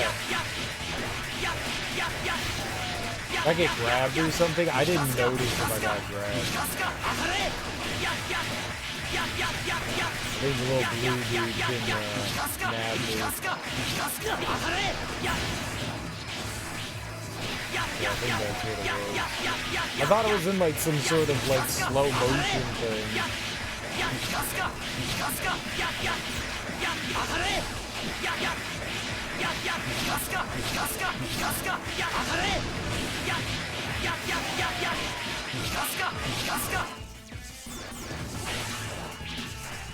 Dude, twice? Come on, man. Is that Vile? Is that what it's supposed to be? Like knockoff Vile?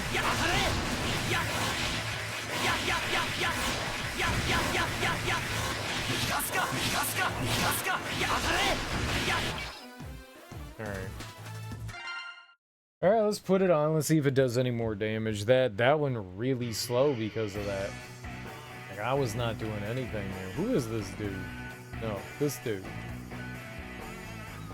See, the spider's on the left, guy's on the right. It doesn't, I can't click on it.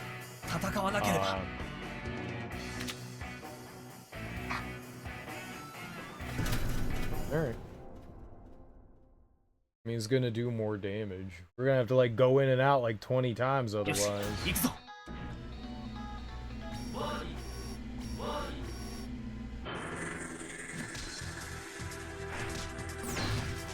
That's not Vile. I don't know what he is.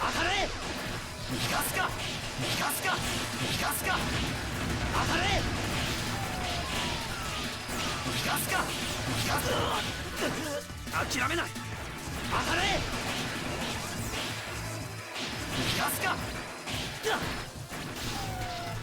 れ逃がすか逃がすか当たれ逃がすか逃がすか逃がすか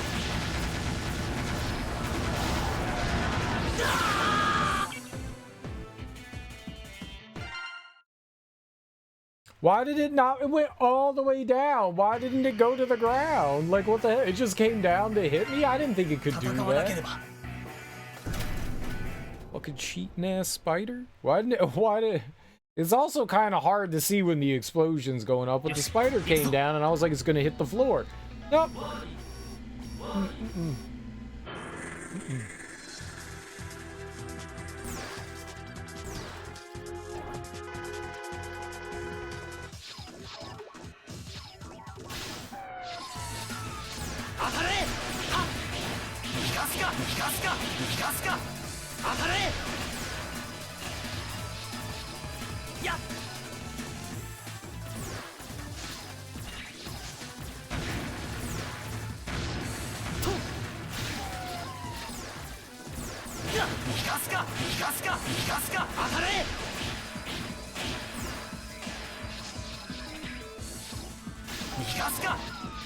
Oh, where are you going?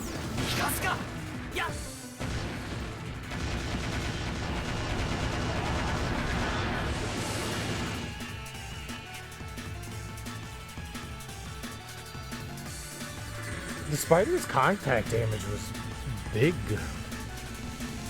Very big.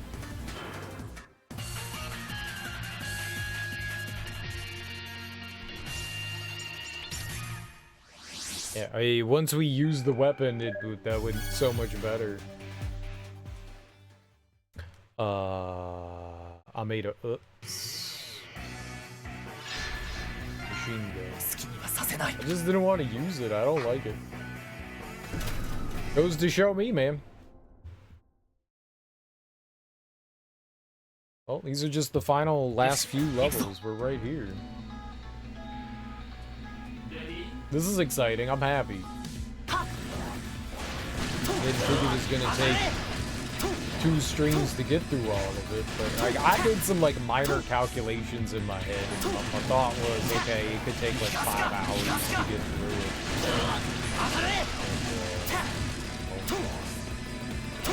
Here we are.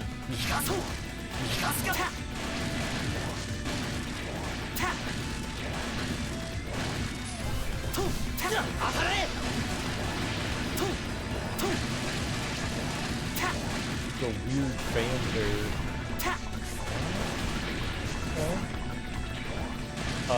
Sometimes my skills are getting turned off now. Neat. I'm actually not angry about that. I am gonna die here though. Especially if I keep missing stuff.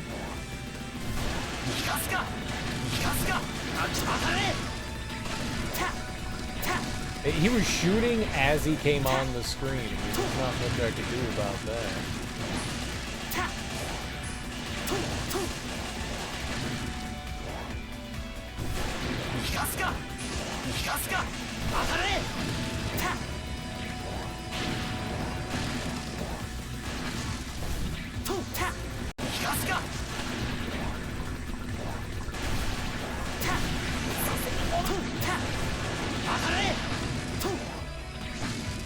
Oh, we're dead otherwise.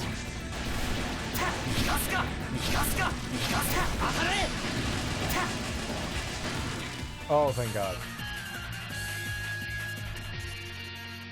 Basically 1 HP in a dream.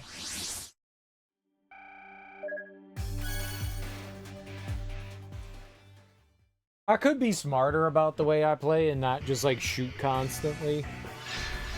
If I gave myself a chance to shoot out the shuriken, it would be refilling the shield gauge. So I'm playing a little risky, but we are killing things, you know.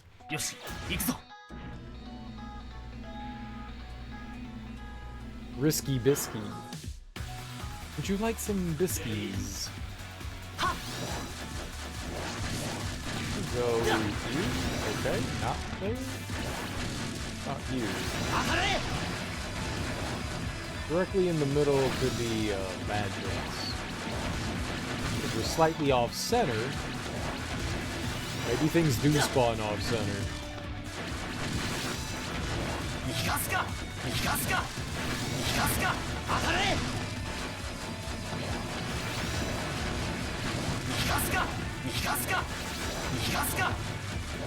Great.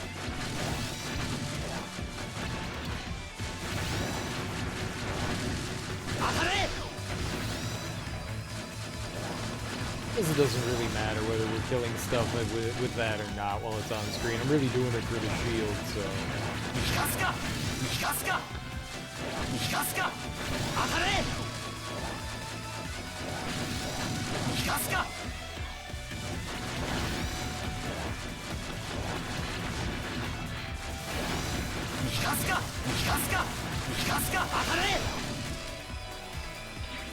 Okay. Off center definitely seemed to be the right decision there. The stuff either like ran down and fell off or appeared right there, so it worked out.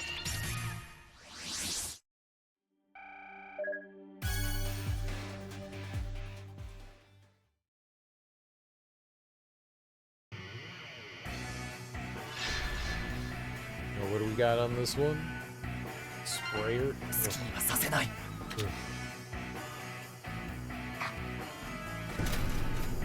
Ugh. You have to spray. Maybe there's better sprayer weapons out there than this one.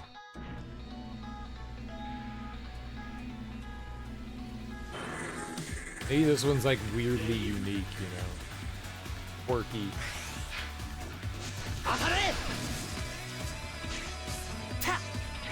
I'm quirky. Okay.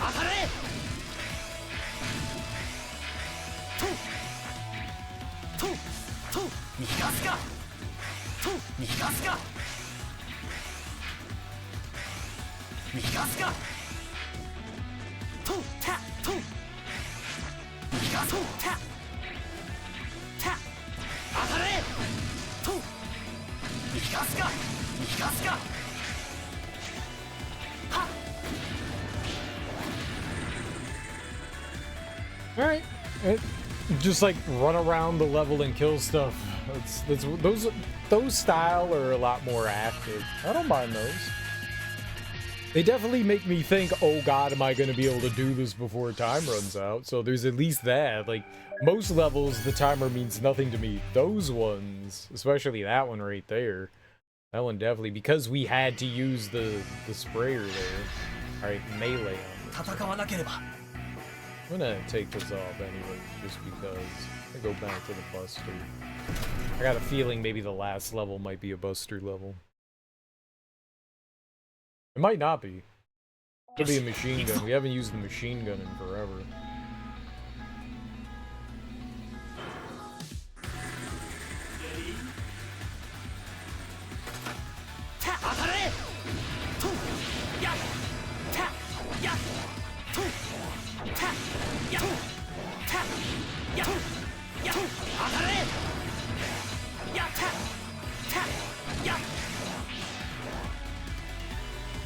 Bad game.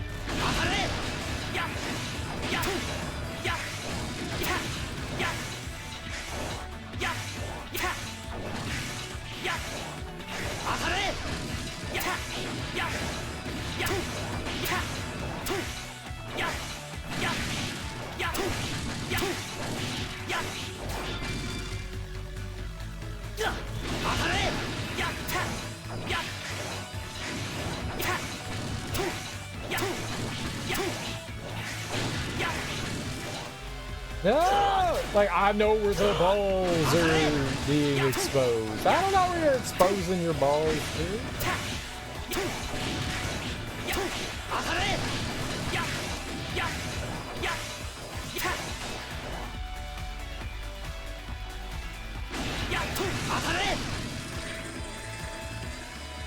Okay, that could have been so much worse. Could have been. It was a little nightmarish, but that could have been so much worse. That was not bad. It could have been horrid. Horrid. Oh man, we're there. Final level of the tower. 175. Let's get it done. What do we got? Launcher. Really? Alright, let's launch it. I didn't see what enemies, so I'm a little curious. Yoshi, 行くぞ.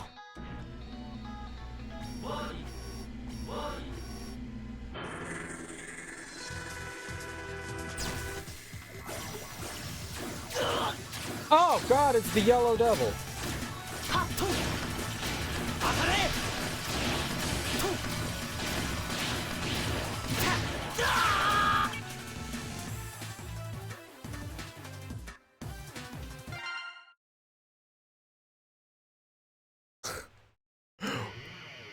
What? I don't even know what happened.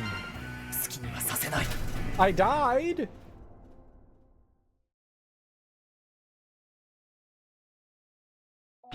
That was like just dead instantaneously. I was like waiting for something. I don't know what I was waiting on.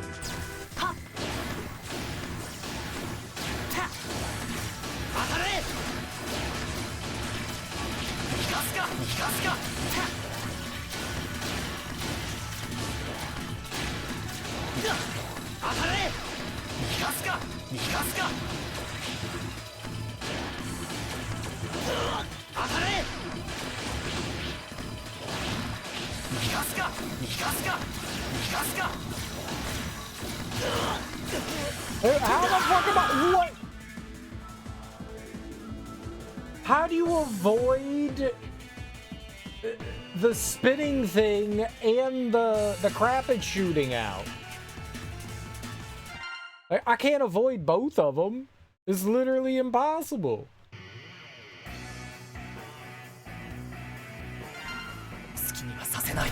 This is hard.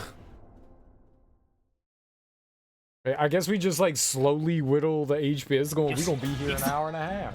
Alright, I was curious what the final thing was gonna be. I think we're definitely like way under leveled for what we're supposed to be here, but ow.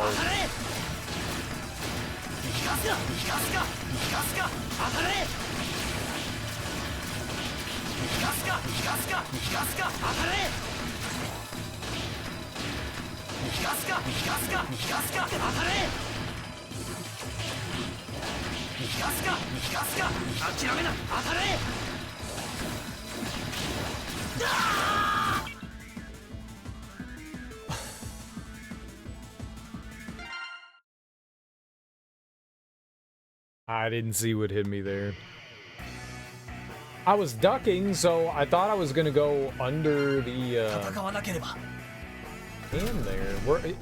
Once we get rid of the spinning thing, we're fine. Like the Yellow Devil, he's not too difficult on his own. Just this little star, this bad star, be its door. Be its door.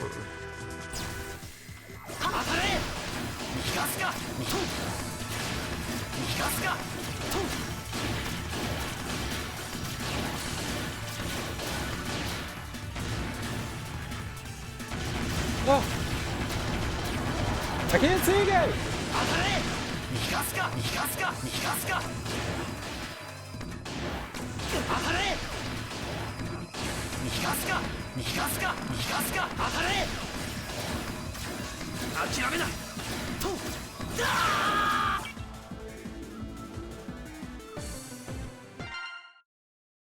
I couldn't see. I couldn't see. I don't have to shoot there, so させない stop shooting. Yikes. よし Two hits. I took one hit with the shield on. It took my shield off and still did damage. And then the next hit just killed me. I wonder if I would just get one shot by him if I didn't have the shield up. たと I also don't know where I'm supposed to stand. 当たれはとたと逃がすかと当たれと逃がすか逃がすと当たれと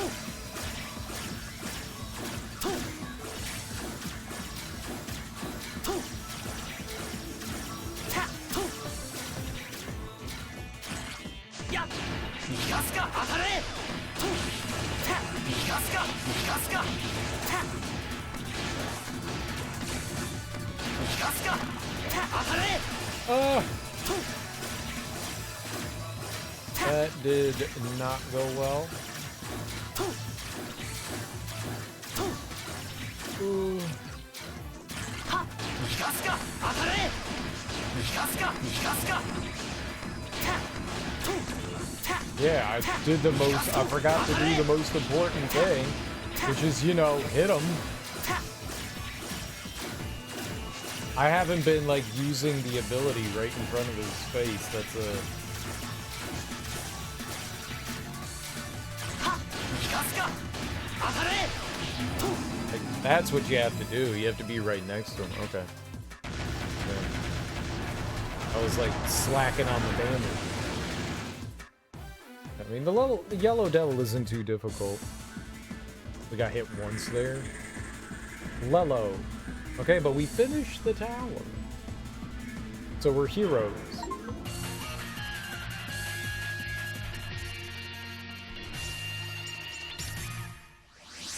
That was a lot. And then there's two more. Like, I'm never doing that shit again.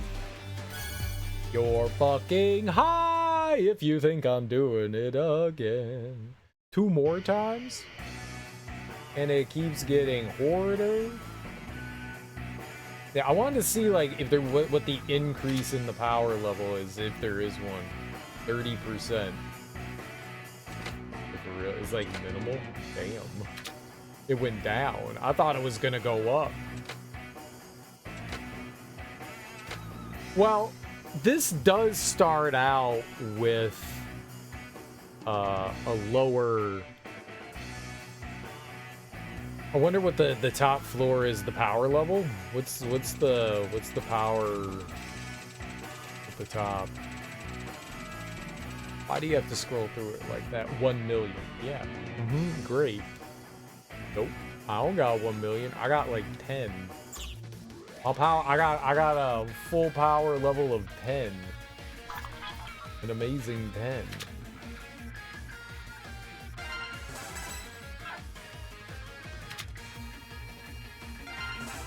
Oh. Okay. That's it? I don't get anything for going through 75 levels? Okay. I see how it is. I see how it is. I got Bow Spider. You don't really get much. You get a bunch of the fancy like penis poppers. Gold penis popper. You get some of the fancy Cataplepas. I don't know what the rainbow coin is.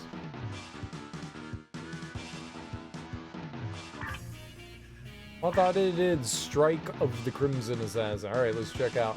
Look at all these. There's so many of these to go through, too. I want to see all the events. I have no idea how many that is. We count event setting. There's 3, 6, 7. That's 14. 14, 18, 22, 23 of those.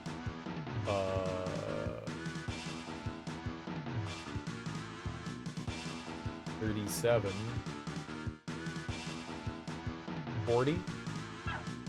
There's 40 events. 40 events. 40. 40 events. 40. 40. 戦わなければ 40. I'm gonna put my buster back on. We busters. Mark as busters. 40. よし行くぞ I don't get any story? Is there no story? とや Hey, it's Dr. Wywee. I like that guy. Oh, is this just a boss fight?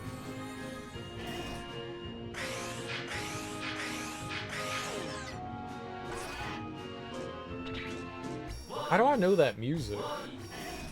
Huh. Magna Centipede, also known as the Crimson Assassin, Magna Centipede was originally a Maverick Hunter, belonged to the 0th Special Unit, and is so mission-oriented that he will not hesitate to kill even his companions as long as the mission can be carried out. He slipped in one of his missions and was captured and brainwashed by X-Hunters, after which he switched sides and joined the X-Hunters. What the hell's an X-Hunter? Is he not my friend? やっ当たれとと逃がすか逃がすか Alright, I beat him up. I think I should switch to the sword. I think the sword does more damage. よし戻ろう Yush!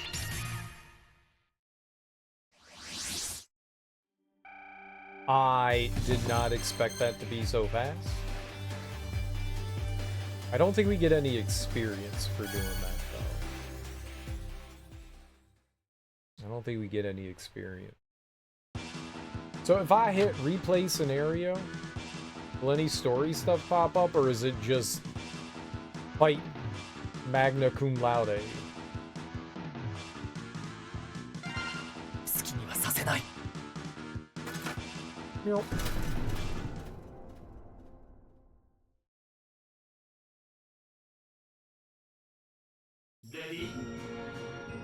し行くぞ Oh!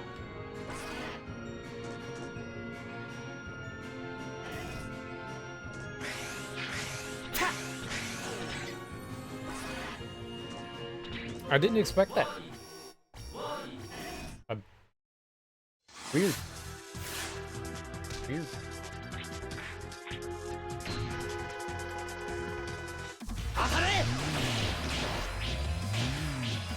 What are you doing there? He was holding on to me like a chump and got himself killed because I also have contact damage, you little booger brain. Yes. Who is smarter now? With the power of brain, I have now outsmarted my nemesis. Yeah, I don't think we get any experience for doing this. I kind of thought we would get experience. I'm actually curious. There's events that give us experience. Let's do it one more time. 戦わな 'Cause けれ that ば clears out the event. Looks like... So depending on the ranking that you get determines how much your reward is at the end. But if you get, like, S, I only have to do the mission 3 times, and then we can clear out whatever the score is. It also seems like dash jumping moves faster than the standard dash. That seems like way faster.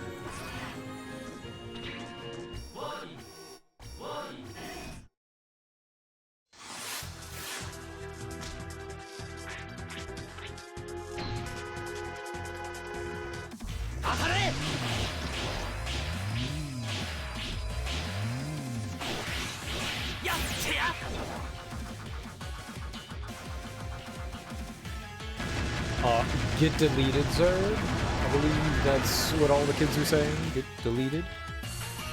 Get deleted on. Yes. 戻ろう。 I think all of these are like set to like an easier level too.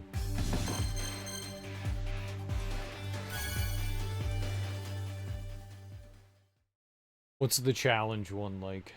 Yeah, so if we go to events edit, no, not events editing, board. It seems all of them are at 4,500. Then there's this experience pack thing. I don't know where we use it. Weapon, chip, and card. Oh, okay. That's... I didn't realize what was coming from those. Kind of like vaguely explained what they were. After using it, you can acquire the following item. Clicked on it somewhere and it gave like a much more vague description as to what it was. 好きにはさせない。 I'm curious if there is a purpose to fighting him on challenge. よし、 Is 行く that ぞ。 kind of pointless? Just to say that you beat him on challenge.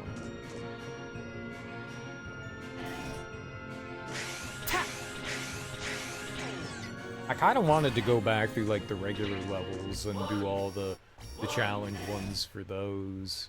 Is it like doesn't count your... It kind of puts you on like level 1. So you're on like more even playing field. 当たれ。たた。やややややや。逃がすか逃がすか。当たれ。やややや逃がすか。当たれ。ややややややややや。と逃がすかと当たれ。た。 How dare you touch me? He's like a... 逃がすか逃がすか。当たれ。や逃がすか。た逃がすか。当たれ。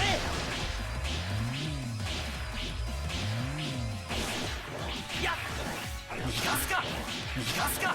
や逃がすか。や当たれ。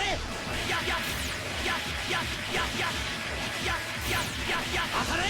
ややややややとたや逃がすか逃がすか逃がすか。や As long as we have... I mean, you still have to be careful, but as long as you have your shield up, I mean, it only absorbs so much damage. I mean, it absorbs damage, though. よし戻ろう。 Guess if you also don't get any of your, like, bonus things, the dive stuff. You don't get any of that. Okay, does that serve a purpose, me doing that, or is that just, you know, pat on the back? Yeah, I think that's just pat on the back. I don't think that there's any reward for... No. You don't get anything for doing, just say that, like, great job, you did it, yay. Interesting. Alright, I wanted to see what would happen.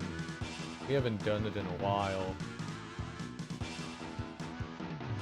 You can only get so much based on your level, so I wanted to see, like, yeah. 戦わなければ。 How much money do we... I don't even remember what this thing was.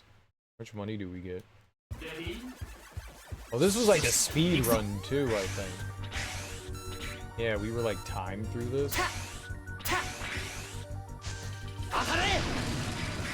とととた。逃がすか。たたた。とととた。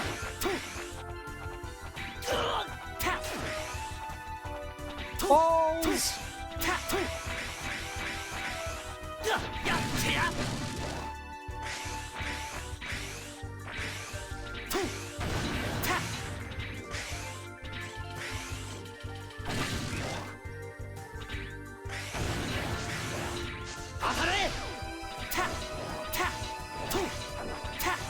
Oh, it says go. I was waiting.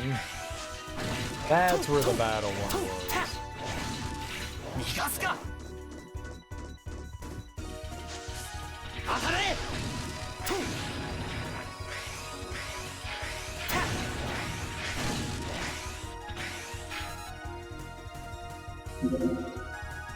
Oh, I still got an S.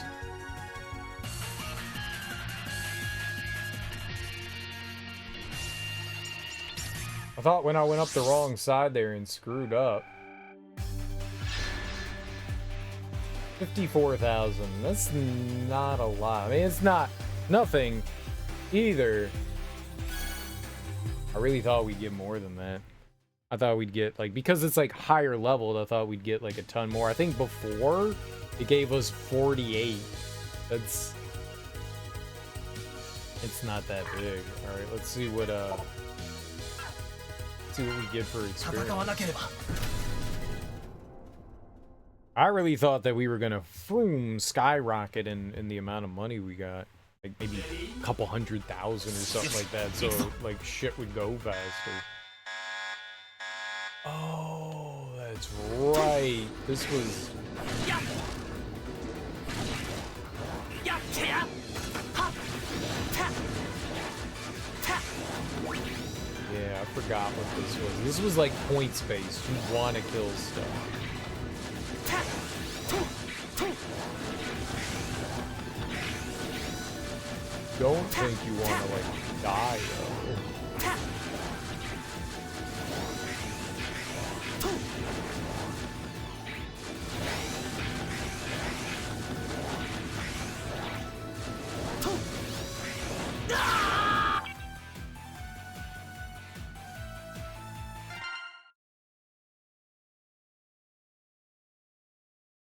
Oops. I thought that I was gonna grab the ledge, and then I dropped right before it. I was like, we'll grab the ledge. Nope. Mm-mm. Mm-mm. 行くぞ I done messed up my brain. My brain done made a mistakulation. That's common. Mistakulations be happening. I need a correctulation on my mistakulation.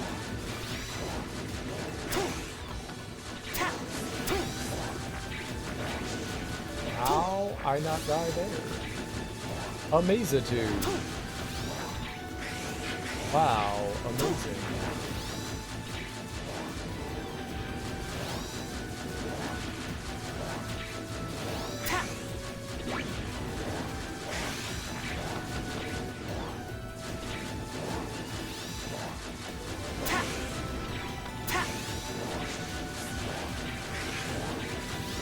Wow, he is amazing.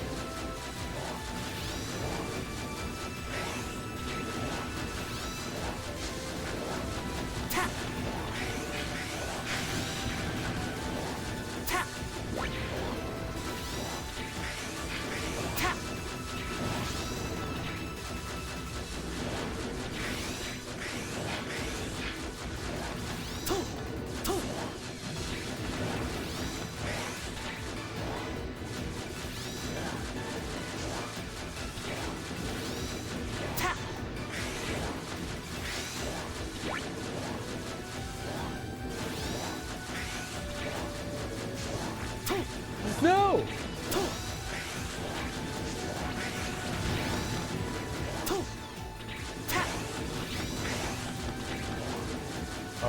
Where go?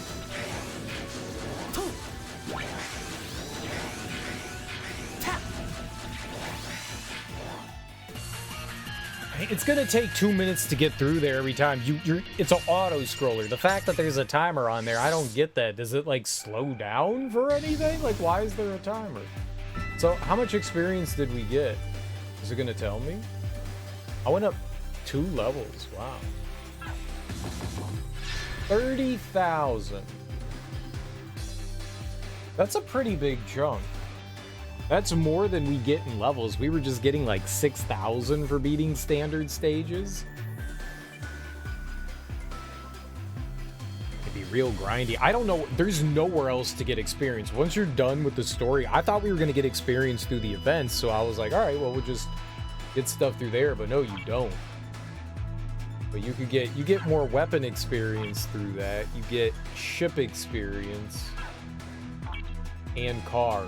Oh, so it gives us experience for literally everything. That's actually kind of cool. So it's just like blanket, here's experience for everything that you have. Interesting. And so how much...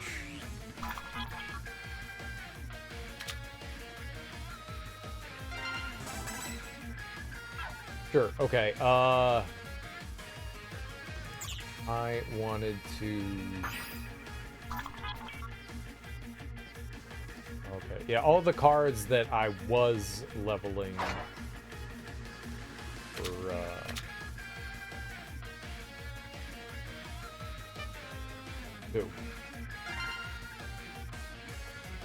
Fun.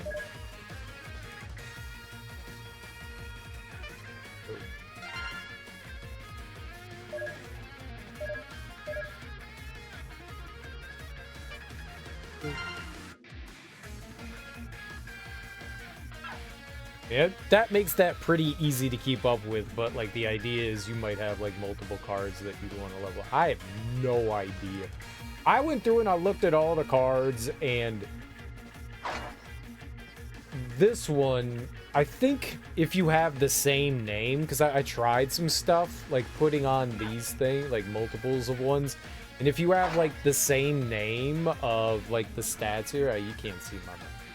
Where passive effect is on the right, there's a shield and a sword. One says 3rd year anniversary, and one says thanks for your continued support too. And then on this one, it says Japan 2nd anniversary too, and thank you for your support too. If they say the same thing, then they don't stack. So going through and finding things, which I was just like, look, I just want standard damage reduction and attack.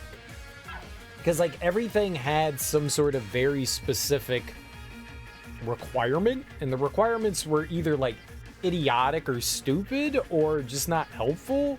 Like if you have like 13% health and you're on stage 14 and the metal is attacking you, then do extra 12 damage. And it's like, that's pointless. Like that's so stupid. So I was just looking for something that could just like blanketly cover everyone no matter what. And so we get an additional like 18% damage output and then defense. There's probably way better cards out there, especially if you're using... There's probably something better for Buster in Sword that we're mainly using. The tower, I'm like switching all over the place, but for that, there's probably something that's like way better. Oh, we got Storm Eagle, nice. And octopus guy, toxic seahorse. That's not an octopus. And Drillman.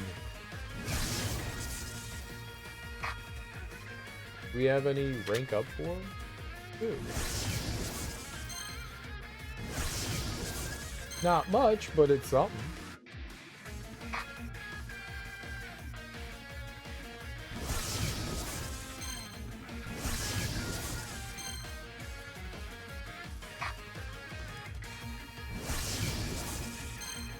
I wonder how you get more Storm Eagle stuff. I wonder if you can buy that in the store.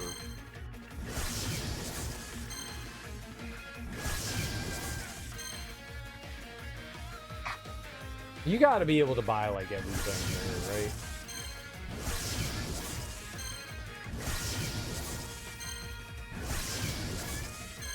So close.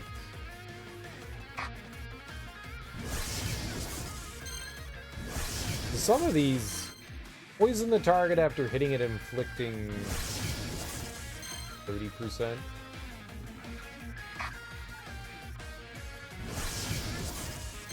Shoot flame rounds, 30% attack. Reduces target's HP over time, right? So it's like a damage over time type thing. When hit by an attack, gain enhanced damage to increase the damage you do. So, like, you're buffing yourself with that guy. That's kind of what Via does. Unleash jet drills when attacking with a weapon. Jet drills will ignore terrains and cause damage. 25% after penetration. So if it goes through terrain, it's not going to do as much. That isn't necessarily bad. It removes one debuff. Removes one debuff when you attack with a weapon. So that can be helpful. Definitely on occasion you can put that on a weapon, and for some of like the challenge stages, like when they were like taking away our skill usage, having that on wouldn't be terrible.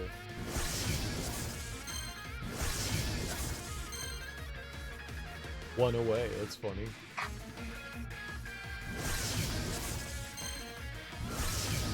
Wonder why they gave us like a weird number like that.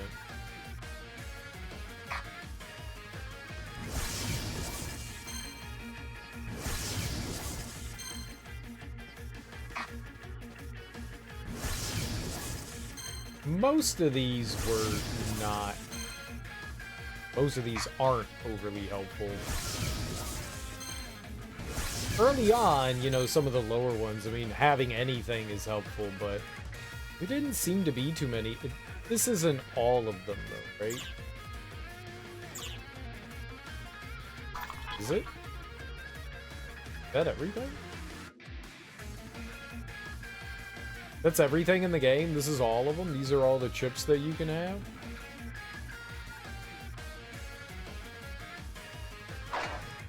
As compared to everything else in the game, there's far less of these, and not many of them seem all that helpful. This seemed okay for the machine gun, mainly because like it allows yourself to obtain stackable crit enhancements, so you could do a lot of critting with that. I thought that was neat, and this provides, you know, a little bit of invincibility, but so many of them just did not seem like. This just does, you know, a little bit of damage. This Via, you can get a 40%. When you attack with a weapon, there's a chance to increase damage dealt on enemies by 10% and can be stacked up to 4 levels. So you could do 40% more damage. That seems really helpful, more so than any of this other stuff. You do 30% more damage on that one. Produces a tornado that periodically deals 8% damage. I mean, all of these green numbers go up a little bit. Cutting Boomerang, which deals 23% to the target, returns the original location after traveling a certain distance. It can penetrate up to 3 targets. Post-penetration hit deals 25% damage, so like it's significantly, if it goes through things, it's weaker. And attacking with a Wespin, Weaspawn. You like a good Weaspawn. A Bind Ring can immobilize the target. That could be decent. Poison, more damage over time. That does damage, but then also damage over time if I guess you inflict lightning.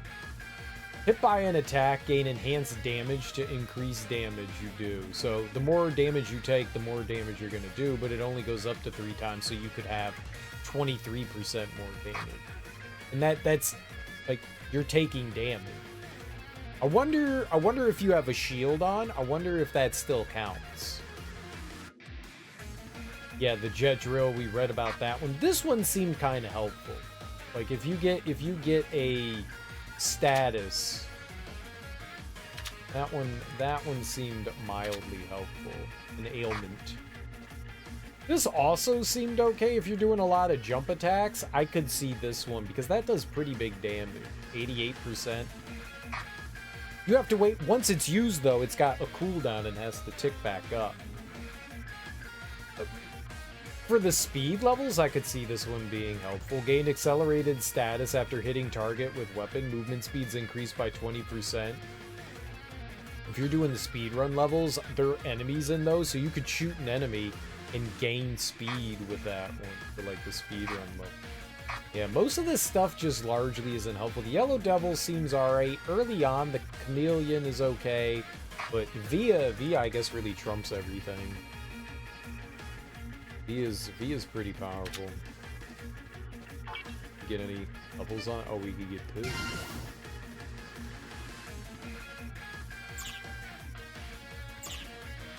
Yeah. There's skill stuff we could do? I find it hard to believe that there is, but it like indicated there was something there. If anything, I would still want to like level this one up, get the rank up on that one just to get a little bit more healing, but I haven't really been using it. We've been using these bottom ones, which we haven't done anything with either. I don't have a single one of these maxed out. On the left side where it says total level, that directly affects us. These just affect, like ranking these up only affects these direct attacks. I don't think it would have like too much of an effect on like us per se, stat wise.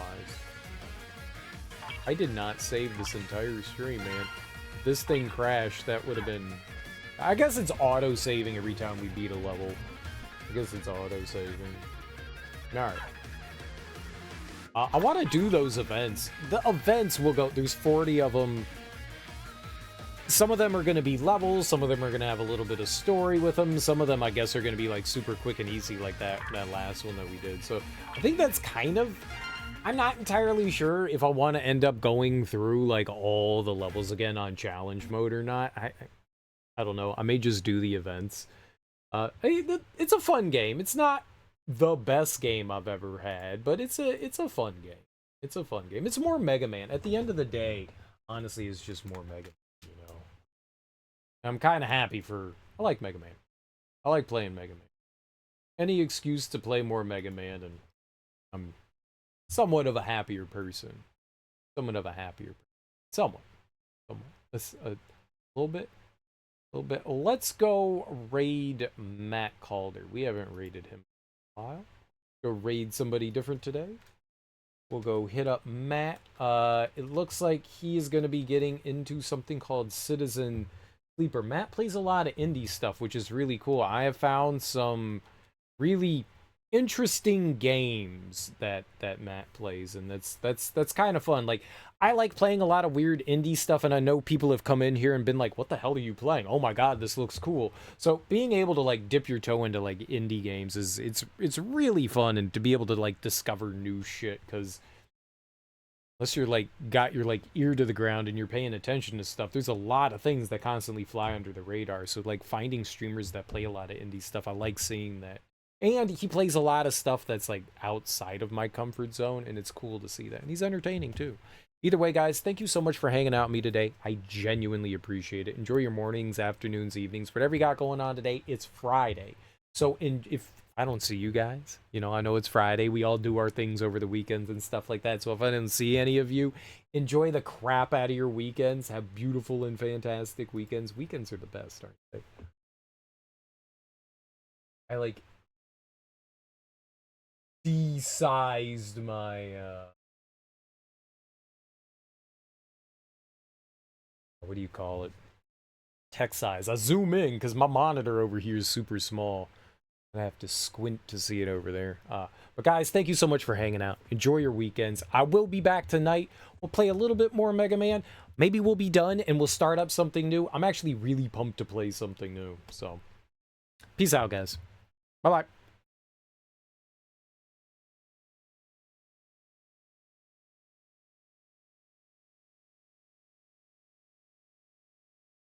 Lane interrupted the process and he lifts his head and stares at you.